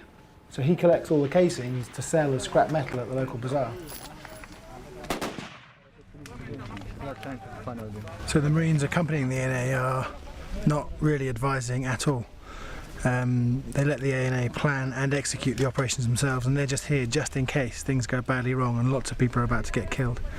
But apart from that, this operation really is Afghan-led, and I've never seen that before. I've seen lots of operations that, where the claim has been it's Afghan-led, but it's a farcical claim. This really is an Afghan-led operation. Good. Dushman, Taliban finish. Finish? No good Taliban. Run away. Fuck you, Taliban. So at the end of that operation, they walked back to the village where they started, and they got the few remaining local elders together and said, look, you need to give us some men, give us some young men, and form your own local police force and defend your village. ټول غواړي چې ساعت د دشمن د ماینونو هم خلاص شي او د دشمن هم خلاص شي. څو ورځې مخکې تاسو ته معلومات و چې دلته په همدغه بیانځای کې څو نفر د طالبانو د ماین ملکیان شهیدان شي چې تاسو دشمن خو داسې دشمن ده چې یونیفرم نه لري. د تاسو او د دوی په منځ کې فرق نه کیږي، فقط څوک فرق کوي تاسو یې چې فرق کوي. زموږ غوښتنه دا ده چې دولت هم اوس حاضر ده چې تاسو ته سلاح ورکړي، تاسو ته حمایه وکړي. تاسو یو نفر چې محلي پولیس ته راځي دغه یو نفر نه ده، یو کور ده، یو کلی ده. زموږ خوښه خو دغسې د شریکه چې موږ خو ډېر په ازاد یو چې مځکې یې وې کوو، ټکټروانان مو پښې پرې کېږي، کوچنیانو مو پښې پرې کېږي، پر مینو باندې خېږي، حیوانانو مو منه تپېږي، سرایونه مو نړېږي. نو دا خو بیخي غټ عذاب و تکلیف دی. معنا د خپلو سرایو د خپلو دغو څخه فرار په دشت پراته یو. په دغه کلي کې شپېته او یا ځوانان نه دي؟ ولې نشته؟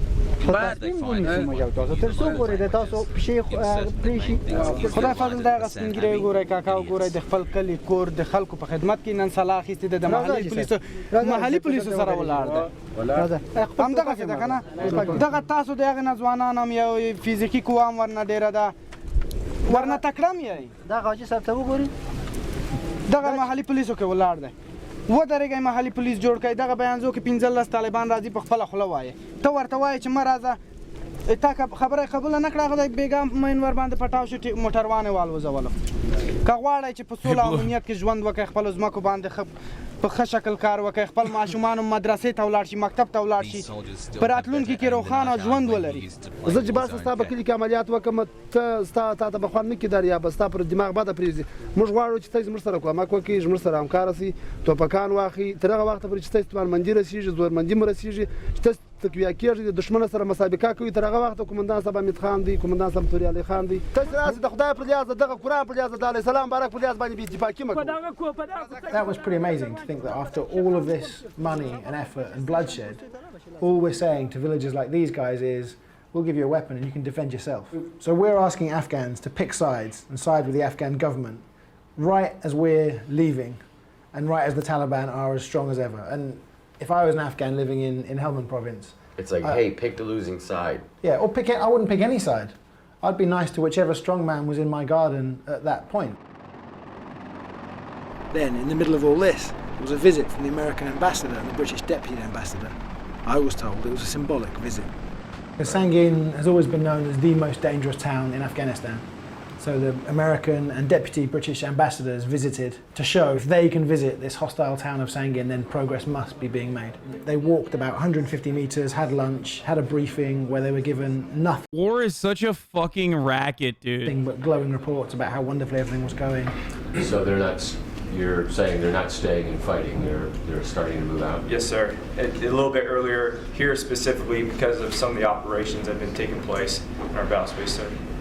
We ripped out with 1-7 about a month ago and significantly reduced a lot of the Marine presence in Sangin and northern Helmand, and we've seen ANSEF continue to hold all those patrol bases throughout Sangin. The numbers may show that there is an increased frequency in the attacks. The effectiveness is far less than ever before. People are talking about security may not be that good, and I showed a map of 2010 where you could see the entire Sangin Valley as a block of red, and now we talk about it in pockets, like this entire district. And I said that's a good thing. So there's not that sustained presence that we may have seen in the past. So again, it's a continuing growth throughout the district, and it's starting to expand. Working together, it's across all lines, exactly where we want Sangin to be right now. Exactly so it is working? Absolutely, sir. We've got the pull. Sir, these people, they're welcoming us like liberators, sir. They totally aren't just like, okay, give me the bag of cash. Or they totally aren't just like immediately working with the Taliban the moment that we leave the neighborhood because they have literally no other option. That's not happening, sir. The OPSEC is airtight, sir. We're fucking killing it. We're winning. Cooperation, learning thing, that's all taking place? Yes, sir. The advisor teams are really what have taken hold in here. And the ambassadors want to visit Sangin because that shows that Sangin is now, the most dangerous town in Afghanistan is now safer than it was. They're pretty out of touch. It felt like they were there for the photo op and to tick a few boxes and then leave.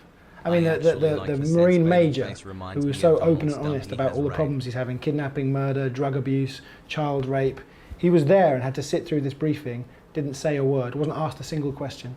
That's a deliberate choice, not to ask him a question. Well, I guess the CEO just wanted to present a very rosy picture. If they turned up and they hear that there's child abuse, murder, drug, kidnapping, all going on, then the whole PR stunt has failed miserably, hasn't it?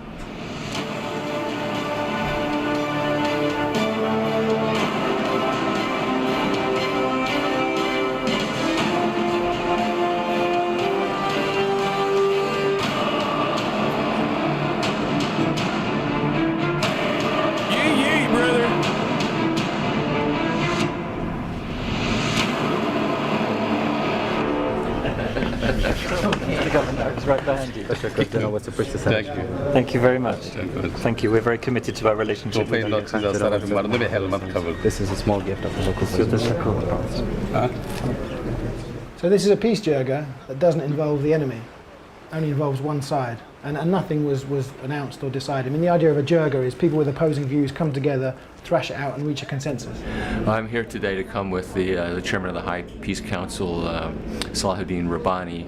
He's attending a peace jirga here, an important event in Sangin, and I've been wanting to come here for some time. This is my first visit to Sangin, and I've been very impressed by what I've seen so far. And there was a time not that long ago when we promised Afghans that their country would be rid of the Taliban. What's changed? I don't know that we promised the Afghans that the country would be rid of the Taliban. We've always understood, I think, that there's no way to end an insurgency, this insurgency, through military means, especially since the leadership enjoys its presence in Pakistan. So the prospect or the job is not to rid Afghanistan of the Taliban, but to create a way so that the insurgency ends and Afghanistan is secured. The Afghan security forces are responsible for security lead over 75% of the population now today, and that process will continue until they are. What does it mean for us that the Taliban is closer to taking over? No, the Taliban has taken over. Okay, they've completely taken over. That's number one. Not here, not at this point. But what does it mean for us? Literally nothing. Okay, that's it. There you go. In the lead for the entire country.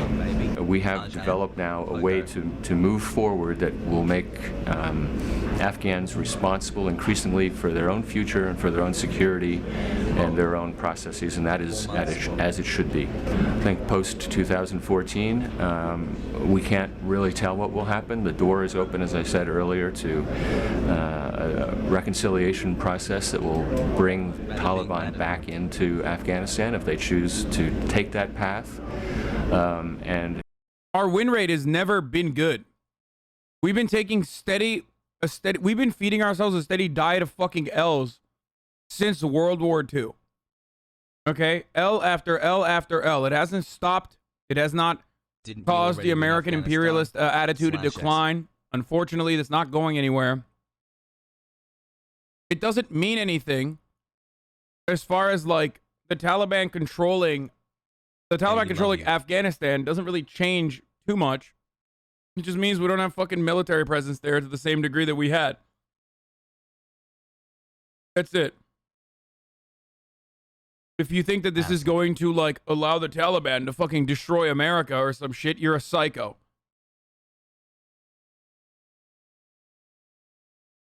And to the people who keep talking about the opiates and hash production, you're wrong. It's not just that. There's a lot of fucking minerals on the ground in Afghanistan. They rape and keep women from school worse though. Like, okay, they're gonna do like, first of all, that's already happening. Okay, so shut the fuck up about that. God damn, dude. Like, that's literally ongoing. That is absolutely a fucking consistent thing that was happening.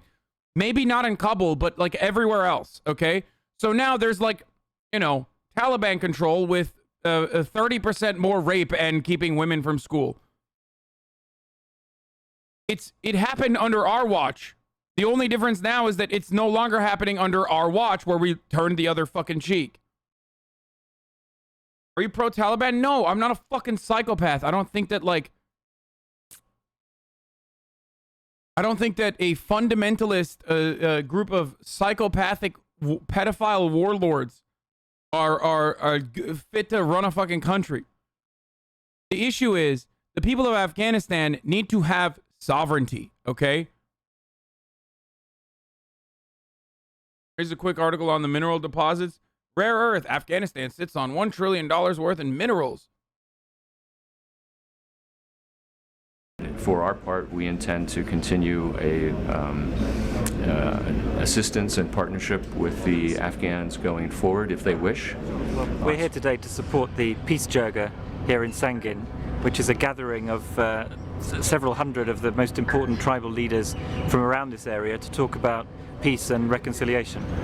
I think peace involves people making hard choices, and I think it's about the choices that people make, not about what label they are carrying now. If the Taliban choose that they want to participate in politics in Afghanistan, if they choose to renounce violence, if they choose to take part in elections, in choosing of people's leaders, then any group that makes those choices can be part of a settlement here. If they don't make those choices, if they set themselves up against the Afghan state, then they won't be part of the process. I think it's as simple as that. But sorry, I mean, what's changed in that we're now open to the idea of the Taliban having some say in how the country is run? You know, a few years ago. I would just say Taliban coming into power doesn't mean anything when it affects Pakistani-Indian relations and also affects our allies' enemies on choosing if they recognize the Taliban as a legitimate government or not. I think the United States is going to recognize the Taliban as a legitimate government.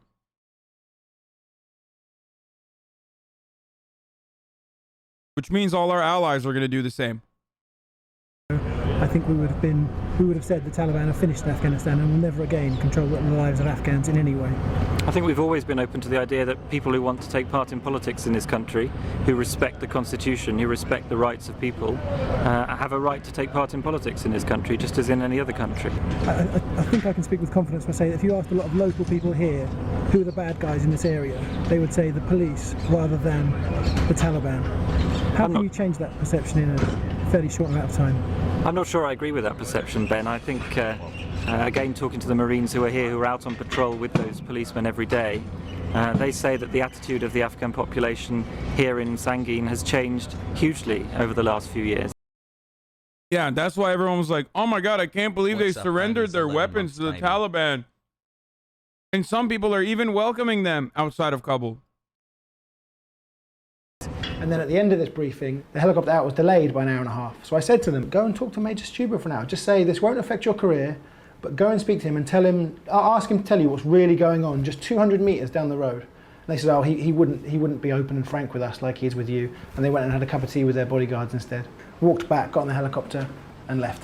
But you literally walk 200 meters out of the main... Whoa.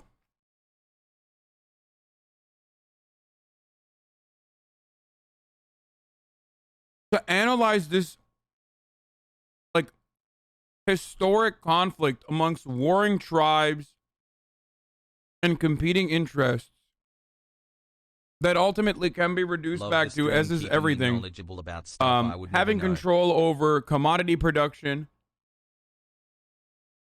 and reducing it to, like, the most incredibly narrow,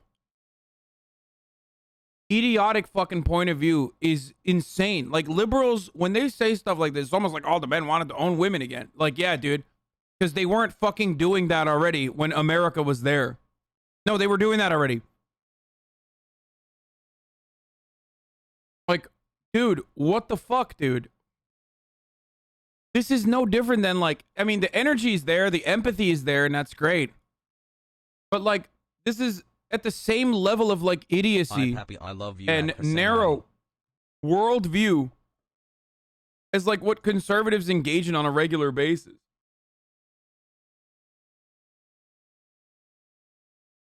They see us and this as a foreign invader.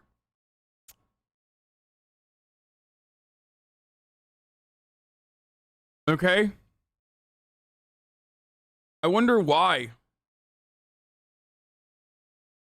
Yeah, the Taliban just, like, has been fighting back against American invasion for 20 fucking years because they just wanted to own women. Oh, wait, they were literally doing that in the provinces that America did not control, or the Afghan government puppet state did not control. Gay. Stop pausing. We're not here for your commentary. You literally are here for my commentary. You'll see that you know, it's not true at all. The exact opposite is true. So ISAF put out a statement after this saying the diplomats visited the once insurgent hotbed of Sangin and saw firsthand. And to the people who are saying, like, oh, it's going to be a Chinese puppet state or whatever. Okay, so what, motherfucker? Let them deal with it. How about that? Okay.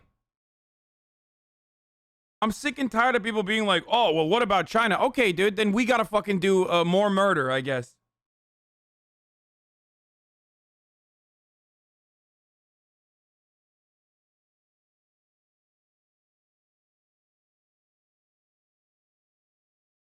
Maybe they got some better ideas. I don't know. I don't think so.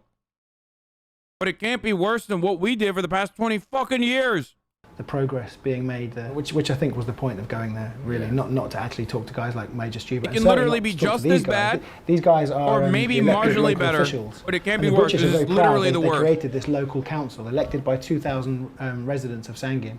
But I spent a whole day with them, and not one of them had a single good thing to say about what we've achieved there. د ځان دغه کې چې د تلفات کم سي او د مشکل کم د زمر سره وعده کړ چې په څورسه کې به موږ د دشمن جدي باس بیا به موږ ځو او دشمن هغه روغ پروت دی نو زمر په لسانه په هغه وخت کې د بیل زیات موږ پوهیږو چې زمر په لسان ته مرګ جوړ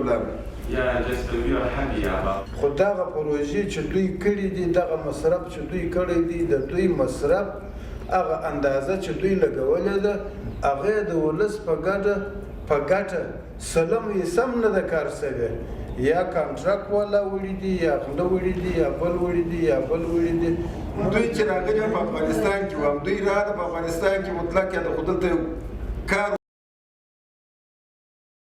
China is committing genocide? What the fuck is this take? Will change your pro-Taliban stance. What?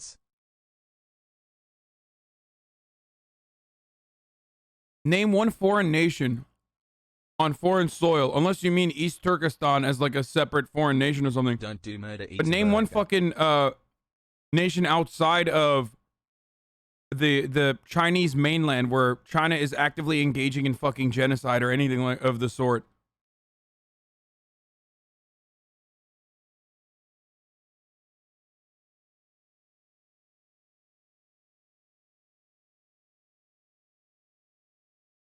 Africa? China's doing genocide in Africa? That's crazy. The nation of Africa, one. Appreciate your pauses. China doesn't do external genocide. They do cultural genocide internally. That's it. And we know a lot about that.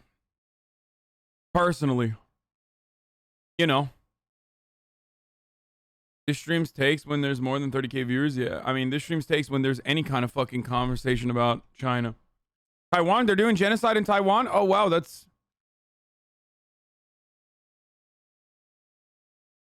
indirectly to North Korea? So you think China is more responsible or more at fault with what's going on in North Korea than the United States, which currently holds it under a strict embargo outside of and restricts foreign trade? So the only country that allows North Korea to trade outside of like Russia is responsible for how fucking their situation. 9 months hassle. Yeah, like United States to the Native Americans. Yeah, 100%. I agree with that.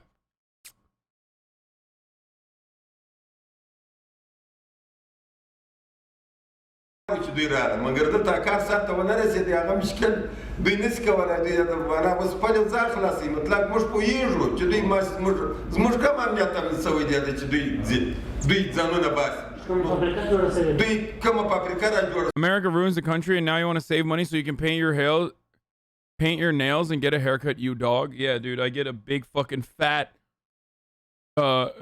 check when America saves money by not continuing to occupy Afghanistan. موږ ته چا تیاری راکړې چا ټانکونه راکړه په میلیونو ډالرانې مصرف شوي په میلیونو خلک راغلي دي چې خلک په زراو چې مړه شوي د دوی امریکایان د انګریزیان د دار دولت خلک دلته مړه شوي دي موږ پوهېږو نو موږ به کله دونه مقابله وکړو چې په دوه لاس په دوې پښې باندې د دونه خلکو مقابله وکړو موږ خپل وزاره سره کوس دا د سر به بیرته دوی تاله ته ورسي هغه امریکا کې ډېر مشکل د امنیت څه لرو مګر امنیت په لوږه نه راځي زموږ د لوږه غم او امنیت یو ځای نن هماغه آل اوس هم شروع دی پرون ما د هغه پوستې قربان ګرد ورځ په ناستو تېره کړې دي چې هر ځای کې سر ورپورته کړی وای هغه ګونۍ یې په سره اړول د ده دا شکه او زموږ د هېڅ اعلان سره سمېږي د کومندان صاحب څخه او د جوالي صاحب محترمه صاحب د جنرالان محترمان څخه دا هیله کوم چې د کوڅېدو اوضاع ډېره ناامنه ده ما دا 3 میاشتې کې چانټه تړلې ده څلوېښت ساعته پر ما باندې ټکان شروع دي. When I was in Afghanistan, the national police shot our guys on base in the back and left to join Taliban, and we were advised not to mess with Blackwater and coordinated around them. Yeah, Blackwater runs the country. That's pretty bad. And that, if anyone would be pro. You said let China deal with it. We outsourcing murder to China? Yeah, I guess so. I literally don't understand how anyone who considers themselves to be a fucking leftist can look to what has happened in Afghanistan for 20 fucking years and be like, I can change what's going on in this country. That's kind of at the heart of why we advocate for the things that we do, because like, you theoretically are supposed to be able to advocate for change and then see that change happen. And when you have that opportunity to fucking advocate and pull or decrease imperialist expansion, you go, wait, hold on though. What if our fucking foreign adversaries then turns it into a colony for themselves? Without, we don't even know if they will do that, but what if they could do that? The hypothetical alone is reason for why we should continue this occupation. That's psychotic, okay? I personally think that is completely fucking psychotic. So that's why I said, yeah, let them try. Let them fucking try to deal with it. It's not going to happen, but let them try to deal with it.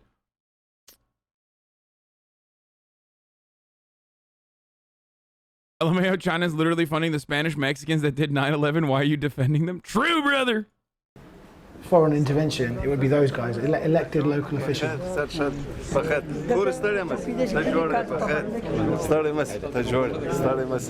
Before that briefing had happened, Major Stuber knew that 3 young boys had been shot dead on police patrol bases. All 3 of them were Chai boys. So young boys who had been abducted by the police commanders and were used as servants. They served tea, but also sex slaves. They're raped by the police commanders. And you see them on every base. You see several boys, sometimes in uniform, sometimes not, but 13, 14 years old. It's very common practice there. 3 of them had been shot dead by the police, 1 possibly by another Chai boy, nobody's quite sure. And he's just found out that a 4th boy has been shot at point blank range in the leg for trying to escape. And you know, I was there, so he let me follow him to meet the acting police chief and confront him about this.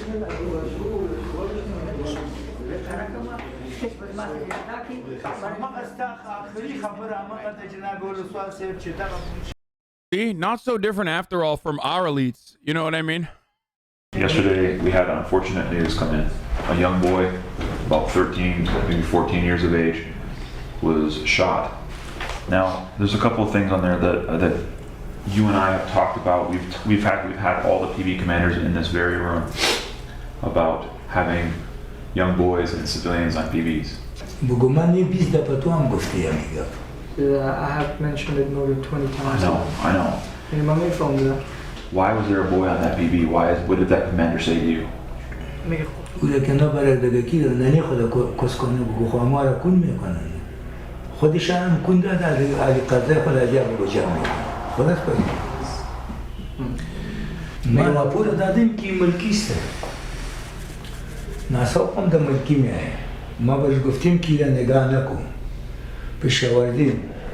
همون بچه بگو خودشان میخواه که در پوسته بشینه آشوانه برای اجا کنه اشما که بگو وقت خواستم یک نفر ایستپیدم ما بگو آورده بودم بوده جلب کردم. Yeah, I know what he said. He said it in the beginning too. که یک بچه خوردش او یک نواسی خوردش در پوسته بود. ما برش میگم که نواسه و بچه تا به بربریت خدا ما را پیشش خلاص کو اگر بذات خدا تو را بندی میکنم ما را میگم ما چطور کنم که میبرمش پس نه. He's saying the boys want to be there. How do you square the logic of being against states like Saudi Arabia, but you actively claim support for East Turkestan when the separatists are openly Wahhabis and fought with ISIS in Syria? You always talk about listening to Truanon and you respect Mike Preisner, but you all reject the false narrative about they all reject the false narrative about China, not trying to be a dick, but genuinely wondering what your understanding and logic on this is. I personally believe that there are, of course, going to be separatist movements, but it does not fucking justify America-style treatment. I'm sorry that I am consistent on this matter. The Chinese way of dealing with, and by the way, I'm not, when I say East Turkestan, I'm like using it as a fucking meme, okay? Let's be real. Xinjiang. Okay? Like, whatever you want to fucking call it. Ultimately, there are millions of Muslim Uyghurs that live there. And the way that the fucking Chinese government deals with them is mass surveillance and also cultural genocide.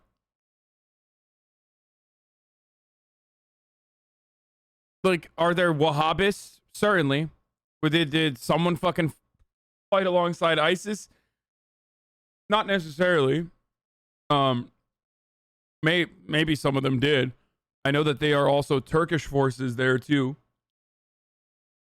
And I think that's YPG automatically says like, oh, if you fight against them alongside the Turkish military, that means you're probably pro-ISIS. So I can see why Brace would have that approach, considering he literally did go out there and fight there.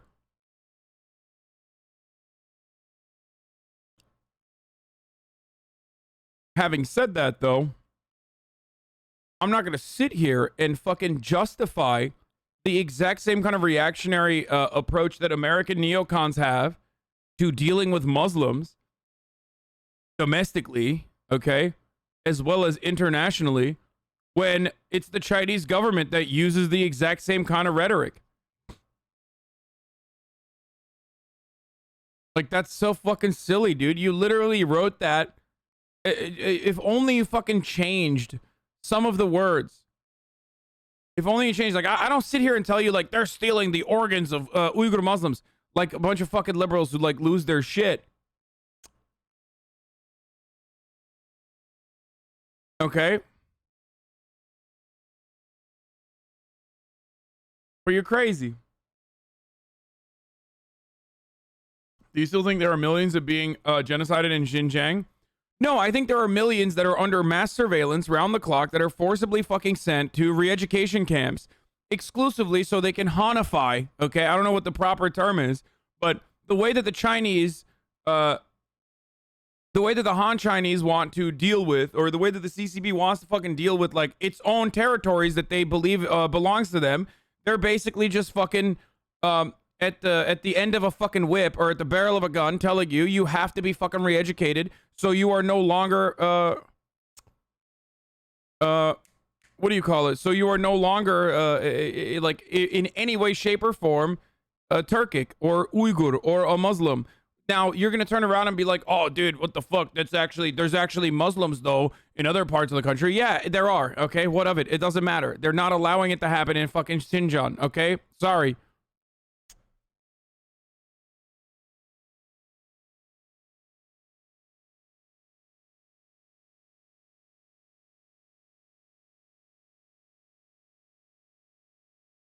Just because they believe the entire world belonged to them, lol. Wait, what?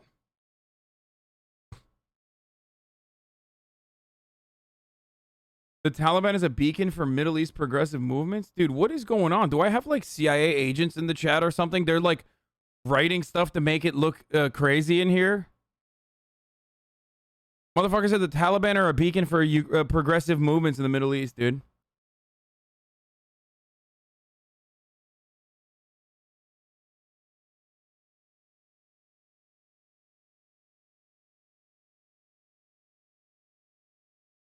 No, you literally just have a lot of insane viewers. I do. I think this is like this is like a magnet for all the most psychotic fucking takes. Which begs the question, well, why would they be trying to escape? And in one case, they tried to poison. One of them tried to poison the policeman so that he could escape, and that's what led to him being shot. We cannot have children in PDs. We can't have children even wearing uniforms like this one was yesterday. It's against the law.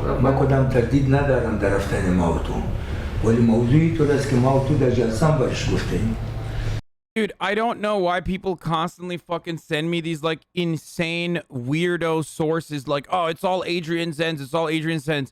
Really, dude, it's that fucking hard for you to believe that a global hegemonic power that is literally competing against America and possibly might overtake America is behaving in a way where they want to create an environment of cultural assimilation amongst a group of people that they consider to be separatists?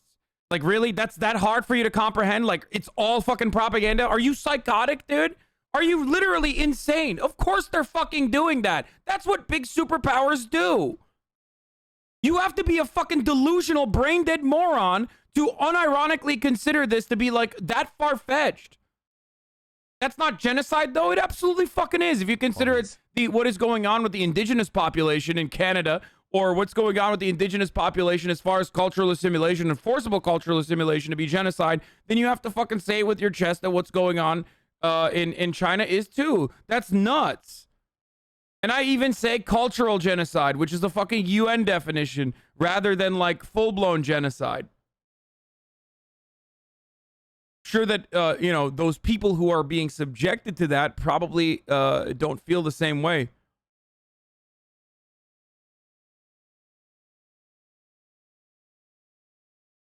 Forced education is genocide. It's not forced education. It's forced re-education. It's not like they're like, hey, yeah, we're going to fucking teach you how to read a book because you don't know how to read a book. That's not how this works.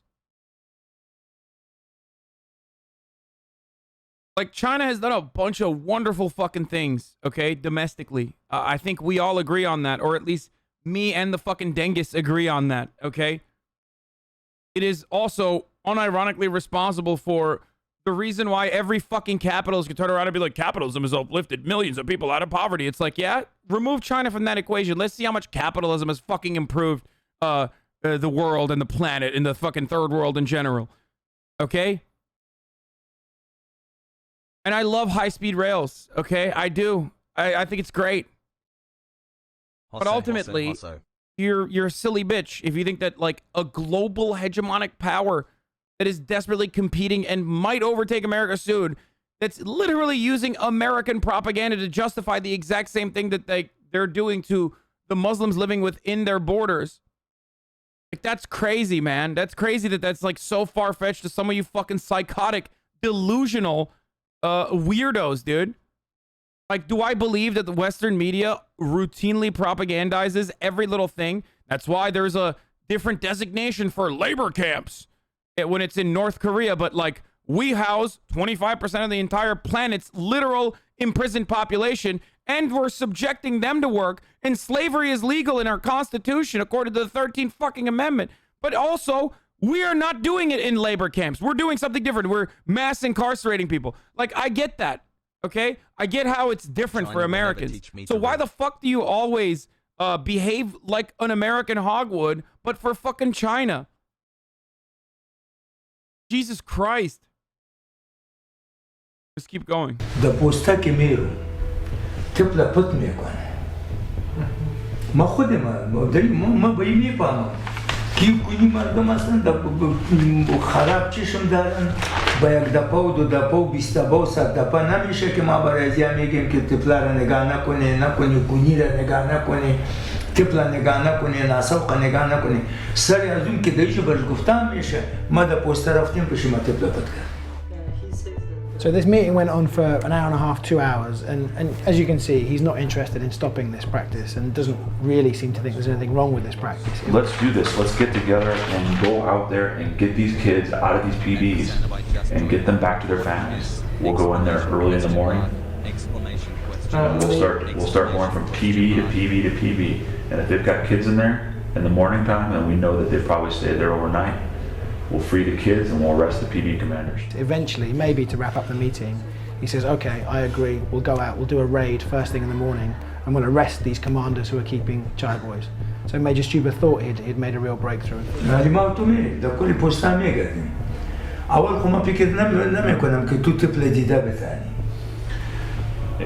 I have things that I can do to help you. You and I are in a position right now to change this situation in this city. If you do this, people will know. PB is a patrol base, not peanut butter chatter. That you are somebody who stands for justice in this area. وقتی که ایتو اشخاص گرفتیم بعد از اون بگو ما و شما باید قطعا بالای زیاره هم نکنیم. هرچی که مسئولیت که برایشان راجع میشه باید قانونی کار کنیم. Do this, okay? I'm serious. So Major Stuber walked out of that meeting thinking this operation was going to happen, think they were going to turn up there first thing in the morning and arrest these guys. A few hours later, he got a call on the radio, can't do it, operation's cancelled, and to this day, no operation's taken place to even question the police commanders. How rampant is it? Dude, stop. Stop. Every fucking dangoid turns into like a neocon the moment that like the literal moment that, like, Uyghurs are fucking mentioned. What the fuck, dude? Literally, I'm going to read you something. I mean, I think there's context to consider here. There were numerous terrorist attacks and stabbings occurring in the region from a growing Islamist presence. Not to say that excuses mass assimilation, but it begs the question, what's the correct response to burgeoning domestic terrorism? Thank you for not mentioning, Uyghurs. So it made it much easier for me to literally just read out what you wrote and be like, that's unironically what the fucking conservative rights argument is against Muslim terrorism in this country. Yeah. Patriot Act, which is what China did. This chai boy. One of his men who is less cares less about this than he does, said to me, try finding a police commander who doesn't fuck young boys. You don't even have the balls to say that Armenian genocide didn't happen. Are you afraid of Americans canceling you? I admit that the Armenian genocide happened because it did happen, you fucking idiot. That's it. That's literally the reality.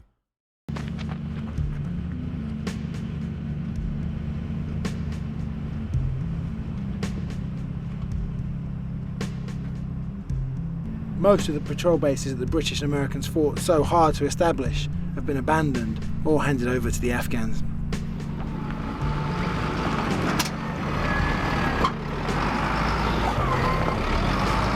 You're reading Turkey's stance on Kurds word for word? Yo, you dumbass.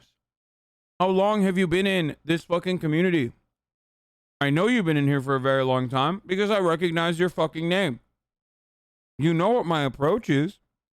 You know what my opinion is. You know I don't think it's acceptable.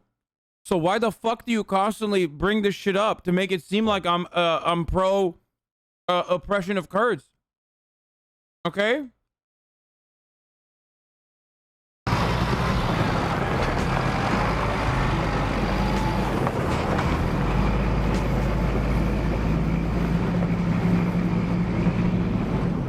Major Stuber gets he's bolstered because the actual police chief has returned, a guy called Gully Khan, and 8 days into his job as police chief of Sangin, he had just gone on Hajj unannounced and disappeared for 2.5 months. He'd been accused of keeping chai boys in the past and been accused of corruption, but said he's come back a new man, and Major Stuber really thought he could make a difference. There's been some things going on here. Bro, he went to re-education camp. Since you've left that are really driving a wedge between the police and the community. The biggest one coming outside is that thus far you've had 3 children, young teenagers that have been shot by police. All that has happened within the last 3 months. There was one boy killed in this PHQ. There was another boy killed with a PKM across in Cache de la Ray. And we just had a 13-year-old boy shot through the leg at Sadarkat. And there's a 4th unconfirmed report of a boy who serves tea and up at Shamshir Char. There was a fight between 2 PBs, and the boy that they were fighting over, we have reports that he was shot in the face and killed. We definitely have to focus on these because you can do 100 good things and then have a policeman go and do something like that, and then the community, all they focus on is the one bad thing. So I know that's an uncomfortable issue, and I know that's nothing that you would ever allow to have in your PBs, but that's what's been happening here in your absence.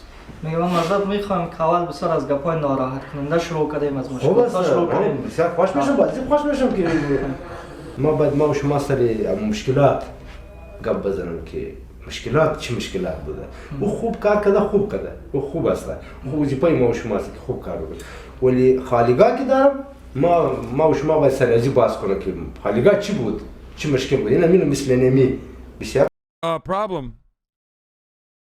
Kids are getting fucked, raped, then they're getting murdered.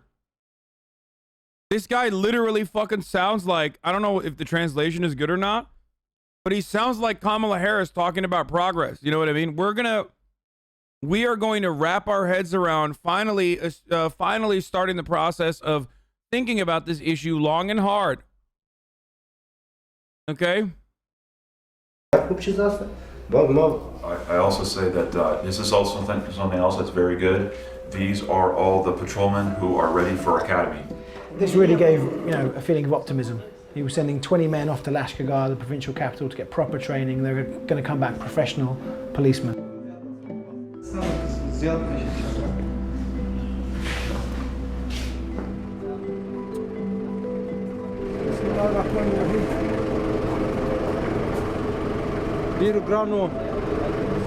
ډیرو ګرانو او محترم سربازانو نن تاسې د خپل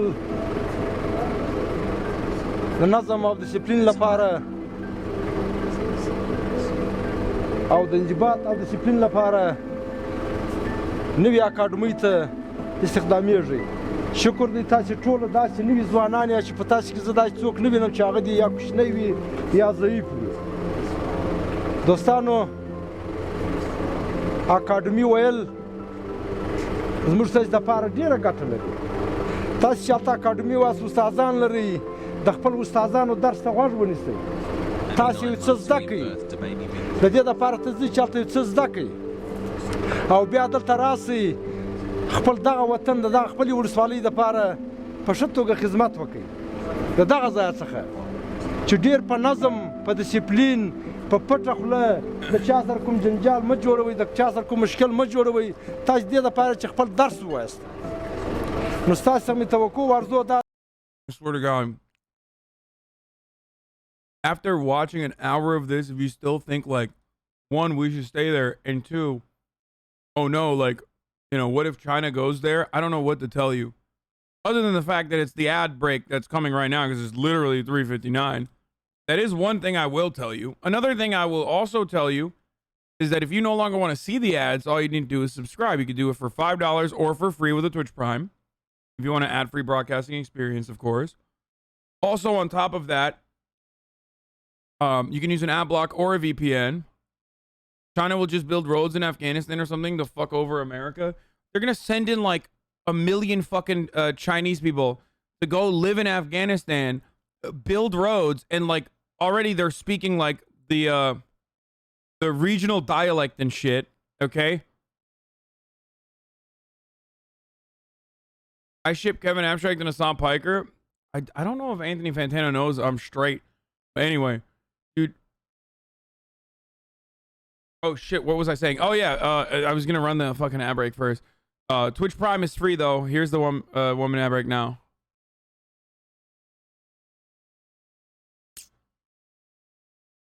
دا چې تاسې راسئ او دا خپل نور خلک پوه کړئ چې ورور هلته اکاډمي ده اکاډمي د علم زانګو ده هلته د زده کړې دپاره ځئ هلته د Class stash stream mate? Oh, shut the fuck up.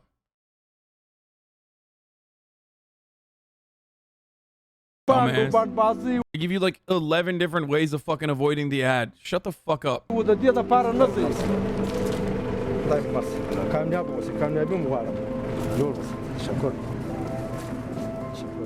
The day after they went to Lashkar for police training, 6 of them got sent back because they failed the drugs test.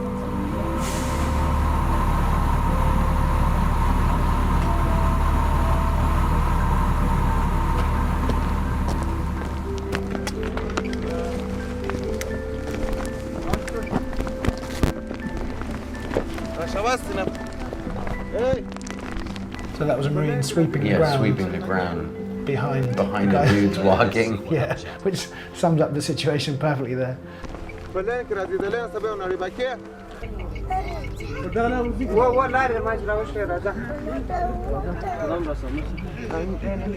This was an operation to find an IED factory that the police had got intelligence about.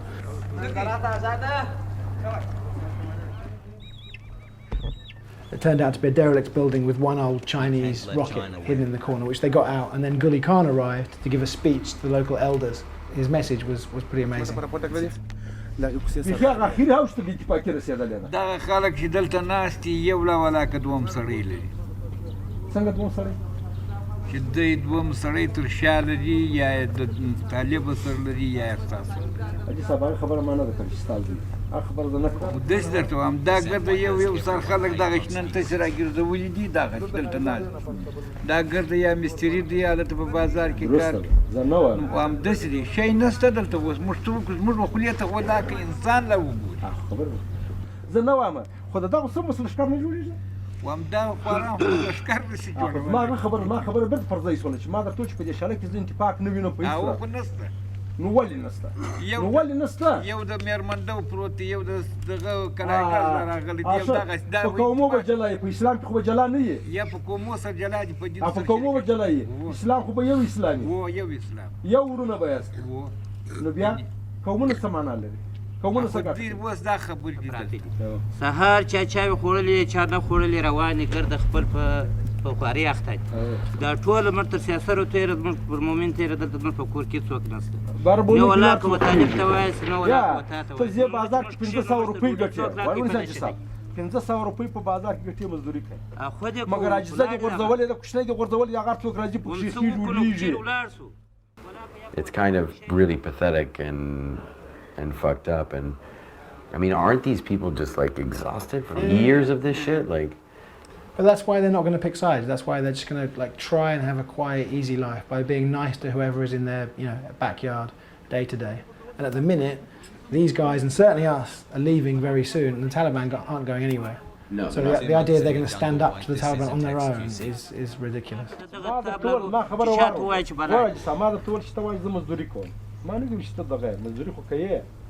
نو چې مزدوري کوي یا وژنې کولی پر کور ولاکه څوک پاتې عجزې چا ته وایي چې ته ولاړ سه ولې بې سطره پرېږدې ولاکه یا تا ته وایاست یا هغه ته وایاست موږ په دوکان کې ناست یو موږ دا ګرده ته ورسه سرایونه تلاشه کړي یو زموږ دا نن چې دا ناست دی د ګرد یا دانه خلاصه ده یا بدله دا څوک بره کور ته ګېرېږي نو زه څه شم خو زه دا ځم په بازار زه درته دا درېونه پورته جواب ورکړم مه کوه هغه راکړي خو یې له ولاکه زه هم دا درونه پورته جواب هغه ټکان ته ولاړ یو موږ چې یا بهتر راباندې که یا بغیر راباندې کوم موږ څه وکړو خو ولاکه یا یوه چاره لا بل لرو بیا خدایه موږ په واسه اوسې په خدای که یا پر تا باندې ټاپ اوسې یا هم په خدای که په واسه چې په واسه مو سې د دا جنجال له چا خواږه خپل یو ممې د چا سره کېږي چې په تبای ورسوي همدا موتا نه وژني چې خدای پاک مو مړه نه کړي خود مو نه وژني په دې خوا عقیده لرو که نه لرو ولې نه لرو موتا و د دغه عقیدې هم لري This motherfucker is just like using religion to fucking silence them. Like, come on, bro. We're all fucking Muslims, bro, right? He's saying that despite this national army that's been created, this national police force that's created, you're on your own. And you need to not work, not leave your village, and stay here and stop the Taliban from entering your homes and firing from your homes.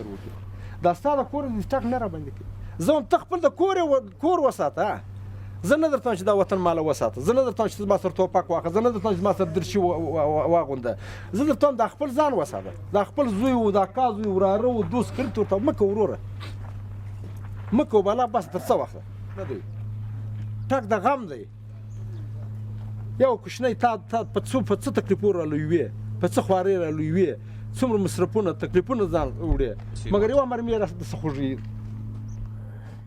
Supposedly the police and the army are there to protect these people from the Taliban, or at least drive a wedge between the people and the Taliban.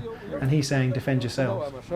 اوس خو به چا زما عسکرو چا تکلیف نه وي درکړی کې څوک والی کې چا ته سپکه کړي کې بله کړي ما ته ووایه چې دغه سړي ما ته سپکه خبره کړې موږ سپکه خبره چا ته نه کوو وظیفه مو ده کور هم تلاشي کوو اشتباه لرو باندې کور هم تلاشي کوو زه هم تلاشي کوو که ټک را باندې وسو ټک هم پر کوو مگر چا ته تکلیف نه ورکوو تکلیف ته پاره نه یو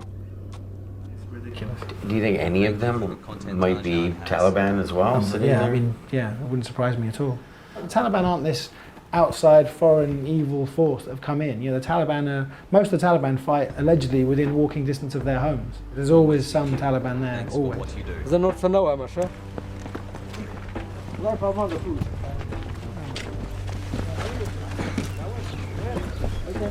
That's all you get.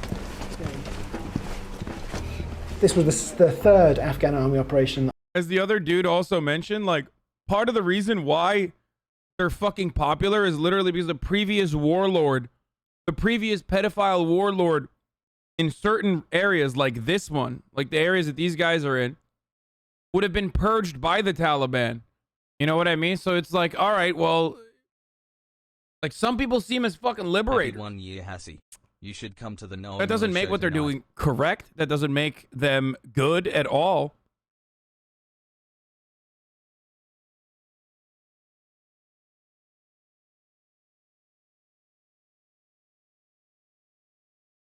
Yes, the lesser evil. That I followed, and it was very tense because the guy who I pointed out earlier, who fled with loads of weapons. Yeah, the guy that was firing like crazy. Yeah. One of Hamid Khan's men was arrested a few days ago with loads of weapons and a lot of ammunition. And he was planning to kill a number of the Afghan soldiers. He had 3 accomplices who didn't flee, and no one knew if they were still planning on doing it. Double agents or... This day was, you know, everyone was really even more than normal watching their backs. So everyone's on the lookout. If you think that he's starting to hold his soldiers back because we're here... You keep saying Taliban bad every 5 seconds because no matter what the fuck I do, and say, there will always be people that are like, I can't believe you're just like literally standing the Taliban. Like, I can't believe you.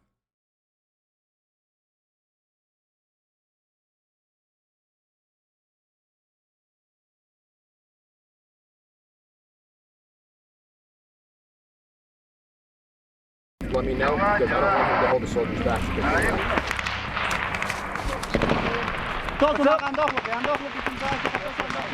از نقطه میانرودی انداخت ادامه داره، دشمن هم انداخت میکنه، بگو پرسنل ما انداخت دارن، پرسنل ما انداخت دارن.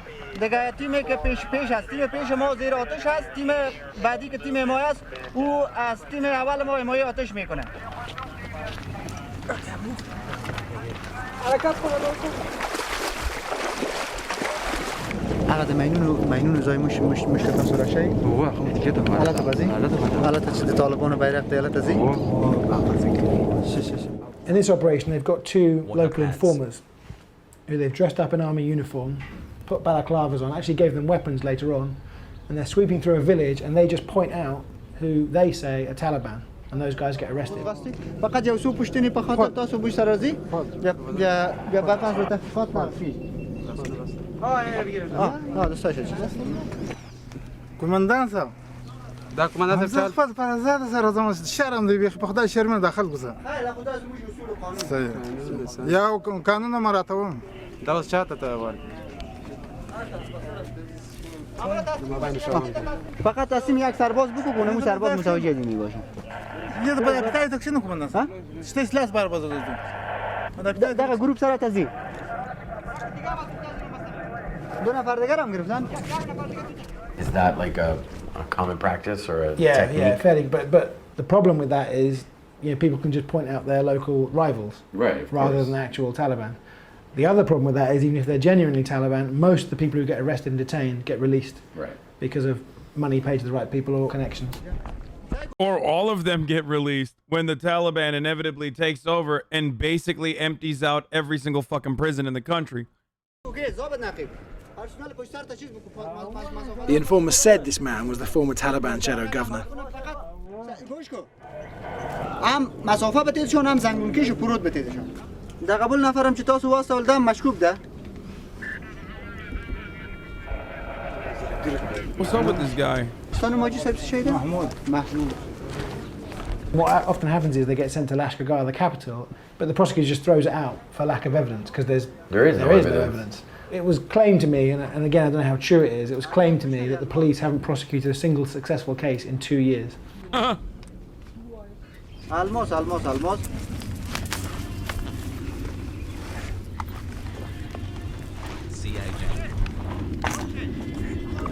So we've now got to start walking in the footsteps of the man in front of us, because this is the first band of IEDs that the Afghan soldiers have to walk through to get to the village.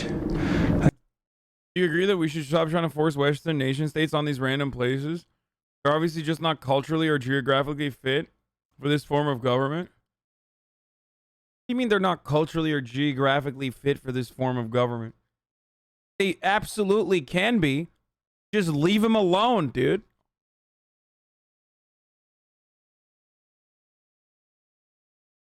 Yo, liberals are so weird.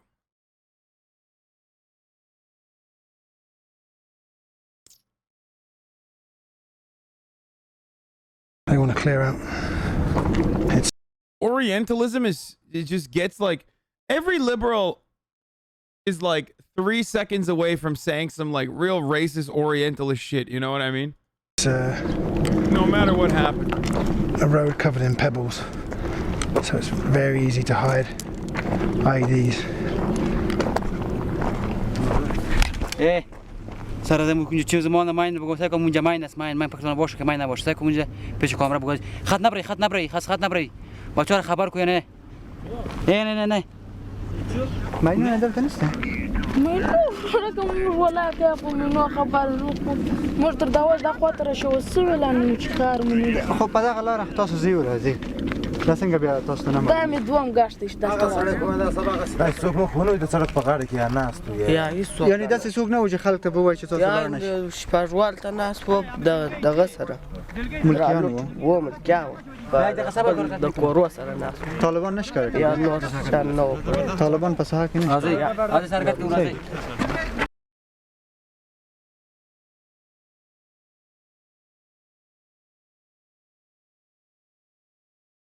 I want to show you guys something. The golden age of Afghan history. The era between 1963 and 73.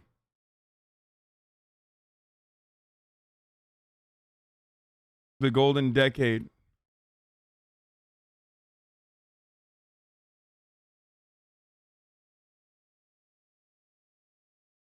Pog. Now, don't get me wrong. It wasn't the entirety of Afghanistan that had this kind of attitude.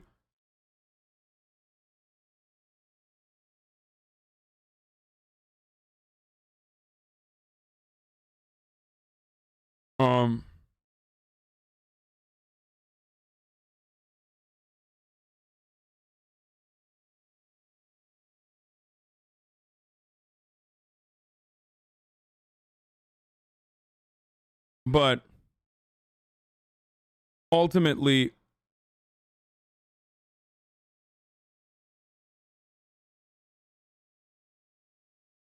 every other fucking country in the Middle East in the 60s and 70s were doing better. As far as like people's liberation goes. But yeah, this wasn't the entirety of Afghanistan. This was Kabul. And obviously the fucking, you know, mountainous regions were still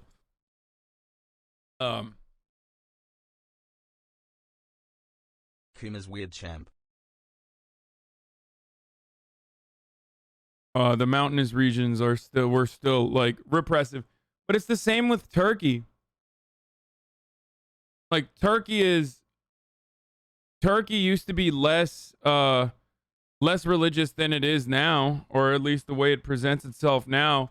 A lot of the religious people in the country, a lot of the religious people in Turkey literally fucking are more religious now than the way that people used to operate back in like the 60s and 70s. Sure, people, you know, covered their hair in villages and stuff like that. But never to the same degree of like wearing full-blown burqas and shit like that. And for a lot of and the same is consistent in like North African regions too.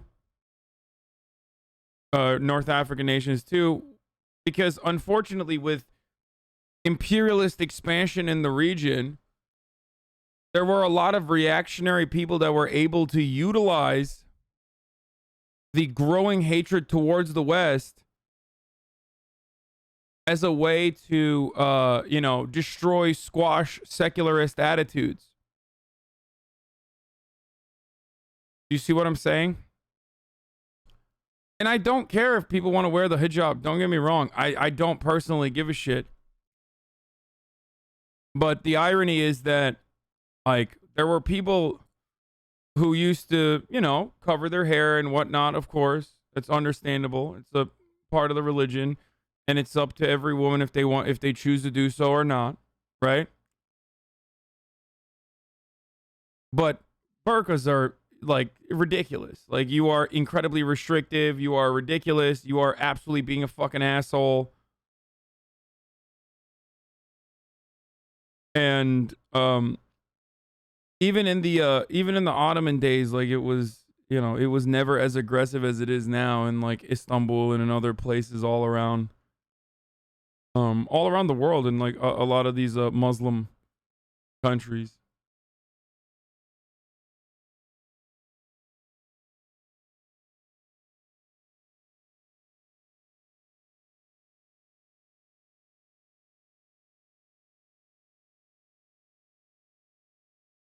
Fareed Zakaria. Wait, Fareed Zakaria had a good fucking take on withdrawal? Wearing the hijab was literally forbidden in Turkey. Why are you defending that? It's not true. Wearing the hijab was not forbidden in Turkey, dude. Wearing the hijab in public places, like in public office, was forbidden. Motherfucker. Under laïcité. Yes. But it's not like it was fucking forbidden if you want to wear it, like when you're going to the goddamn bazaar or some shit.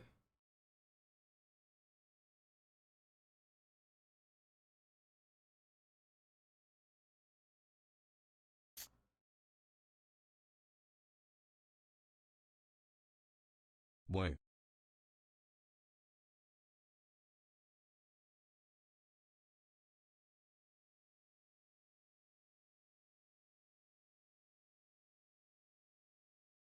And that was like a massive fucking point of contention. Was Turkey less conservative when you're growing up there? Yes, Turkey has gotten more and more conservative, at least in aesthetics, since I left and even before then.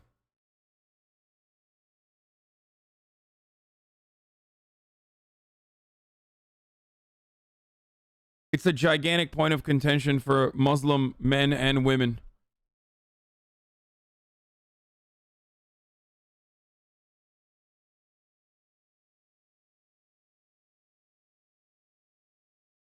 That's why Erdogan regime lived longer than that, because of hijab restrictions. Yeah, that's why.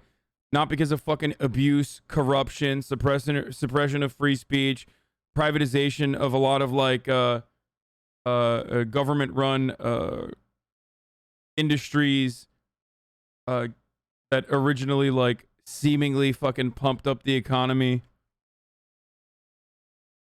posturing relentlessly to Western powers. In aesthetics, that plays really well with a fucking dumbass audience. A coup d'etat that certainly, again, was most likely caused by the United States of America. Some people in here think that it's fake. I don't think it's fake. I think it was straight up a Gulen executed coup.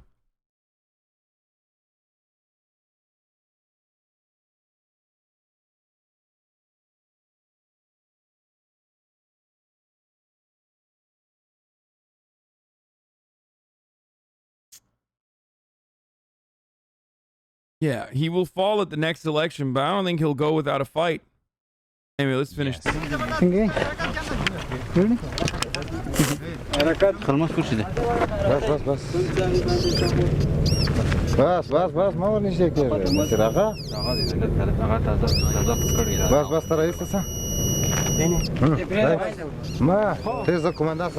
اول ترکون هم کماندان صاحب یک نفر ما میرم اینا رو براتون نشان میده بعد از او باز تیمتون کاری میکنه چی هست همین لاینش خو لاین ماین هست که کاش نکنم من یک دفعه کپولی نه دست نزن نه دست نزن بیجار میکنه چی تو همینجا سی پیداش کو چی تو کما لاین تعقیب کو پیش نرو پیش نبر کاش ماین زدگا Dude, is he gonna blow up in this fucking? Oh no, they do a controlled demolition. My man says, should I pull it out, bro? Hurt locker. تو کاش که مایدی متوجه میشی خب چه خبراتی که مکان زدی به خاطر او به خاطر هیس واتر بازمان خبر کنید خب ها بخی از اینجا دور بره از اینجا هی دور بره از اینجا دور بره که زیافه چیز داره چرا نمیکنه ما تو قید نکردیم. قید کردم. چند قید کردیم؟ این 2 دقیقه زده بازم میشینه ولی 1 دقیقه پیر است. 1 دقیقه شما. طالبان گیرکنم مجله را پوست بک.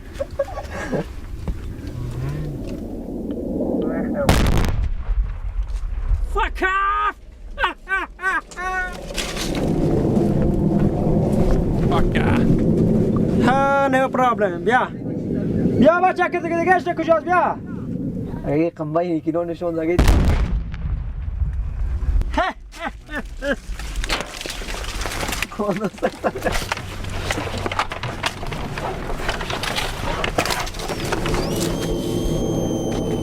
They're just having fun, bro. Too high. Dua dani mai. Dua.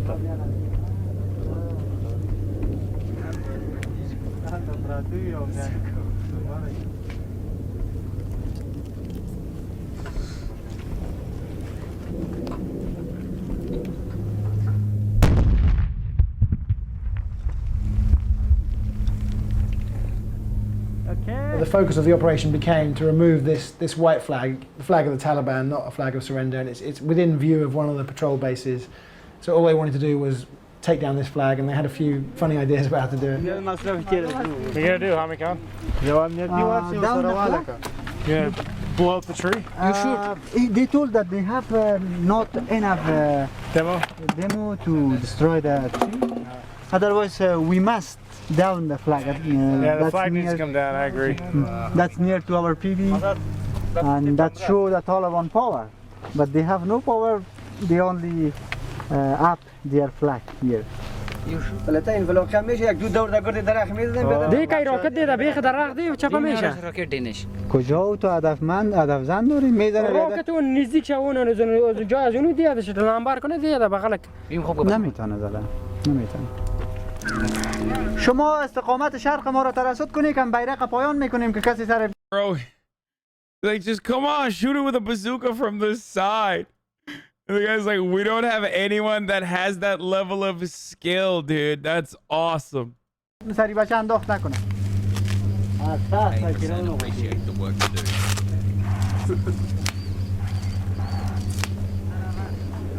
داد بیرق لاندې واخله در کشی که.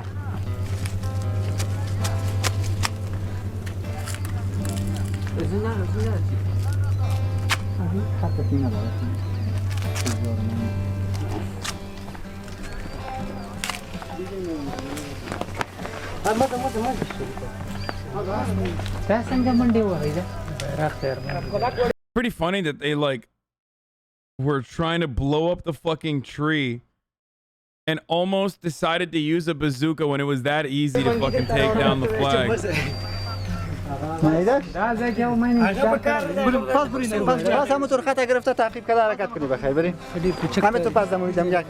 So I think they did 9 IEDs in about an hour, which is unbelievably quick. Yeah.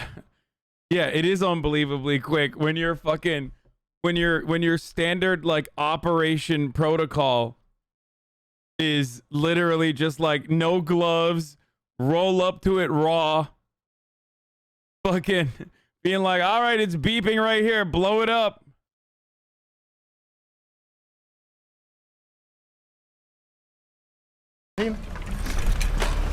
عملیاتی را که ما شما پیش بردیم شکر خدا دستاوردهای بسیار زیاد داشت. در قدم اول همی که دشمن در ابتدا بالای ما انداخت کرد پرسنل ما تانستن که هم دشمن را ضربه بزنن و هم با یک مصرف مهمات کم بدون تلفات ما تانستیم که دشمن از سایه ما را دور بکنیم. که ما Dushman is the same word in Turkish, by the way. تانستیم با کمک مردم محل نقطای مین تثبیت بکنیم. همو 8 9 مینی که بود 8 9 مین ما از ساحه خنثی کردیم. بیرقی که دشمن بالا کرده بود به خاطر نشان دادن قوت و قدرت خود ایران تانستیم پایان بکنیم. با یقین که ما بر مردم خودم نشان دادیم که ما انشالله توانایی از این داریم که پیش از 2014 پیش از اینکه خارجیات افغانستان به اصطلاح تخلیه بکنن ما توانایی از این داریم که مسئولیت امنیتی افغانستان به دوش خود بگیریم. همین که ما امروز میپذیریم با همه کمی و کاستی های خود داخل ساحه میشیم برای خارجی میگیم که شما را دیگه ما ضرورت نداریم.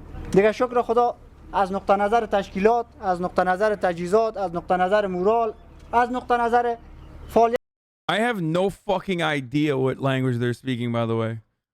It sounds a lot like Farsi, but they're speaking Dari.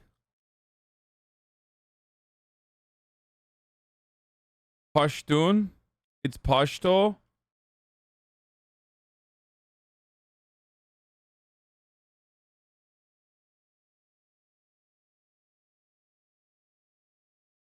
Not Farsi at all. It's a dialect of Farsi. Yes, I know the Taliban spokesman said the war is over in Afghanistan, bro. I know. Yeah, thank you, Captain Rico, for the 5 gifted subs. Dari is the Afghan dialect of Farsi. They're speaking Pashto.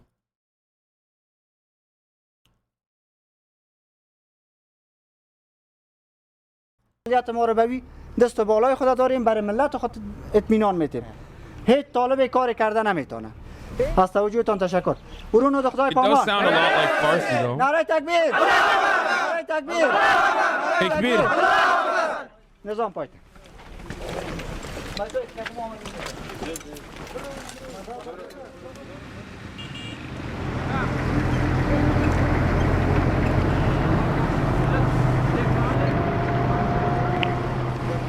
Okay.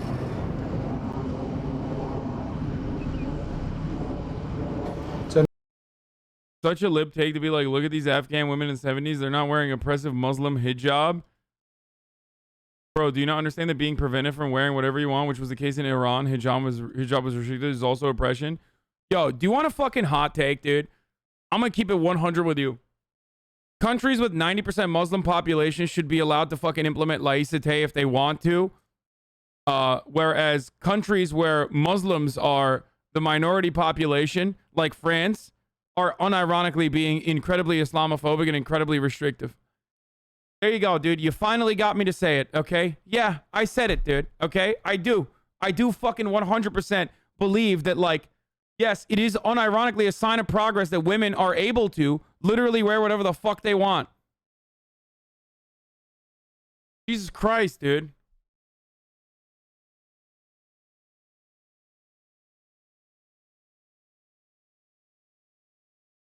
Especially as it pertains to, like, so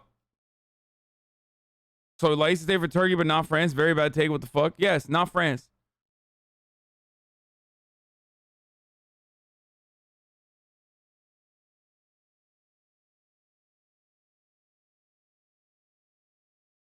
And not Quebec either.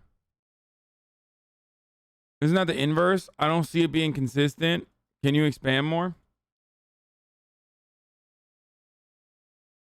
At Hasan Abi, how many languages you speak, brother? New rule. France isn't allowed to do anything. That's the second rule. Okay, first rule, not allowed to do laïcité.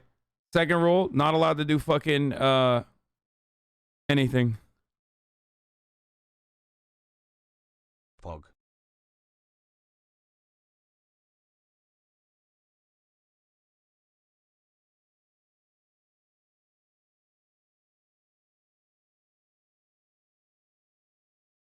Like, you fucking, me pointing to women being able to walk around like this is not anti-hijab, you dumb fuck. Women being able to wear, like, whatever the fuck they want is, unfortunately, given our patriarchal history and patriarchal constructs that are deeply embedded into every fucking societal development, is a sign of progress. Okay? This has nothing to do with, like, letting women fucking wear hijabs if they want to or not. And everything to do with, like, this, unironically, is a sign of fucking progress. It literally is. You can't do that in a lot of countries that lose sight of that progress. So shut the fuck up. If laïcité is what it takes, like... can be considered male version of hijab.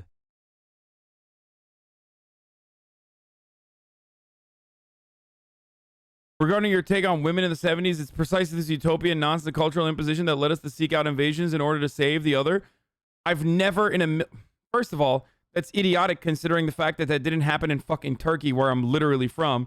And two, I've never been an advocate for Orientalist Westerners coming in and being like, oh my God, I can't believe, I can't wait to fucking liberate these people. And lastly, that's not even what happened in fucking Iran, for the record. Half the time, it's like Westerners that are coming into already fucking liberated countries that do offer a lot of fucking civil liberties to its citizens, and then, you know, killing fucking or trying to overthrow democratically elected socialist leaders that want to do the big no-no thing, like nationalizing their oil production, okay? You know, using their own natural resource for their own good, for their own fucking people, going, oh, that's not going to happen. And then the alternative is seen as like the liberators of Western imperialism. And those liberators oftentimes are unironically just utilizing and weaponizing Islam, or their version and their understanding of Islam, incredibly restricted understanding of Islam, to say like, this is who we really are. Fuck this Western elitist nonsense. Also kind of weird that like you as like American Westerners are trying to educate me on Orientalism when I live it. Like, what the fuck do you mean? It is really weird. It is really weird when you try to educate me on you know, Western understandings of the Western understanding of Muslim, predominantly Muslim countries.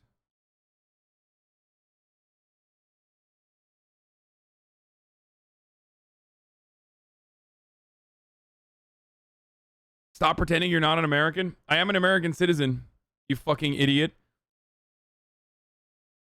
I am. I'm an anchor baby. I have an American citizenship and a Turkish one. I grew up mostly in Turkey. I grew up in Turkey until I was 18 years old. Huh.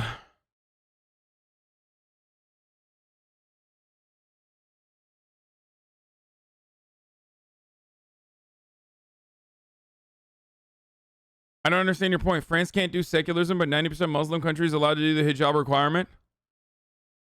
You tell him. I said a country like France enforcing not secularism, laïcité, on Muslim immigrants is restrictive because Muslim immigrants in that situation are living in a Western nation that want to fucking wear the hijab regardless. They want to wear it. And France saying you can't do it. However, when I said the Muslim 90% Muslim country requirement, or the 90% Muslim country thing, I said I don't have a problem with laïcité when it happens in a country that is predominantly Muslim. Okay?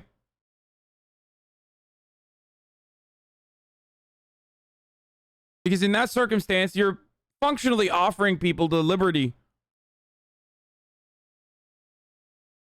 And if people still want to wear the hijab, then fine. That's okay.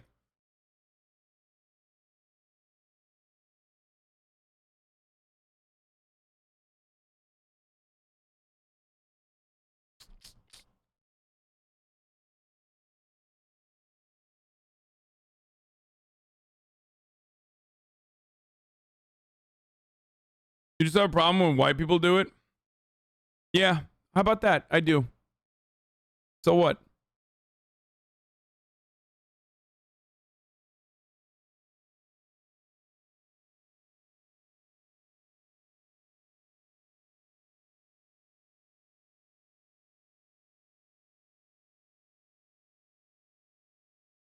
But it has never worked. It only sounds good in theory. In Turkey, it failed. And in Iran, it was implemented by a terrible, incompetent government. Wait, what?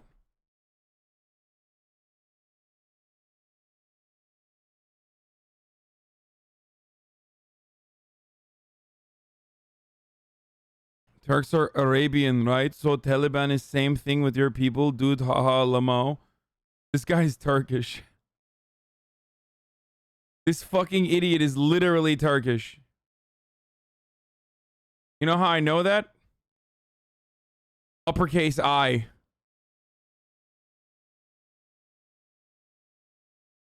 This fucking Turkish dumbass. Gerizekalı.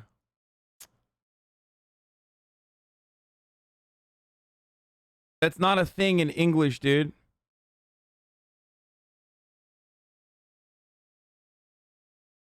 Yo, peep this article. Because we have and E.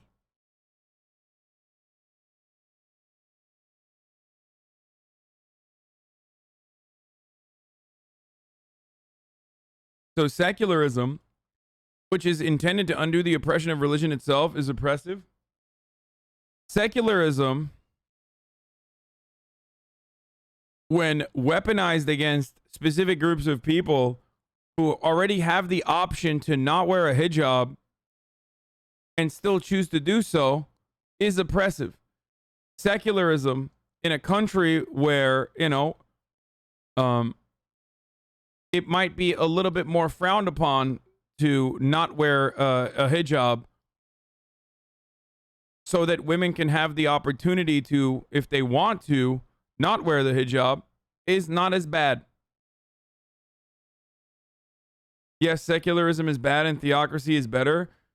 Sanabe has all the hot takes today. Wait, what? Is that what I said?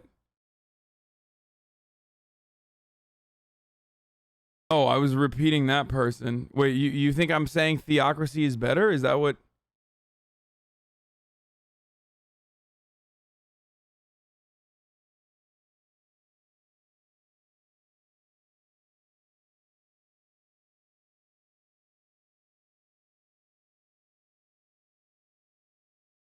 The de-Islamification of these majority Muslim countries is incredibly difficult. Turks resisted it, and Iranians resisted it because the government was just terrible.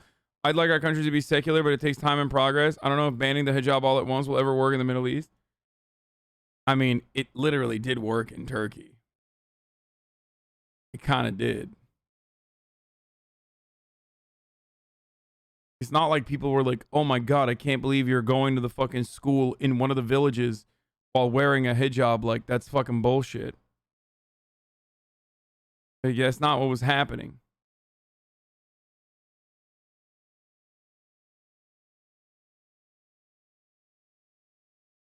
I'm also 100% without a doubt in favor of a burqa ban. Like, fuck it, I'll say it.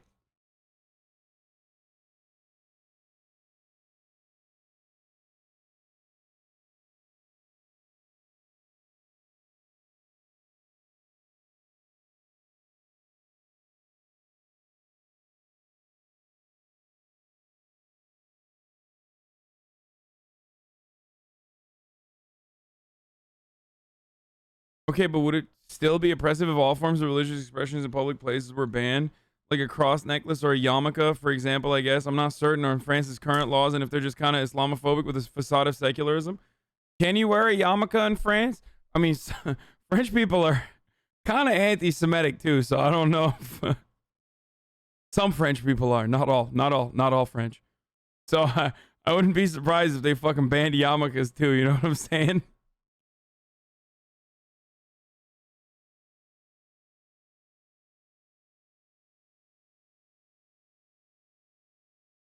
As a Sikh, we can't wear turbans in France. Wait, that's what I'm saying. That's ridiculous. That's literally fucking ridiculous. And I don't have a problem with women that want to wear a niqab either, by the way. Don't get me wrong. I just want to be able to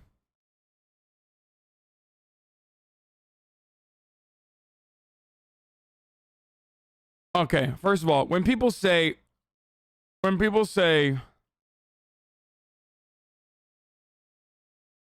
what about nuns of the Amish law? I don't know what you mean by the Amish, but when you say what about nuns, like that's like a uniform, dude. We're not talking about that.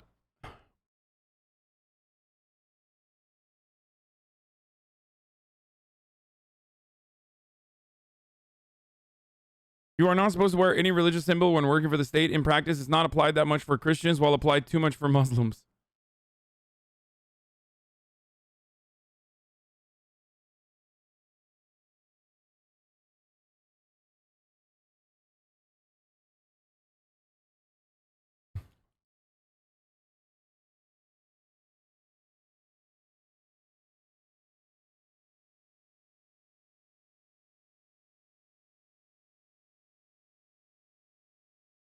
Yeah, but in a lot of cases, not the women choosing to wear the hijab / burqa, it's the husbands and fathers forcing them to. Yeah, you've literally never talked to a Muslim woman, I don't think.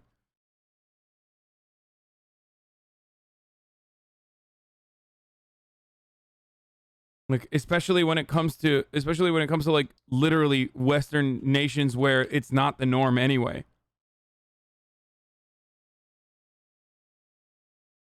This motherfucker said, have you? You're joking, right? Like when you say stuff like, have you talked to a Muslim woman? Like that's a joke, right? Like you're like it's gotta be a joke, right? It's like telling an American, have you ever talked to a Christian woman?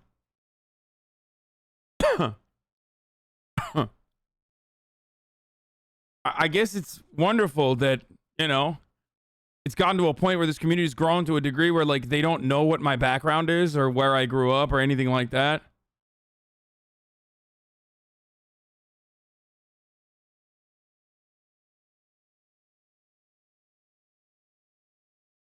All the power to all the people. Oppression is oppression, hassle to everyone.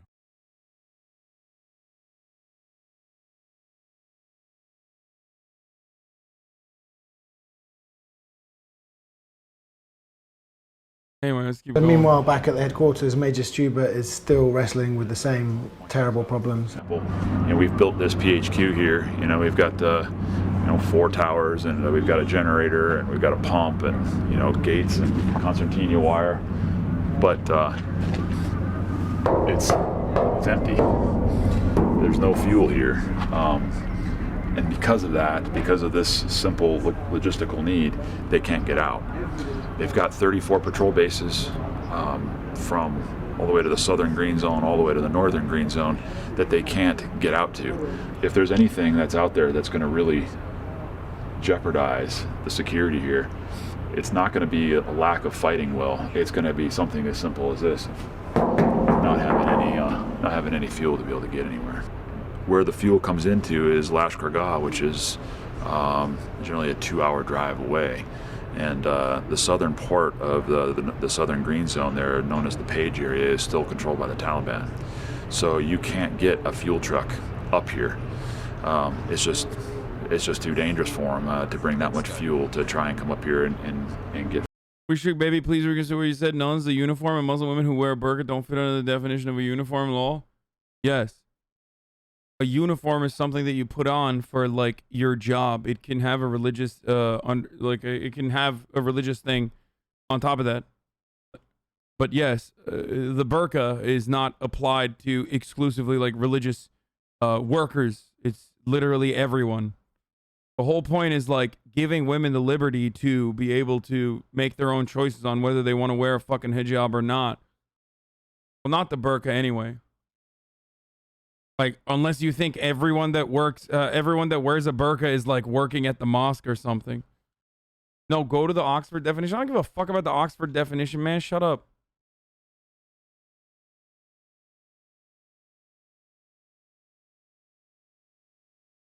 Bro, yeah, chatters are like arguing with something that even the Taliban no longer believes women should be forced to do. By the way. Like, they asked the Taliban spokesperson, and he was like, yeah, women can wear whatever head covering they want, but, not burqa. That's too much. And chatters are like, dude, why can't women wear burqas, bro? Shut the fuck up. Like, literally the Taliban earlier today said, no more burqas.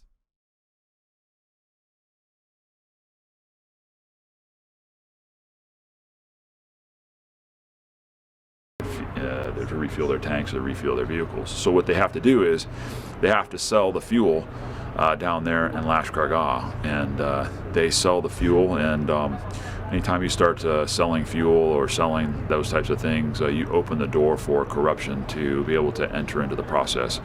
And unfortunately, this particular PHQ used to get about 20,000 liters every month, and the spigot has literally been turned off on them. And the Afghan government announced that it was going to stop sending fuel down here, and it gave a figure of how much was stolen. How much was it?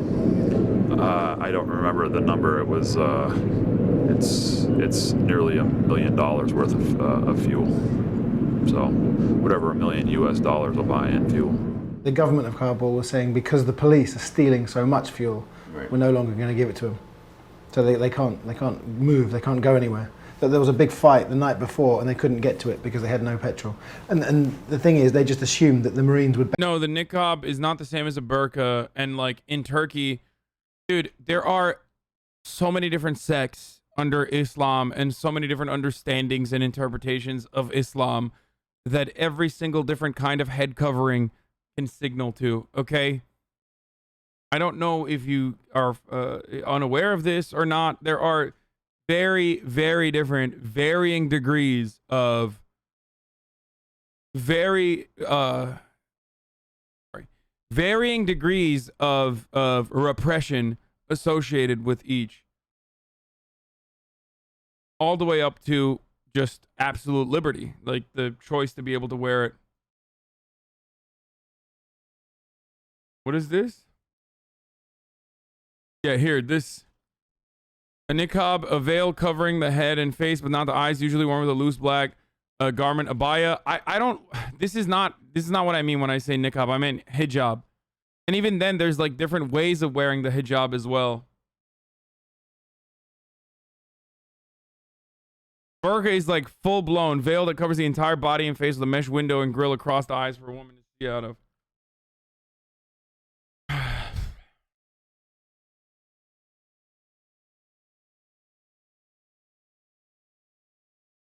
Dupatta, a long scarf loosely draped across the head and shoulders, common in South Asia and often paired with matching garments.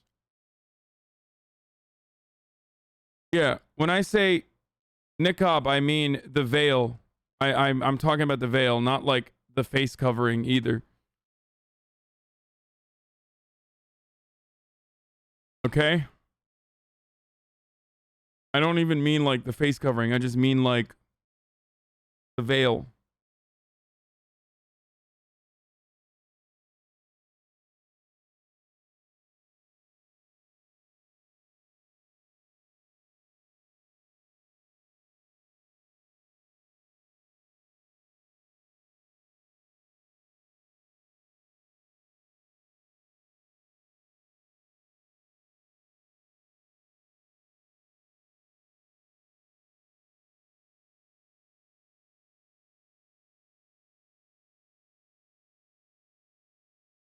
Burqa looks like some Assassin's Creed shit, with all due respect. No, it is like, it's literally like the most. The people that wear burqas are oftentimes coming from like very more oppressive, more repressive Muslim cultures.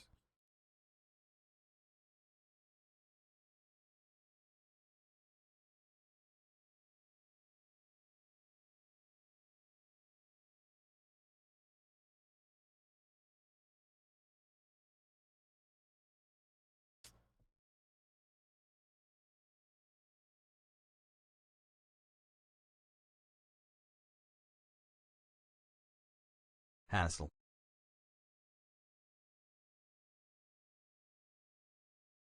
I mean, there are women who literally choose to wear the face covering. Do you just attack them for that? Yes. Jail them. No, dummy. You can wear whatever the fuck you want at the end of the day. I have to say but thank you for a babysitting when I'm my talking about fiancé like every day for me. Predominantly Muslim countries, oftentimes the choice is not offered, okay? So you have to offer it at the government level.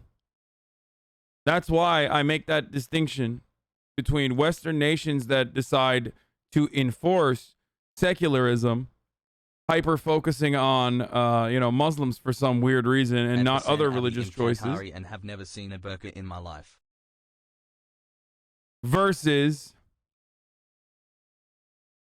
in majority Muslim nations westernizing Islam. Yes, I think, dude, you want to call it westernizing, then yeah, I'm fucking on board with that kind of westernizing.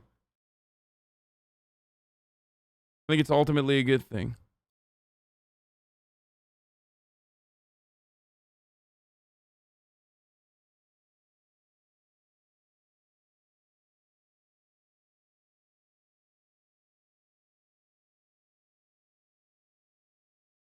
Bail them out and give them their petrol.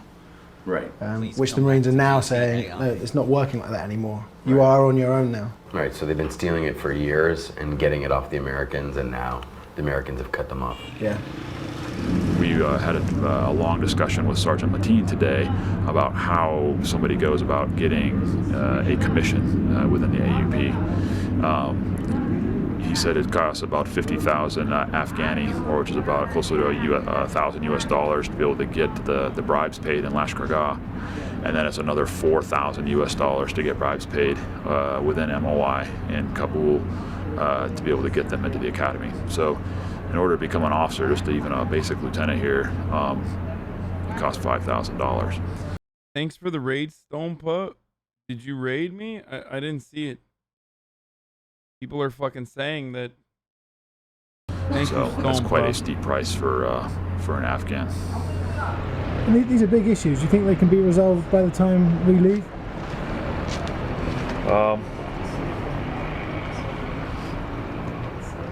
No.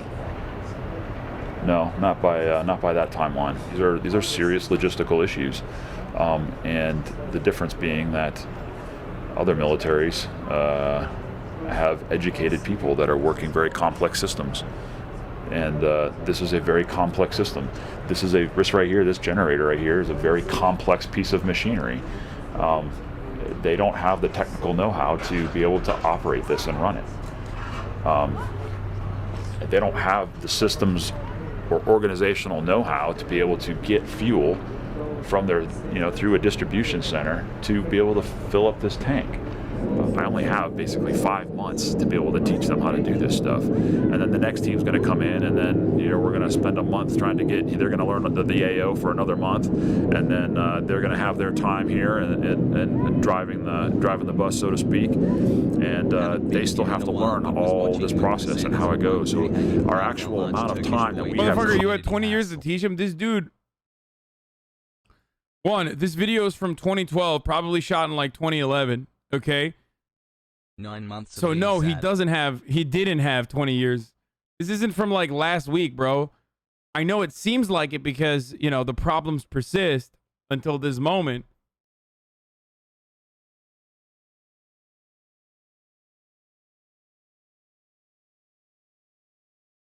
Contact with them to be able to, one, understand their system, and then be able to coach them through it and help them be able to request the supplies and be able to have a functioning logistical section. It's a complicated task for anybody, and it makes it even more complicated when you have a police force whose officers can't read or write. They can't communicate on paper. I mean, if everything's done by cell phone, there's no tracking, there's no record keeping. The system becomes wide open for corruption, exploitation. I mean, you look on the roof of the building right there, you see these, you can see the solar panels that are up there. But when you go up there and you look at the solar panels, you see that they're not really connected to anything. And when you ask them, like, well, where does this go? Where, who put this in here? They can't answer those questions. They don't know how it works. I've got policemen on my team. I've got an administrative officer, but I don't have any solar panel experts to be able to help them fix that out. So it's left to guys like myself and my team to try and figure out how to hook up solar panels and tie it into an electrical structure and a PHQ.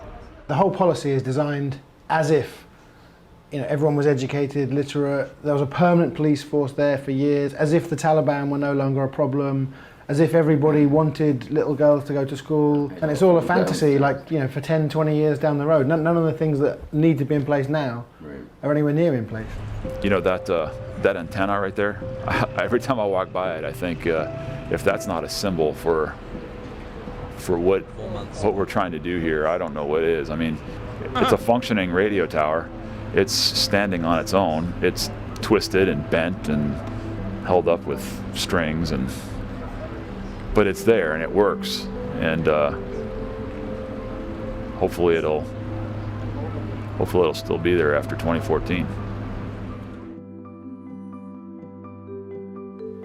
It felt like pretty much every day there was a major blow to Major Stuber. So, something really bad happened that he hadn't seen coming. In this case, there was a deputy police commander who he was sure had tortured detainees and had child boys himself, who everyone thought had been retired. politely fired. Suddenly he appeared again on the base. Anytime you think you got this place figured out, something else will come up and around the corner that you weren't expecting. I had been assured by the DG, I had been assured by people at Provincial that that guy was going to be gone and I wasn't going to have to worry about him, and that he was going to be prosecuted for crimes against the people of this country, but he's still here. Although he looks a little bit more humbled than he was a few days ago, he's still here, and I don't know what I'm going to do about that. But he is away. He's out of the driver's seat for right now. Ghoulie Khan's back, and that gives me hope. Because if you have people like Ghoulie Khan, even though he's had a checkered past, he's no saint by any means. You saw it today. He's working with the Sarin Wall, and the guy that's sitting across the table from him right there, right now, that was one of the guys that was telling the Sarin Wall that I'm gonna, him and the CID officer were telling him, I'm gonna kill you if you come over here. I'm gonna kill you if you try and do these, if you try and prosecute people. But how does it work when people have got very serious evidence stacked up against them, seem to somehow get back into positions of power?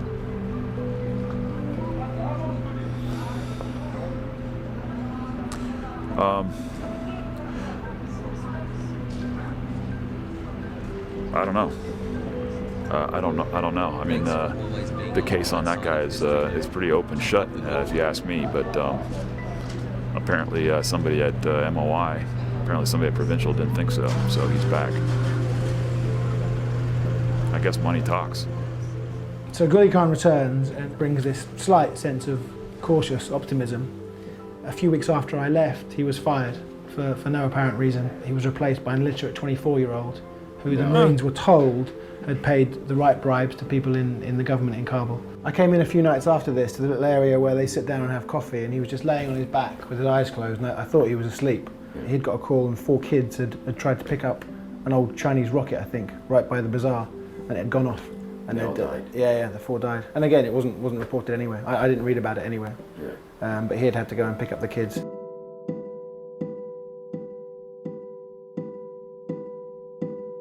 How many Marines do you think there are, like Major Stuber, that are torn like that know the truth? I mean, that's a big thing that no one's talking about, is you've got hundreds of thousands coming back and hearing these statements, knowing it's utter bullshit, and I'm sure are coming back to all kinds of psychological problems and seriously demoralised. At least 4 guys I've met in Afghanistan have committed suicide since they got back. Wow. I really expected to have some problems with some of the guys that I was with. Not one so far has said, you're cynical, you're pessimistic. They've all said, yeah, we all know that the game is up.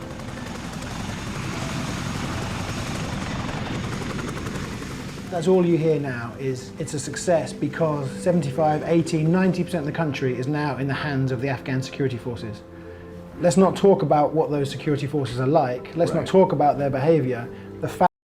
Well, no worries. Now 100% is in the hands of the Taliban, so. Taliban control, unironically, over the course of the past 20 years after the 20-year American occupation has increased. Back there in the lead and we're coming home is success. I mean, Taliban attacks are up, civilian casualties are up, the fatalities for the Afghan soldiers and police are up. 310 a month is the latest estimate, every month. If that's not civil war already, I don't know what is.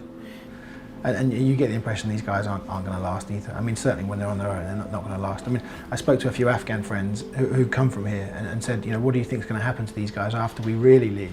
He said half will join the Taliban, the other half will just vanish. A lot of people are saying that it hasn't worked the way we wanted to in Afghanistan, but they're blaming it on the Afghans. Oh, they always fight each other. Oh, it's just tribal rivalries, I don't think that's true at all. I think there was a chance we could have got it right, but we put the worst people straight back into power after the bombing campaign and because of the rush to get to Iraq. And it's our fault that it hasn't worked out now.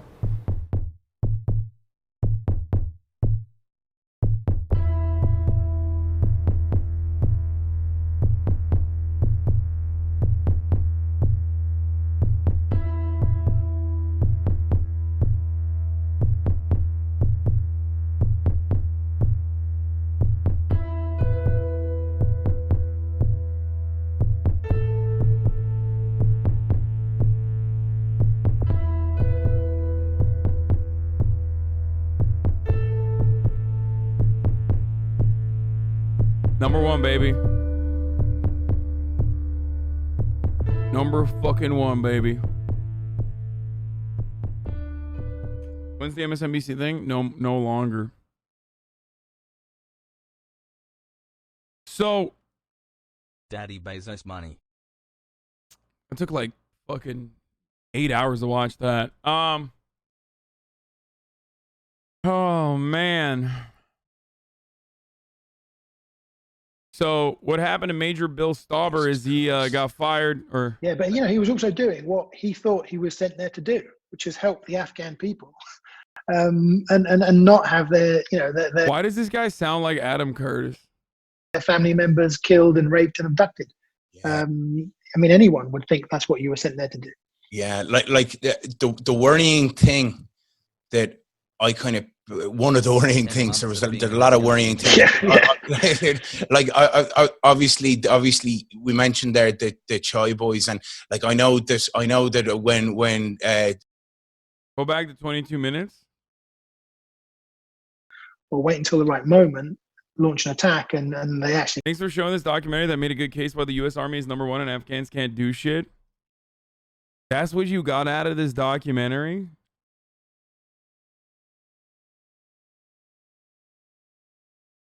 That's literally what you got out of this documentary? We literally fucking trained half of those motherfuckers, okay? We trained the same people that became the Taliban, okay, to purge out the Soviets in Afghanistan. Then they turned around and overtook, once the USSR left, they overtook Afghanistan, okay? And then when their influence was starting to wane once again, we then turned around. Like, we are the #1 allies of the Taliban, okay? It actually feels as though we are just like constantly fucking helping them out. We're like, yo, those are our friends, dude.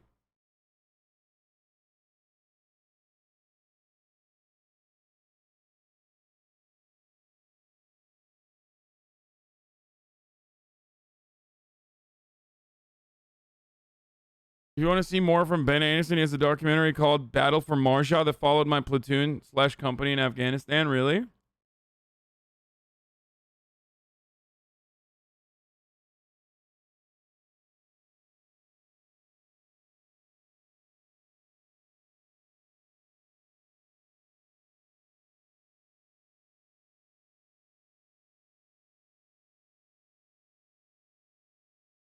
Dude, it's so funny when miskids come in here. It's like, I don't care, man. I'll see it clipped on fucking LSF later if it's like funny, okay? Like, I promise you it's not that big of a deal. I promise. You feel me? Dude, you literally have to fucking go. You literally have to go and fucking watch the Miskiff stream, dude. Oh my God, you're getting raided by Miskiff's sister, dude. Fuck, dude, you have to, dude. You fucking have to, dude. Oh my God, you got rated as a C, dude. What? Oh, I guess I should just fucking, I should just hang it up, dude. Listen, Miskiff's sister had sex with Adam 22, okay? I do not care about her preferences. It's clear to me that her preferences are unfortunately not great. You could say it's salt. That's Chefy. But I'm fine being categorized as a C.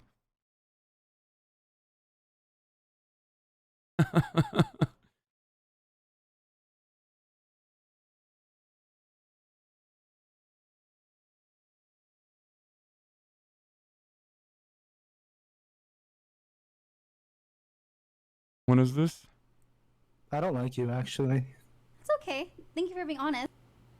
Damn, Hasan watched that. Oh wait, he's still going. He's still going. Stream with this girl. Hoggers from Texas. We got to do that. Nice. Okay, so what can Oh my God! I'm gonna stream with Hasan. actually, he already did ask me in my DM, so I already knew he wanted to do it. I already knew. So I'm like screaming, I fucking love Hasan. I want to eat his ass so badly. I guess I can eat his ass in person. I don't like you, actually.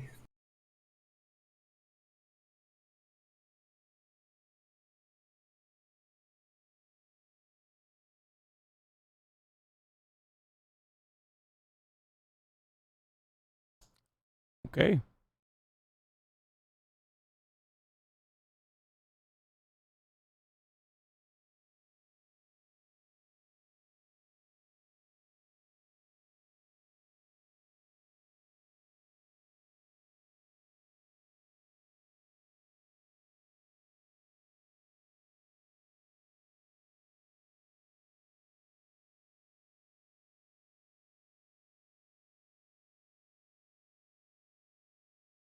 I think I'm gonna be all right.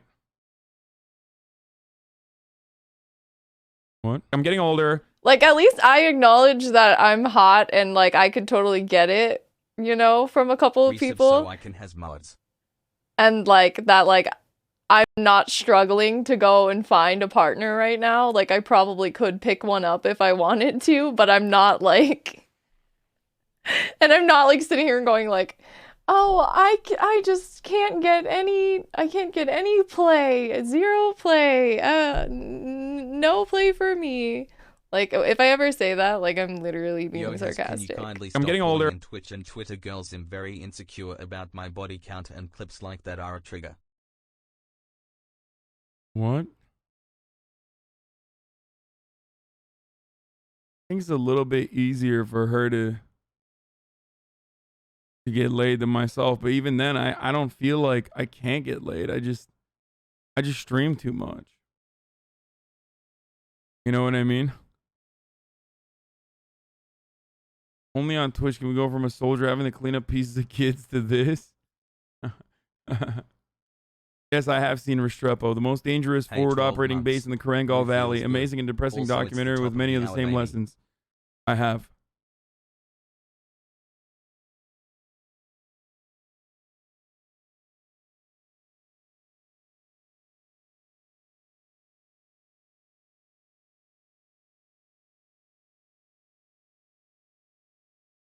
You stream much more reasonably now? No excuse. Motherfucker, me streaming much more reasonably is literally 8 hours a day instead of the usual 10.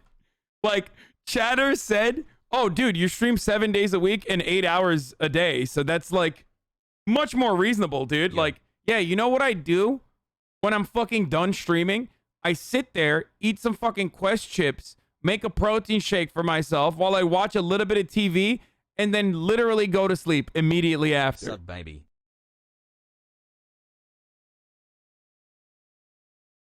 The difference is when you're streaming 8 hours a day and people are going to be like, dude, what the fuck? Like, that's a normal work day. First of all, no, it's not 7 days a week. And 2, when I'm streaming, I can't even text.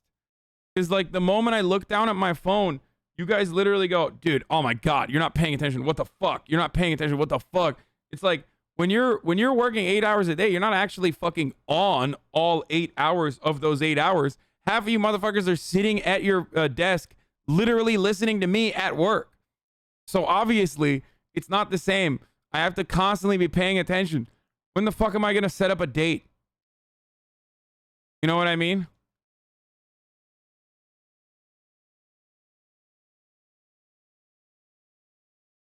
Not before liking certain pics on Twitter, sir. Also, yeah, that's what I'm saying. Like, yo, I swear to God.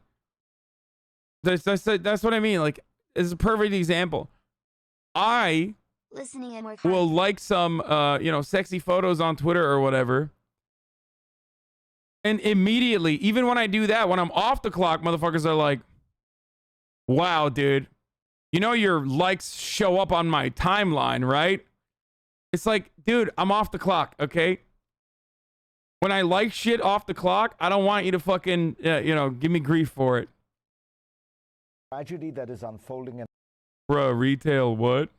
Even in retail, you get breaks. Afghanistan. Why is this audio so low? The fantasy that the United States was maintaining the peace there with just a few thousand troops, and that the situation could have been managed with this small commitment. For the last couple of years, it sure looked that way to Americans because Washington had made a deal with the Taliban, and as a result, the Taliban was deliberately not attacking US and coalition forces. For the Afghans, the war had been intensifying. In the summer of 2019, the Afghan army and police force suffered their worst casualties in the 2 decades of fighting. It was also the worst period for Afghan civilian casualties in a decade. In 2018, when the United States had 4 times as many troops as this year, the fighting was so brutal that 282,000 Afghan civilians fled their homes in the countryside. Frustration with the Afghan government and its American patrons was rising. A government survey done that year showed that Afghan support for U.S. troops was at 55%, down from 90% a decade earlier. You have heard people suggest that the withdrawal should have been delayed just a bit. Perhaps, but consider this news report in The Guardian in 2016. Afghan forces lose ground to Taliban despite delayed U.S. troop withdrawal. You see, the story pointed out that the U.S. military had persuaded President Barack Obama to delay the troop withdrawals he had planned but already delayed a year earlier. Despite having I'm complaining you don't get breaks and you work 7 days a week, but you literally have it so easy. People do what you do for a living for fun without being paid. Watch TV/browse Reddit. Hey, man. I love what I do. Okay? But let's see how you do it. You know what I'm saying? Like, I'm not going to ban you.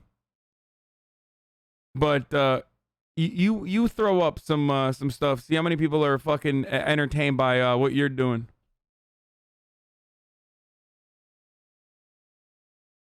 You know what I mean?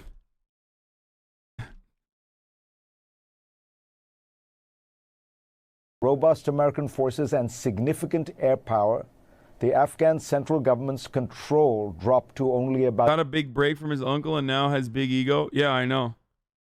Dude, it's so wonderful that Jank was able to, you know, give everyone 45,000 people to watch. It's so crazy. Like, it's actually crazy.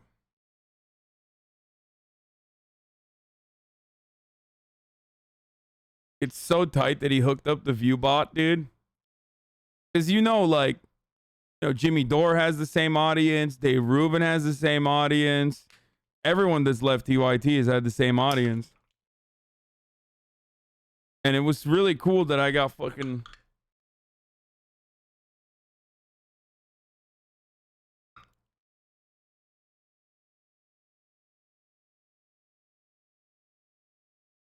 Why did you admit to ViewBot that's not allowed? Because it's a fucking joke.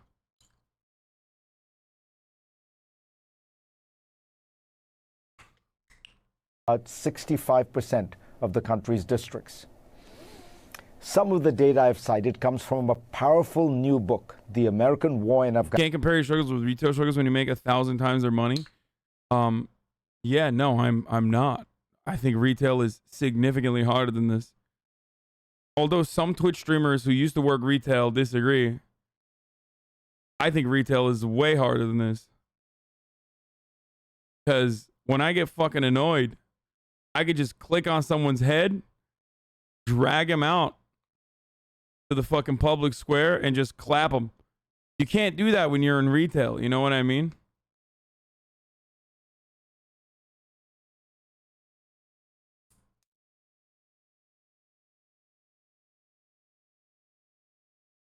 Afghanistan by Carter Malkasian, who served as a civilian officer in Helmand province and then rose to become senior advisor to the chairman of the Joint Chiefs of Staff.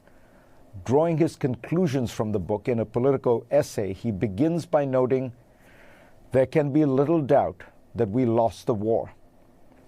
The United States spent 20 years, $2 trillion, commanded at its peak 130,000 coalition troops, built up an Afghan security force of 300,000, at least on paper, and used the world's most sophisticated and lethal air power.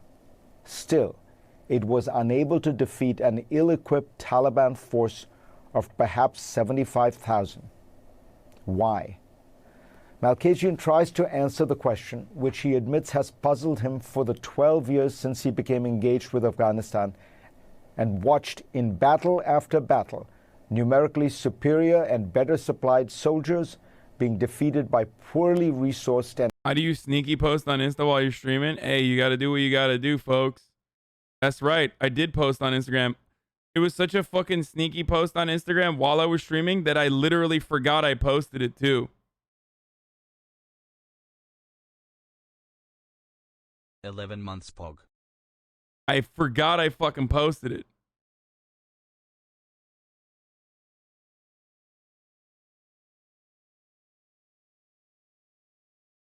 Love you, sexy beats.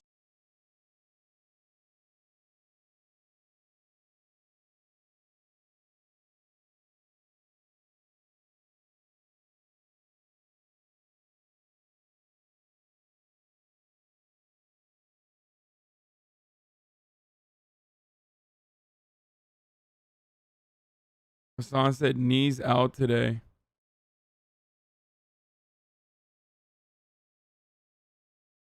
I did. I just posted that.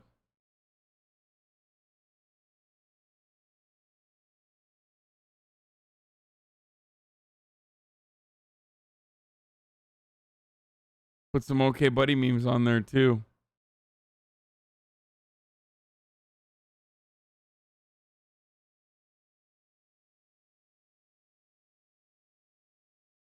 Go like it.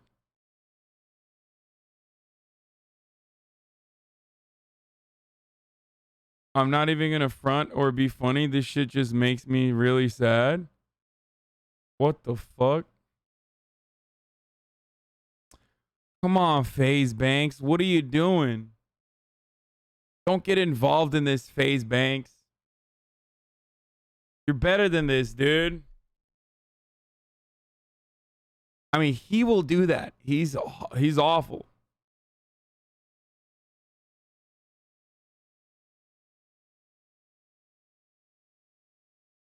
She's called Kima pedo like a week ago.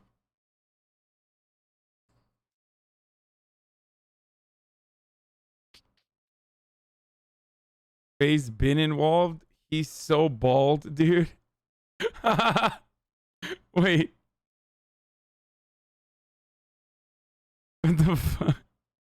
What the fuck does his hairline have to do with this?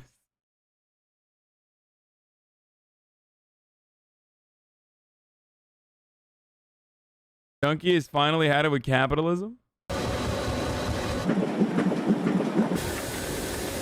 Video games are an expensive hobby, but at the same time, games are cheaper and more accessible today than ever before. When the Atari 2600 launched in 1977, it cost $200, which doesn't sound too horrible until you adjust for inflation and realize that was like it costing $900. Imagine paying $900 to play this. Some game, huh? Some game! $60. This is what you expect to pay for a brand new AAA video game. But where did this price come from? Well, in those initial Atari days, games were going for $20 to $30, so pretty good deal. Wait a minute. What the fuck? $120 for Plaque Attack? Oh no! $120 to play Oink. Oink, ladies and gentlemen. $120 to play Tax Avoiders. Why did you have to avoid paying your taxes? Because video games cost $120. God damn. Jump to NES times. Games are now $60, which was like $150. Jesus Christ. However, that price point would remain at $60 going into future console generations, so while the value of the dollar dropped, video games were subtly becoming cheaper with each passing year, except when they'd try to sell Turok for $80 for Turok. What? There better be over 80 dinosaurs in this game. $60 is still a lot of money today, but for a top-of-the-line video game that you are going to play and enjoy for the rest of your life, a work of art that developers poured years of their lives into, $60 for that? That's just a good deal. The joke is, how many $60 games meet that criteria? These dumbass games out here, you should be paying me $60 to play this bullshit. The price of a game has absolutely nothing to do with the quality of a game. Madden costs as much as Mario Odyssey, Assassin's Creed is $60, and Red Dead 2 is $60. Cyberpunk is an unfinished game, doesn't matter, $60. Doom Eternal is one of the best shooters of all time, also $60. It's like if you walked into a car dealership and you could buy a Rolls Royce for the same price as a used PT Cruiser. Where it gets even more absurd is when you take into account indie games. Well, that's the Nintendo pricing. At least games are cheaper when you get like, you know what I mean? If you get like a used PT Cruiser, it's like a little bit cheaper. Unless you're going Nintendo, in which case, like, even if it's a fucking PT Cruiser from like 8 years ago, it's still the same price as a new Rolls Royce. Celeste, Cuphead, Sonic Mania, Inside, Gungeon. These are some of the best games you can play, and they cost $20. Meanwhile, Metal Gear Survive is $30, Sonic Forces was $40, Balan Wonderworld was $60. What the fuck are these prices? They're just picking an arbitrary number out of Balan's golden hat. Marketing will forever manipulate gamers into wanting to buy the brand new cutting edge game, even when there's nothing new about the game because it's all built on recycled technology from years ago. My question is, why is everyone in such a rush to play a new shitty game that isn't even finished yet, that cost a lot of money, when you motherfuckers haven't even played any of the classics that have been out for years? Why are you Okay, well, you can't fucking play like old games now, dude. You know what I mean? Like, that's like,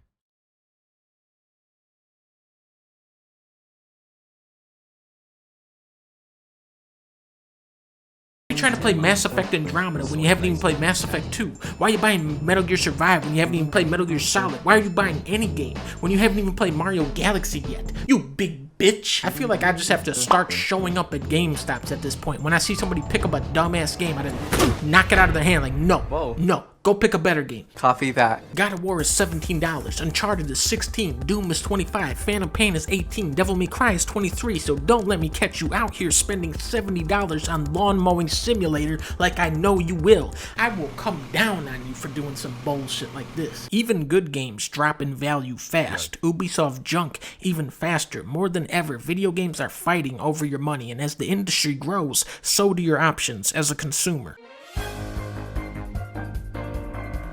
Now, when I said games drop in value fast 2 seconds ago, I was talking about every game that isn't made by Nintendo. Nintendo games are expensive. Skyward Sword is a 10-year-old Wii game, $60. Mario Kart came out in 2014, doesn't matter, $60. Why are they so expensive? Because it says Nintendo on it. Nintendo is the name brand in video games. They have 1, 2, 3, 4, 5 games, which could be considered the pinnacle of their genre. Not to mention 3D platformers, which you might as well just call the 3D Mario game genre at this point. Not only is Nintendo the best game developer today, but they have been for 4 decades. And this is how they get away with selling Kirby for $60. Nintendo games are not created equally, but they are sold as equals. Mario Odyssey is $38. And Splatoon 2 is $55, and I just gotta sit here and say, okay, while I would gladly pay $100 for a game as good as Pikmin 3, I feel disgusted and insulted when you ask $60 for Pokemon Sword. Get the fuck out of here. I'll give you $1 for this game. Have you ever heard the expression, the best things in life are free? League of Legends, Valorant, Fortnite, all of the best video games are free. It's a meme, right? Wait, the $60 annual franchise is now a dinosaur. Call of Duty and Battlefield are higher quality games, but they've monetized in such an exploitive way that people are flocking to free-to-play titles instead. Why pay $60 for a game with a 1-year lifespan when they're still updating Fortnite with free content years later? Then you got Overwatch over here, $40 for a game that is 10 times more polished and replayable than any Call of Duty or Battlefield, and they added how many characters and maps to that game over the years. And now Halo Infinite is going free to play. $60 for this bullshit? This is over. Happy New Year, Xbox. Now, back in my day, this must have been around 1910, there was a rental store called Blockbuster. Blockbuster had... Okay, this is Blockbuster stays winning, though, in my mind, exclusively because as a young boy coming to the United States of America in the Happy summer, 7 months sub I slash could 9 not months comprehend a streaming. concept so incredible. Okay? Like, it's just a store full of cool shit that I never had access to. And now I have access to all of it. There's so much cool shit. And I can play all of them by fucking renting.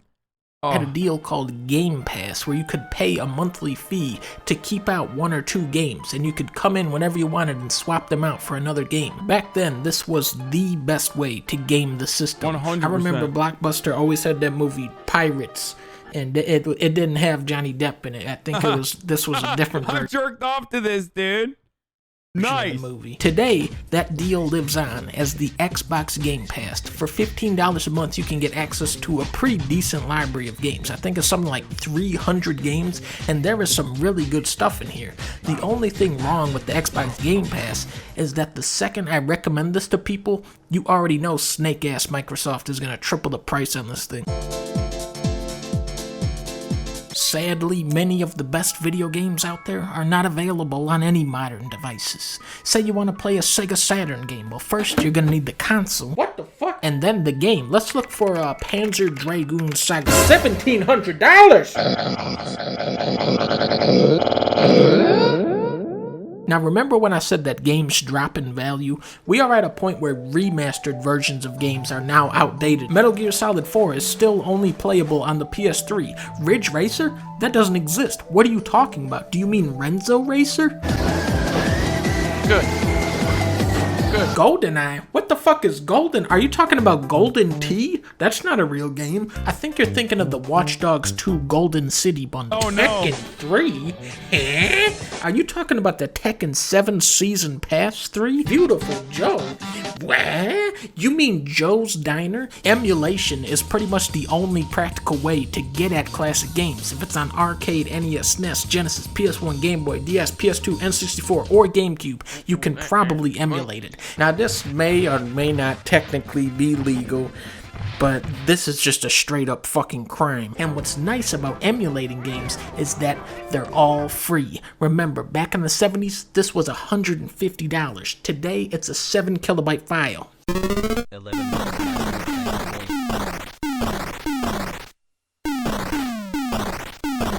Are cheeseburgers really this bad for your teeth?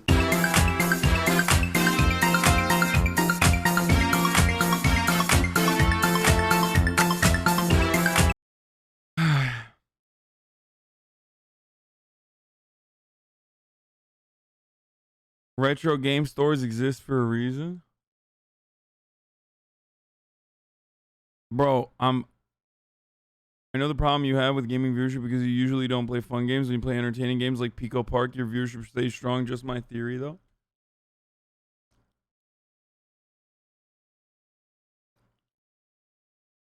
What the fuck is Blockbuster? You guys are joking, right?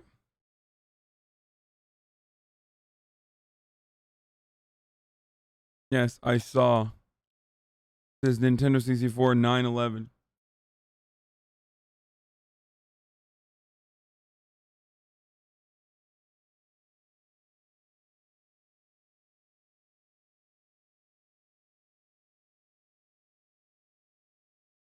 Yo, Hassy, it's my B-day tomorrow. Can I get a dub? Hassel. Wait, did I fucking forget to run an ad at 5? At the top of the hour?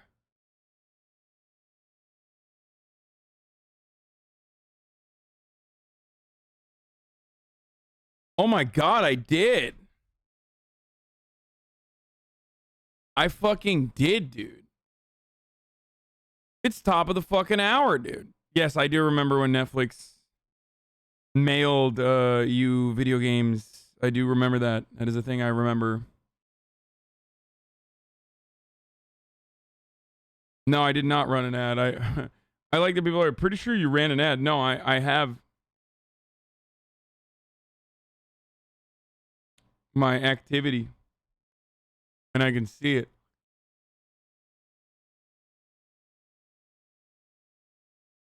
Okay, dude, it literally says last time I ran a fucking ad was 2 hours ago, dude. Look. I have my activity, bitch. Top of the fucking hour. It's not, but...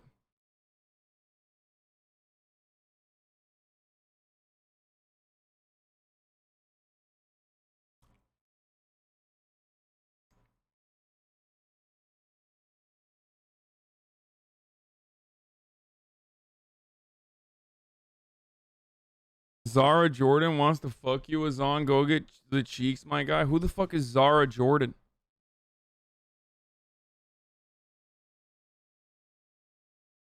Let's Google it.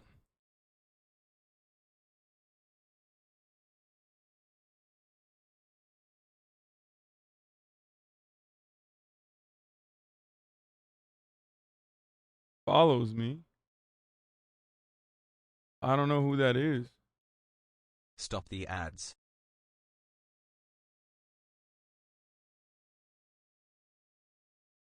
Oh my gosh, she's really hot.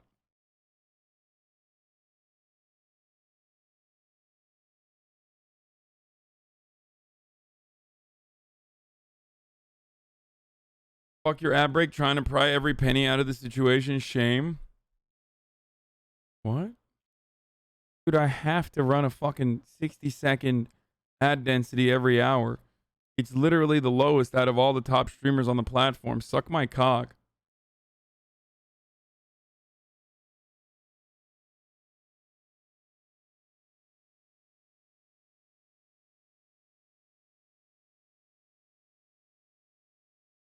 I'm running it right now. She has an OnlyFans. She's hot, bro. Yeah, I'm looking at her. I'm looking at her Twitter. And yes, you are correct. She is very attractive.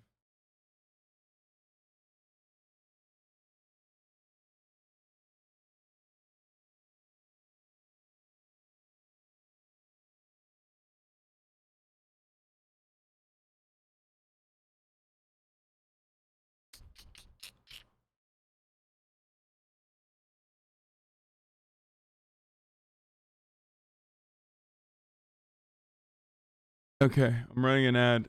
I'm not even gonna do the spiel. I don't care. I'm so tired. Your baldness makes meds make your caca no worky though. That's not true. There's the Miss Kids and the Juicers. What are we, the communists? No.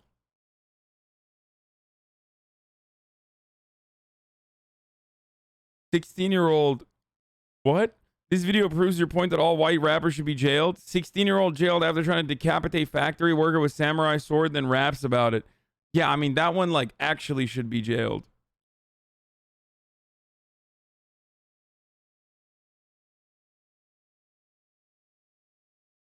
Nice gift you got, Pokey Keg W.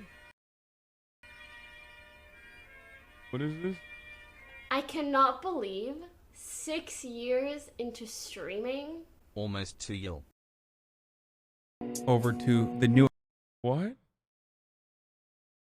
The fuck is this? I'm not touching that. I don't know what that is. Hasan I have Productions. You're wilding out.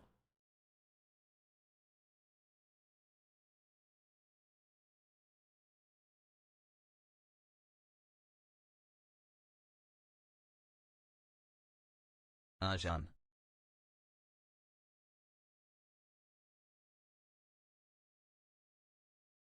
Wait, is that the one? Is that the clip channel that's down abysmal, dude?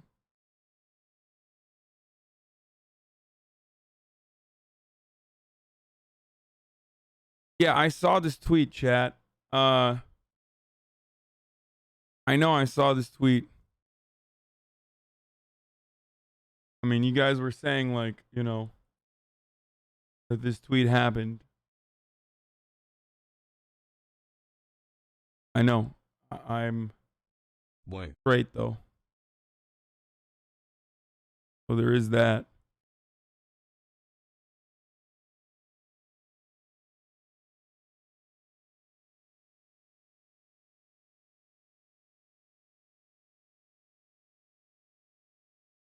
What is this? I gotta click away from the Zara Jordan link because I'm gonna accidentally click on it. Hasan, why so sexy toe? Hot face. Full moon with face. Who the fuck? I'm catching whoever the fuck did that. Hasan! Hasan! Two in a row! 2 in a row! Bro, how am I? Yeah. How many tweets did my... Wait. I gotta see this. I don't know if it's... Yeah. 20 plus. Oh, no! It's not NSFW. You can't see anything, but still. Oh no. Not gonna lie, your Twitter made me go into that girl's pics hard. Horny liking tweets tonight, shaking my head. Listen, motherfuckers, I'm off the clock, dude. That's a good tweet. What are you, not gonna like it? What are you, my fucking girlfriend, dude? What is this shit? I'm dating chat now. Oh my god, I can't believe you're liking these photos. It's like, what the fuck, dude?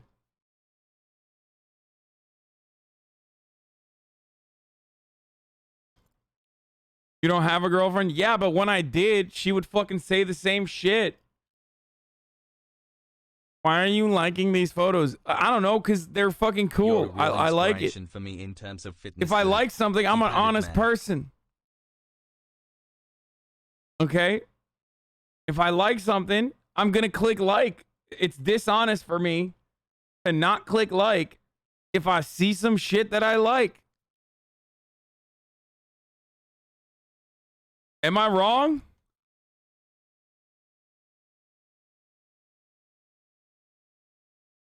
Why would you like something if you have a girlfriend? What, like, when you have a girlfriend, do you just all of a sudden no longer have the same bodily functions and shit?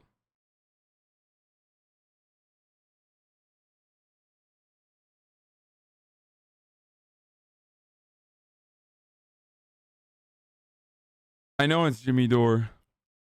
I finally see after 2 years as to why you're still single.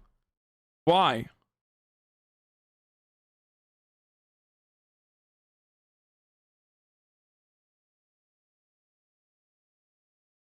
Such a Sigma. I'm not clicking on that. Nah, you just gain this thing called respect from your partner.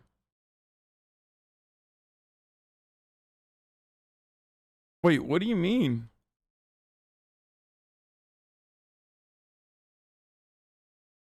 I'm not gonna police my partner's... I'm not gonna police my partner's fucking likes, dude. She can like all she wants. You know what I mean? If she wants to like thick dudes and shit, fuck it. Who cares? Look at this amazing rad lip.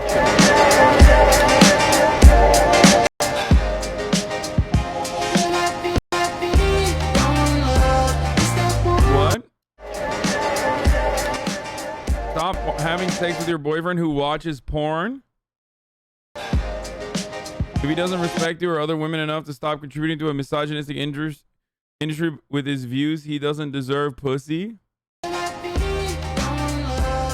Don't be afraid to set that boundary with yourself and him. It's not normal for guys to watch porn and we don't have to accept it. I mean, who's fucking her, dude? What the fuck? Provided for free. Hassel has raid.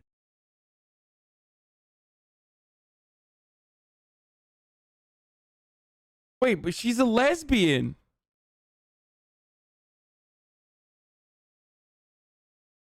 Why is she policing what like men and women are doing in their heterosexual relationships?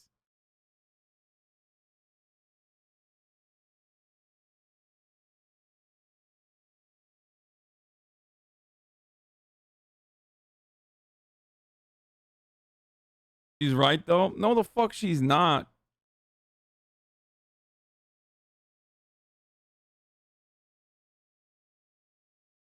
I just don't understand. It's like, stop having sex with your boyfriend who watches porn.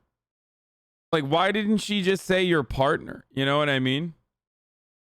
Also, women watch porn too. Why is she like not? Why is she making it seem like only boyfriends are the ones who are fucking watching porn? Yeah, feminism is when no porn, dude. Feminism is when you're not allowed to, you know, engage with sex work in any capacity.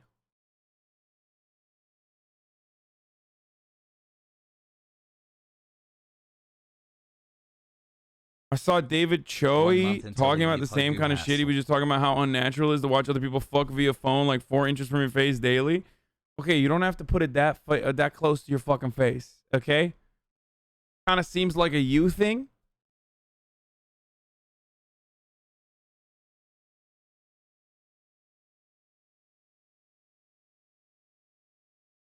You do enough unnatural shit and you start thinking it's natural and it changes your purview.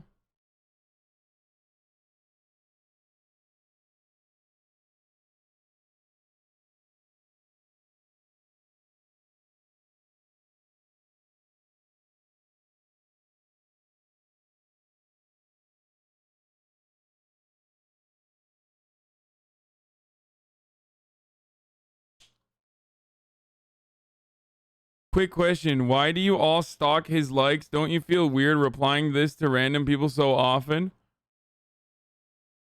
Answer. No, they do not. Twitch chatters do not care. They have no capacity to understand.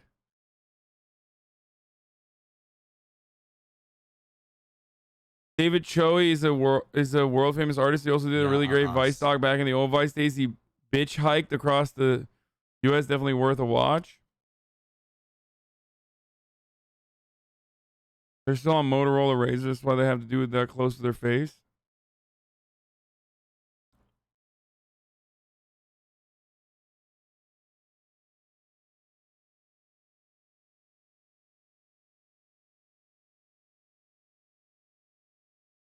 Hassle. Random, but I stumbled upon that shirt Andrew Schultz wore on JRE that you thought was drippy. Oh, this one? The Playboy Tropical Silk shirt?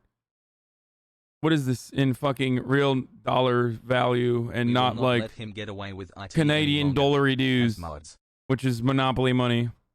$11.90.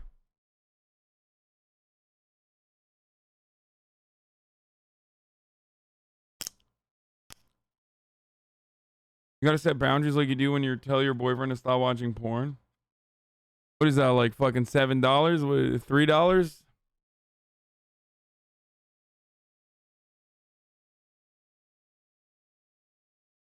I need a headband like yours. Where did you get it? P.O. Box, baby. Motherfucking P.O. Box. That's right.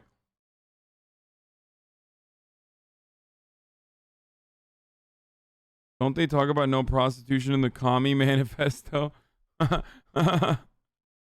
Commie Manifesto.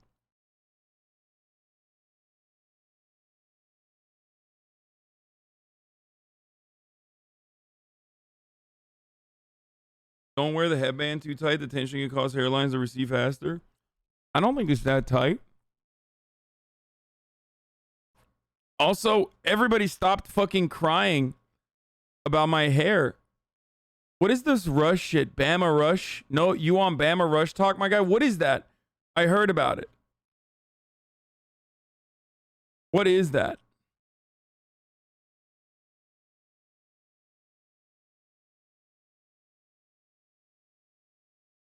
Which viewer at a party? Hasan Abi and Ben Yay, Shapiro? 3 months. I'm not clicking that. You copying Jack Grealish with the headband. Google it. Lol. Almost 100% of porn is made by women. Only 30% watch it. Weird. Almost like it's an industry that's specifically created for men. Then socially pressured their significant others into thinking it's okay. What? You literally made that number up. Almost 100% of porn is made by women? Like, what do you mean? Gay porn doesn't exist? What the fuck? Like, literally, gay porn doesn't exist in this person's mind.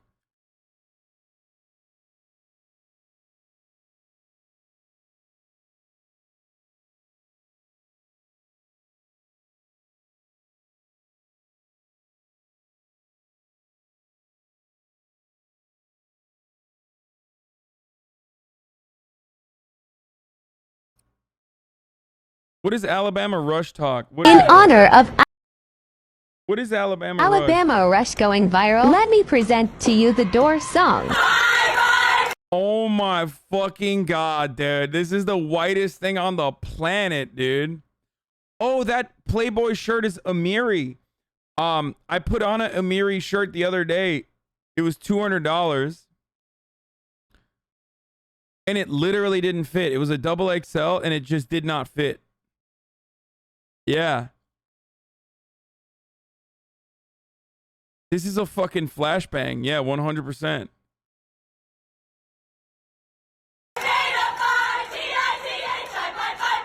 Look at that hair.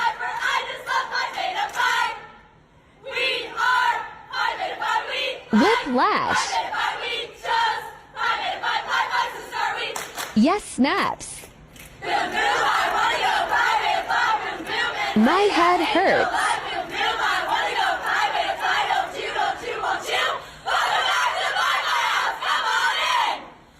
So you found yourself on Alabama Rush TikTok, or you're on people who are on Alabama Rush TikTok, and you're wondering what in the world Rush is. Welcome to History Class. I've got you covered. This is a summary of just how National Panhellenic recruitment works. So the rush that's going on right now is for the National Panhellenic Council organization. And while they are at least technically and legally integrated, none of the historically black or historically Asian, etc. sororities and fraternities are included. And this isn't going to be exclusive to Alabama. It's just going to be a summary of how recruitment works. So when you decide you'd like to join a sorority, the summer before is actually... Alabama Greek life was segregated until 2013. Oh, I know.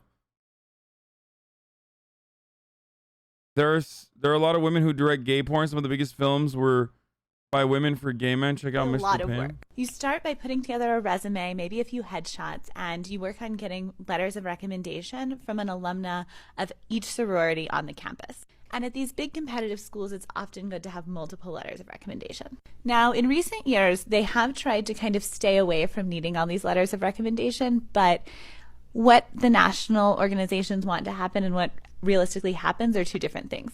You have to remember the South is a place where a lot of these people really value tradition, and a lot of them know each other from high school or camp or in the same... That's a good substitute. Tradition is right. Yeah.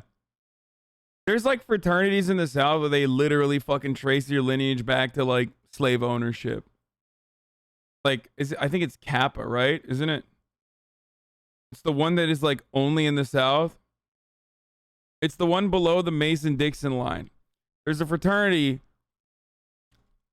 that is below the Mason-Dixon line exclusively. Kappa Alpha. Yup, the Kappa Alpha order. Robert E. Lee was a founder of the Kappa Alpha order. Or whenever someone says in the South we value tradition, know that they don't just mean tradition. Or rather, the tradition they're talking about is racism.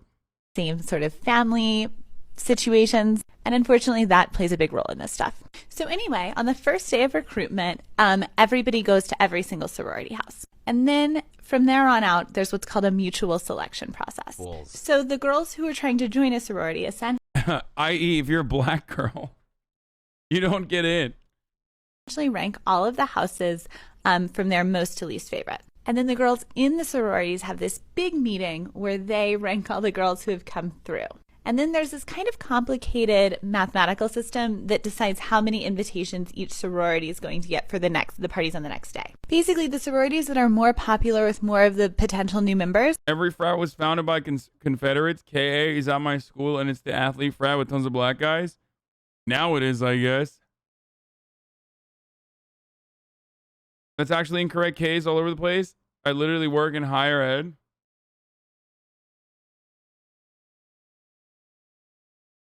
There's one fucking Southern frat that was incredibly fucking racist. Like more than regular racism. Are allowed to invite back fewer girls to make it more fair. They try to make it as nice of a process as possible. They usually do like a pro-con-pro thing, but it can be kind of brutal. It's unfortunately a little bit of a superficial process. Or not always superficial, but just, ranking girls, it's kind of mean. But there's really, I don't think, another way to do it. Anyway, the next day, all the girls who are rushing, it's technically called recruitment, get a card that has their schedule. And your schedule could be as full or as empty as kind of as popular as you are. No, it's not SAE. No. Every day in the house, there's a skit or some sort of a party, and it's very constructed. You don't realize this until your second year, but they like line you up in order. Bro, how long is this fucking TikTok, They choose bro? which girls you're going to talk to based on what a priority you are to be recruited by the sorority and who they think you'll be a best fit with. So that continues until the last day, which is called pref night. And on pref night, it's a very solemn ceremony. You're only going to 1, 2, or 3 sororities usually. And basically, like, the goal is to just make the girls feel an emotional connection to the sorority. And then the next morning is bid day. And if you've matched with a house, you find out which one. And you start the pledge process, which isn't called pledging anymore, but I forgot. Take me to your best friend's house, go around this roundabout, oh yeah. Take me to your best friend's house, I love you then, I love you now, oh yeah. Kappa Alpha, fraternity that reveres Robert E. Lee faces, revolt over racism. How a racial awakening unfolded in a white-dominated brotherhood known for its veneration of the Confederate general. The Kappa Alpha Order Z chapter. Z, I don't fucking know. Yo, what up, Hutch? Thank you for the raid. I hope you had a good stream, brother.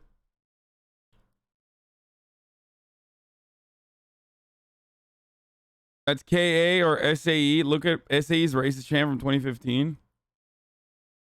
They have a drinking chant called 123 Robert E. Lee. Find a black person challenge, impossible difficulty. I mean, apparently they put a black dude on their fucking main page.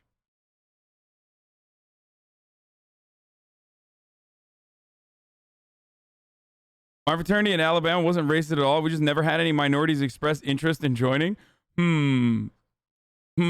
People think. You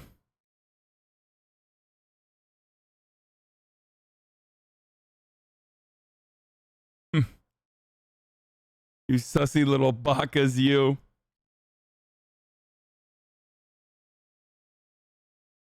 Alpha Delta Pi's terrifying recruitment video. Oh yeah, this. I'm Caitlin, chapter president. I'm Jean Marie, formal recruitment chair. We've been waiting for you all summer, and we're so glad you're finally here. Open the gates of hell.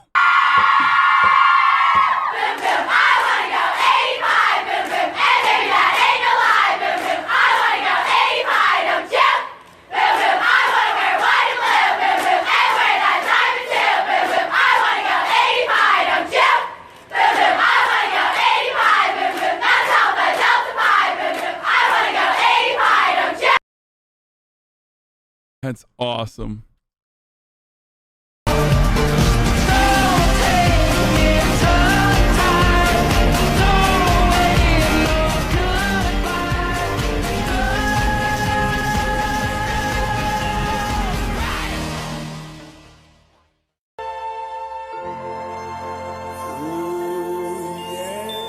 Aiden, I found you a fucking American girlfriend in it. Look at that, Aiden. It's called diversity. I found a girlie from the other side of the fucking pond, bruv.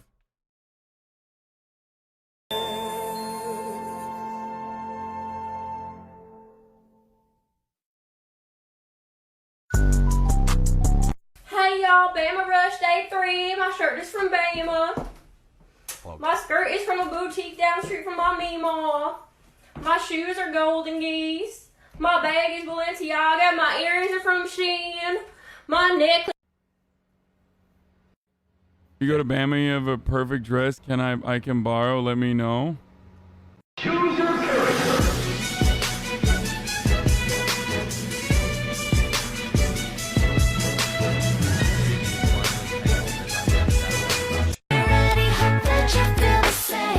Dude, why do I get the vibes that like half of these?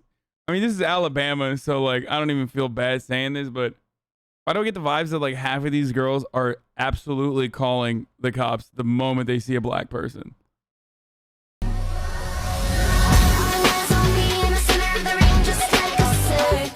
When the entire world What do is you think watching gonna you happen likely in Afghanistan? rush into I the doubt biggest Taliban sororities in will the country. and all the new This is fucking me guns 1 and hour airplanes after they own watching now. Alabama Rush Talk. This is me one Hey, day Hasan, after gay. watching Alabama Rush Talk. Alright, Rush Day 3. My shirt's from Bama. My skirt's from Lulu. My jewelry's normal. My shoes are Steve Madden. That's My fine. bag is from Target. And my clip is from Shein. She's just too hard-headed. Dude, you're seeing all the cute Alabama Rush videos, but you're on a membership collection, so you're in the basement all Hi day. guys, Rush Day 3 outfit of the day. The shirt is blue, it's from Alabama. Shorts are from Shein, earrings from Shein, necklace Kendra Scott, voice gone, hair second day, shoes Target. I don't have Someone in the chat said this is making me think the Taliban are right. Alabama Rush Limbaugh. Oh, Talabama, brother. outfits today. I had 11 yesterday. So my top is from. Okay, what the fuck is... Okay, shirts also from Alabama. Shirt from Christmas. Okay, these are like... You know what's crazy? Like, these are all, you know, above average white girls too, right? But I guess the D'Amelios and shit, like, they really are diverse with respect to the rest of TikTok. If the rest of TikTok looks like this, because, like, they're Italian. You know what I mean? And therefore, they have, like, a little bit more...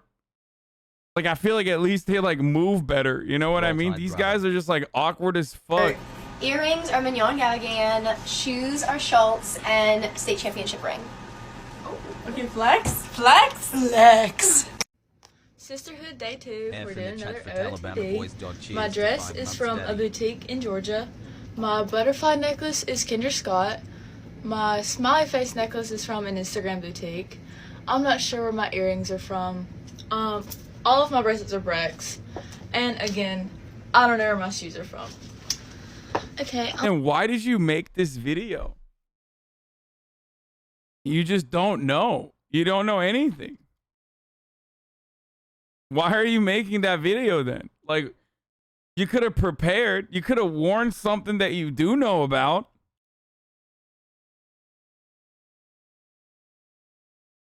I only have one house today, so I'm not looking my best. I'm skipping on it. There's nothing. Is Dude, there anything bracelet. like fun or interesting? Or is it all like this? And You are Elastica! Oh my god, pull yourself together! Hi, my name's Nicole. This is Sisterhood Day 2. Dress, altered state, badge, and necklace from Pie Fi. Shoes, Lena's. Hopefully I didn't flash my cooter. Hair, curled. Okay, this one's cool. She's funny at least. She said cooter. Who says cooter, dude? Okay, this one was funny. Hopefully I didn't flash my cooter.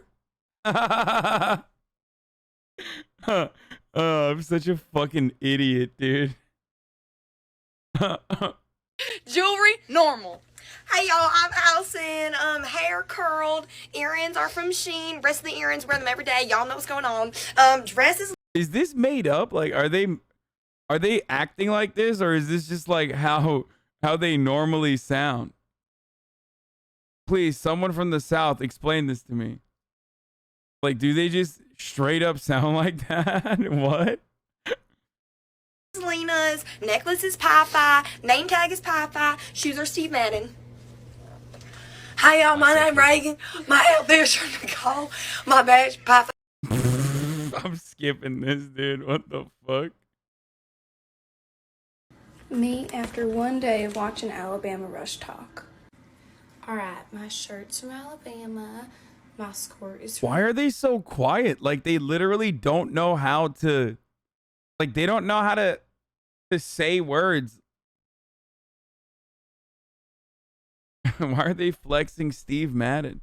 That's some real working class shit, though.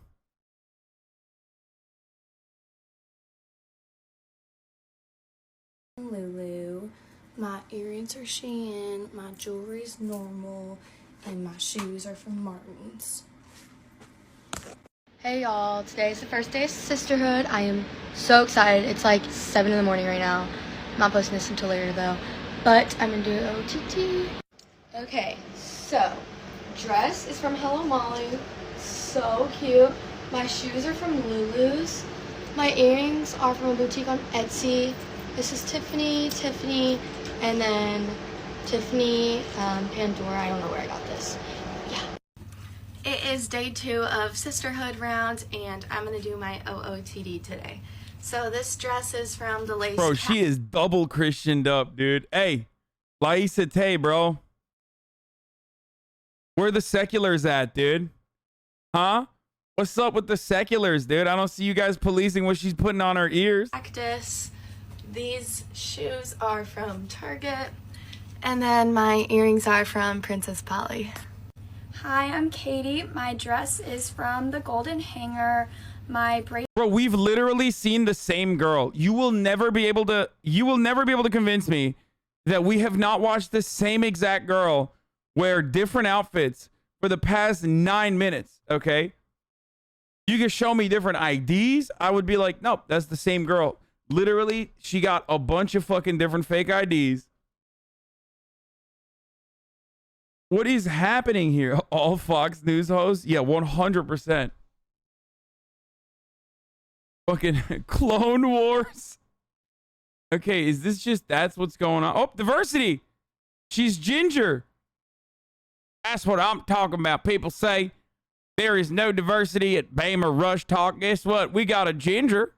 That's right. I'll be on Panhellenic. Shorts and boots and vibes.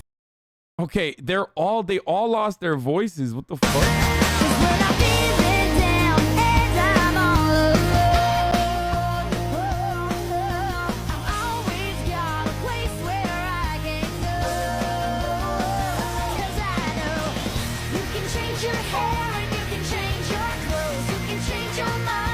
Bro, this is insane. I'm losing my mind. Why?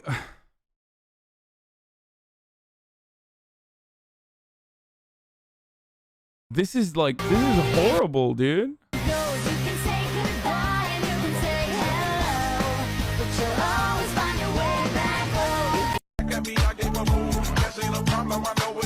Bro, what is this? The fucking White House?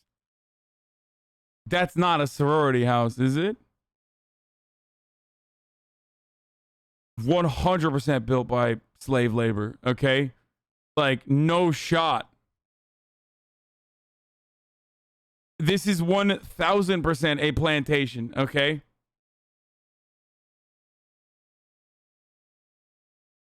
These are just pre-Karens. White House both literally and figuratively.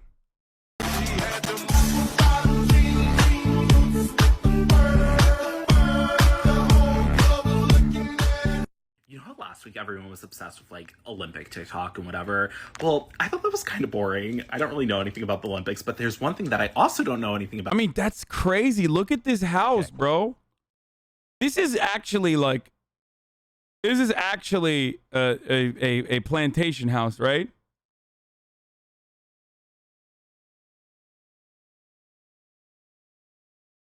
When racist Americans say every brown person looks similar, show them this video compilation. And that's Alabama sorority culture. And I am just so obsessed. This is so fascinating. Like, I literally have a bachelor's degree, I have a master's degree, I've taught college, but I am so invested in this. Like, their journeys, their outfits, everything is so wonderful. And I'm just so excited for them. This girl is my favorite one. I'm just really hoping that she finds her dream house, her forever home. Rooting for you. These girls get an honorable mention, but I also just love that there's all these parodies happening right now of like sorority rush culture. And I love the fact that like, I can't tell, like, is this a real person? Is this a parody? Like, I'm not sure because they all have the accents. She didn't, and I'm so sad. Wait, really?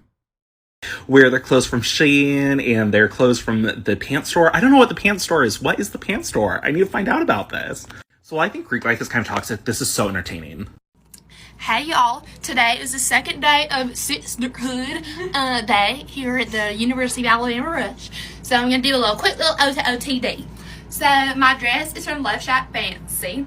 My shoes. Bro, I feel like these are people that moved to Alabama. Like, they grew up in California. Clinics happen after this And she like, oh my God, I'm doing it already.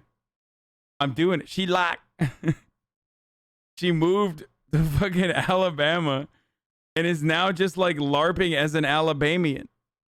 You know what I mean? There's no way, like, a human doesn't talk like this. Hey, y'all! It's contagious. Is it just me or does Are from Dolce Vita.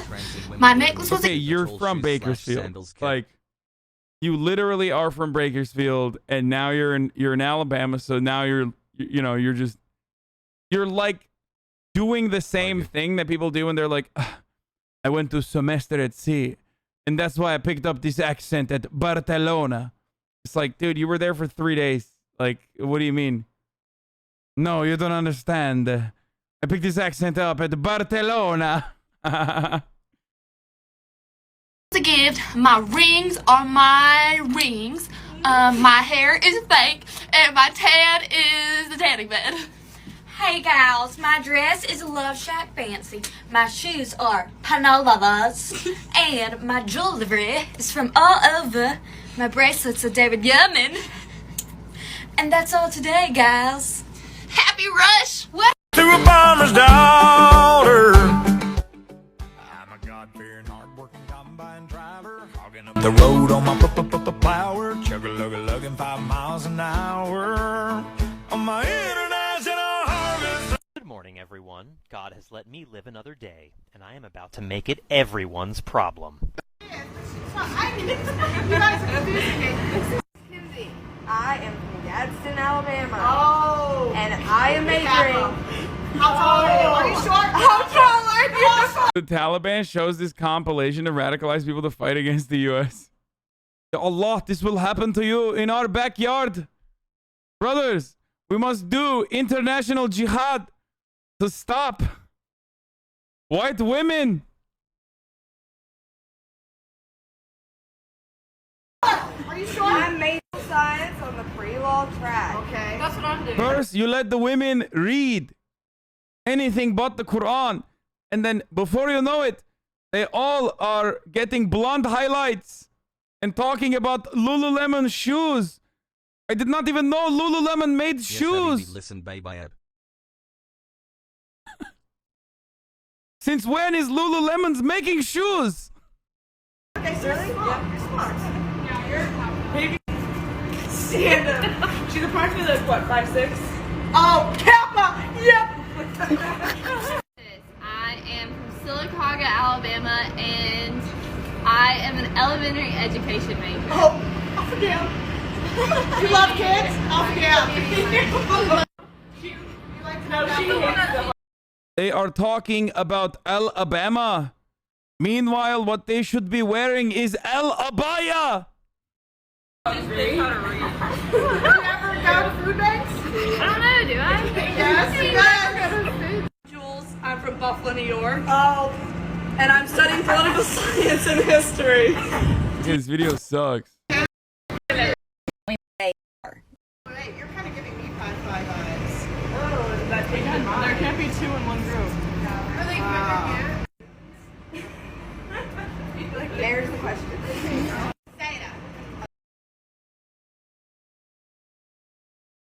Things. 1, statement earrings are apparently back in style, and I hate that. 2, whatever I just have to have it is about to blow up. We should buy stock. Okay, so it's Sisterhood Day 2, which means bid day is not far. And I don't feel like we have a game plan. If we have one, I have not seen it. Please tag me. But where is Ground Zero? How many of us... Okay, this lady is like 30, right? Like, what's she doing talking about fucking... are coming? We got a lot of ground to cover and a lot of girls we need closure on. What time are we getting there? But let me warn you, when these girls open up these envelopes, they are Olympic track stars. Envelopes. Yo, she said envelopes. Hold on, I gotta run that again. We got a lot of ground to cover and a lot of girls we need closure on. What time are we getting there? But let me warn you, when these girls open up these envelopes, envelopes. Oh my God. when these girls open up these envelopes. What the fuck? Oh, Jesus Christ.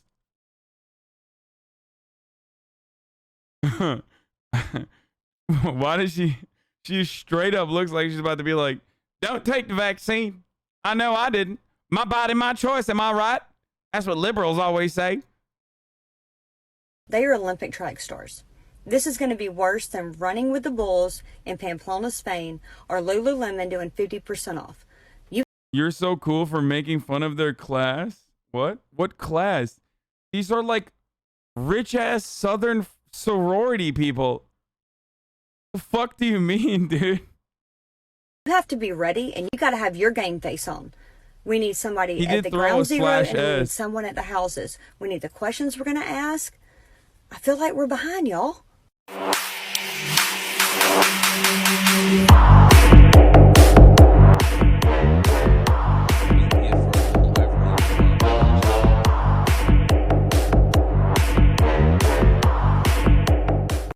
So I spent my entire lunch watching Alabama Rush TikTok, and this is all I have to say. My Happy and sandwich is from home, just like my chips. My Maynard is from Amazon. My Brita is from Target, duh. Loft and Lock, because I'm a teacher. Stitch Fix Box, and yeah, have a good day. It's 7 in the morning. Take my money. It's 7 in the morning. Hi. So this is Philanthropy Day 2. Okay, like, this like kind of sucks. Why was this like a big thing? There's like nothing, there's no spice. Also, how do you keep track of who to watch? They literally all look and sound the same.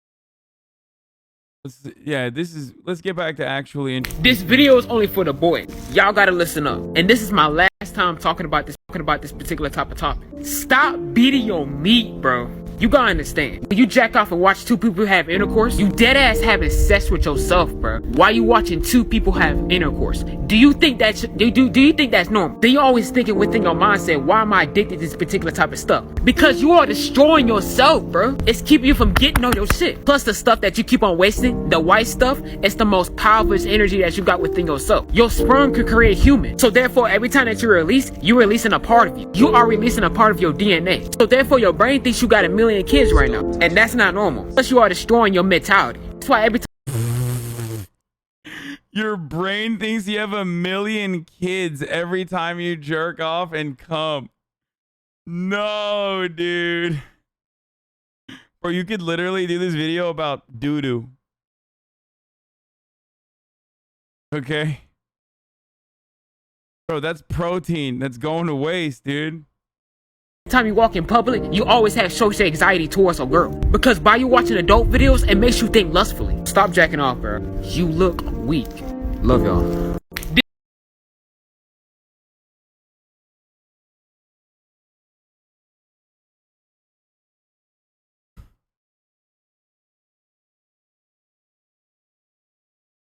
Love you, Ajahn Hassel.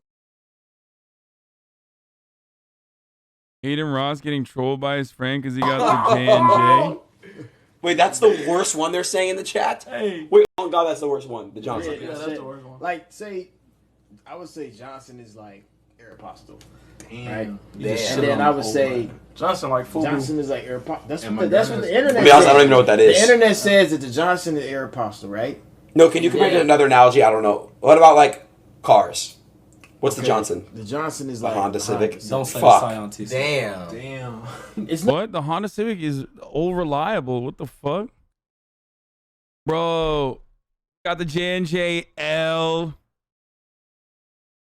Yo, have fun getting a 0.000000001% chance of GPS L. nothing wrong with a Honda. So what is yours? No, Honestly, you get A to B. You know what I'm saying? Depends on how you looking at it. Yeah. You know what I'm saying? I would say the Madeira, which is the other one. Number 2 is what? I would say it's like I would say like a Tesla. You know what I mean? No. It's efficient. It's efficient. You know what I You know mean? what I'm It saying? worked. You know what I'm saying? It's not the flashiest shit. Well, I got it months ago. And then I would say the Pfizer, which is the one I got, is kind of like the Lamb. The Maybach? The Lambo Maybach. I know. Anyone about the Wait it's like the backseat of a Maybach. Like, Listen, look. They're all fucking Zoomers. At least they got vaxxed. Okay, I'm happy. I can't hate on this too much. You know what I mean? You don't often have an entire room full of fucking Zoomers talking about how they got vaccinated and shit.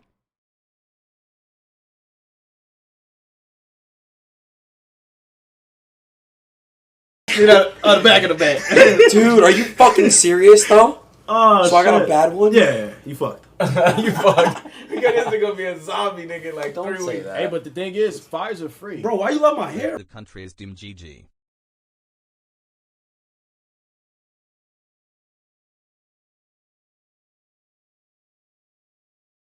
Okay, I'm so tired. This is my anyways, boys. I'm done. I can't go any longer today. I love you guys, but racially motivated?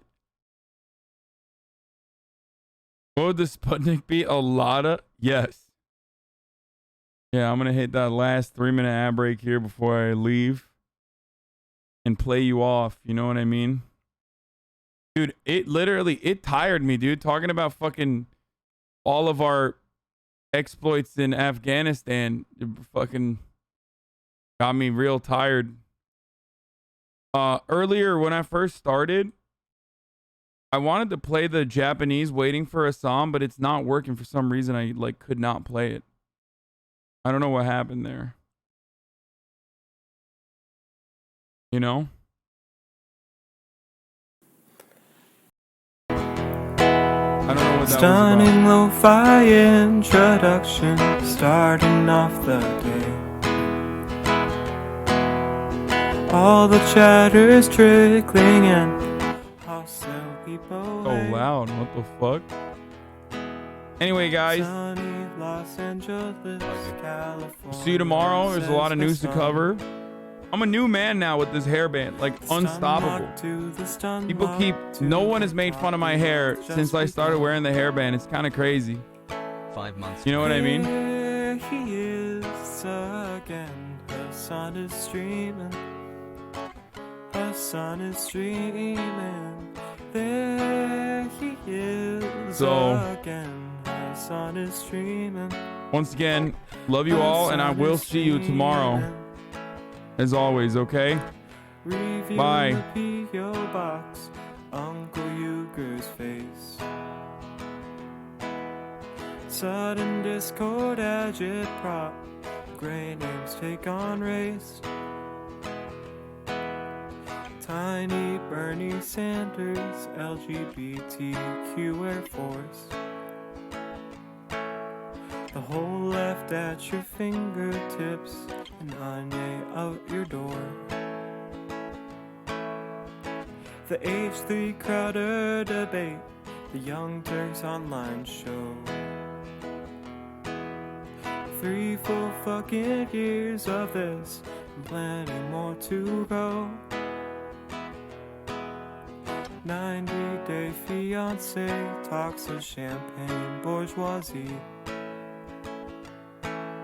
A Trump rally live reaction, a mass riot in DC.